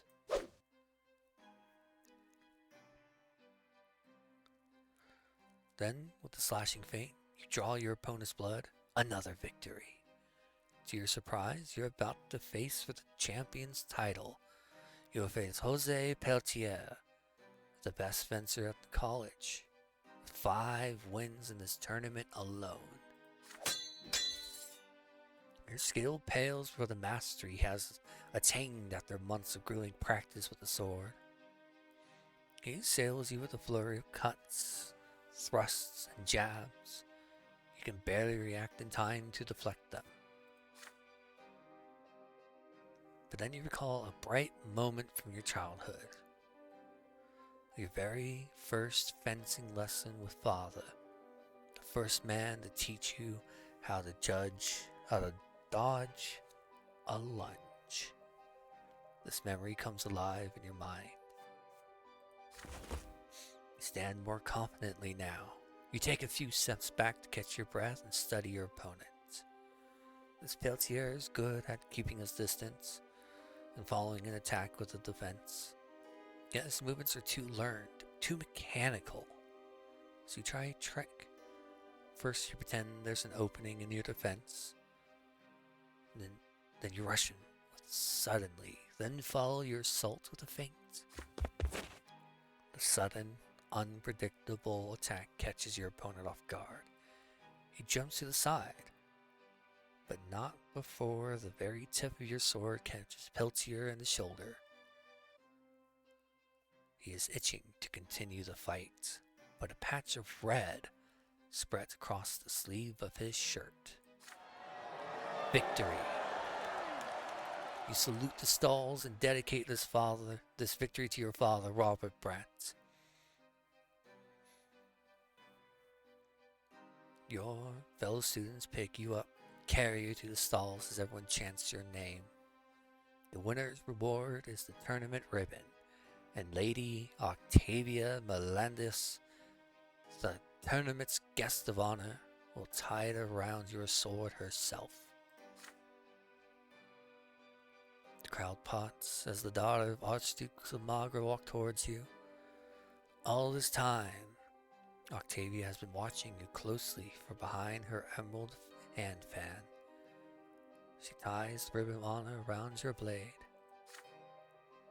You have proven yourself admirably, Sir Brante. A worthy victory.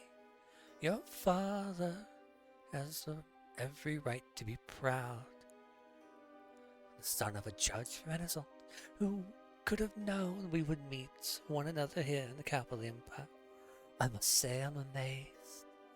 I will remember your name.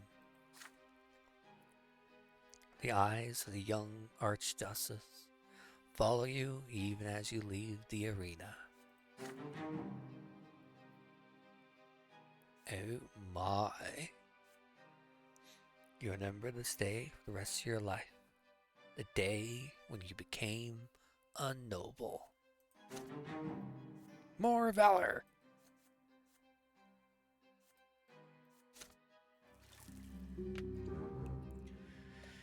You have earned the judge's mantle and the noble title.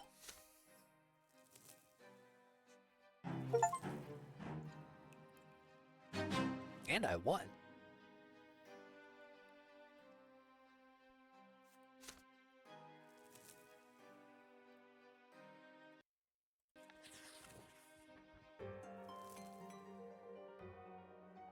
Just before you leave the capital, you overhear something unusual on the streets. Junius Diamant, Patriarch of Estina, one of the leaders of New Faith, will stand trial before a church tribunal. The Order of the Inquisition has accused Patriarch Junius of patronizing blasphemous witches and disseminating heresy. The Holy Tribunal claims that Junius Diamant was scheming to free all witches and sorcerers from the collars that fetter their accursed powers. What's worse, the Patriarch was also accused of forming the Lawless, a dangerous secret society based in the imperial capital. Members of the society have been assaulting inquisitors and priests of the church, as well as freeing witches from the cleansing fire and helping them escape the holy law. Now the Patriarch must face the Holy Tribunal of the Inquisition in Eterna. By all accounts, this is a devastating blow to the New Faith and the end of days for Junius Diamant himself. The Inquisition will make most of this opportunity to rid the land of this unwelcome patriarch who dared shake the foundation of the old faith. When time comes, the sudden news of Patriarch Junius's reply to the Holy Tribunal, no less stunning than the accusation. These words are nothing but lies. I will say this to anyone who dares bring this accusation against me in person, but I want these hypocrites to bear the full weight of their responsibility for the slander against me. My flock, the Diamond Dynasty and the Holy Order, I agree to stand trial before the Holy Tribunal, but I will face them on my own land and on my terms. Patriarch Junius has already received strong support from Patriarch Luke and many priests across Arcania. Parishes of the new faith throughout the Empire are now speaking out in support of Junius Diamond. The Church of the Twin Gods is about to be rent in twain. The Inquisition has no choice but to revoke the trial in order to avert the coming schism. Their official stance is that the Patriarch Junius has been wrongfully accused, and the Holy Tribunal will now apply more cautious judgment during any further trials against the followers of the new faith. Following the teachings of Patriarch Fotis is no longer seen as heresy by the Inquisition. The trial of Junius Diamant has been averted, but the divide within the church is only deepening. The new faith has directly challenged the old faith. The result is uncertain, depending on who you ask. Some say Junius Diamant all but pled guilty. Others believe the Patriarch and the alleged rebellion against the church, as well as the Inquisition, is nothing but a ruse. There are people who think the entire situation sounds like one of the secret chancellery's dirty deeds, done dirt cheap. One way or another, the Patriarch of Asenia and co-leader of the new faith remains at his post. But for how long? And how will the old faith and the new faith clash next? Ba-da-da-dum.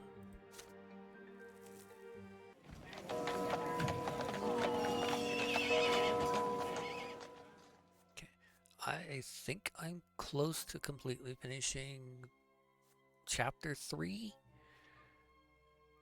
but I've been going for a hot minute, and I'm fucking hungry. So, this is where I shall bid farewell. I am to call it for the day, and thus we shall close the book for now. May we see each other again at a later date for more storytelling. Next stream will be Friday, starting around 11 Pacific Standard Time. And I think I will take a small break from this game. I'll pick it up next Monday. And I think I might play Baldur's Gate 3. So let's roleplay. So thank you to all and anyone who has come by today. And have a lovely time. Toodles.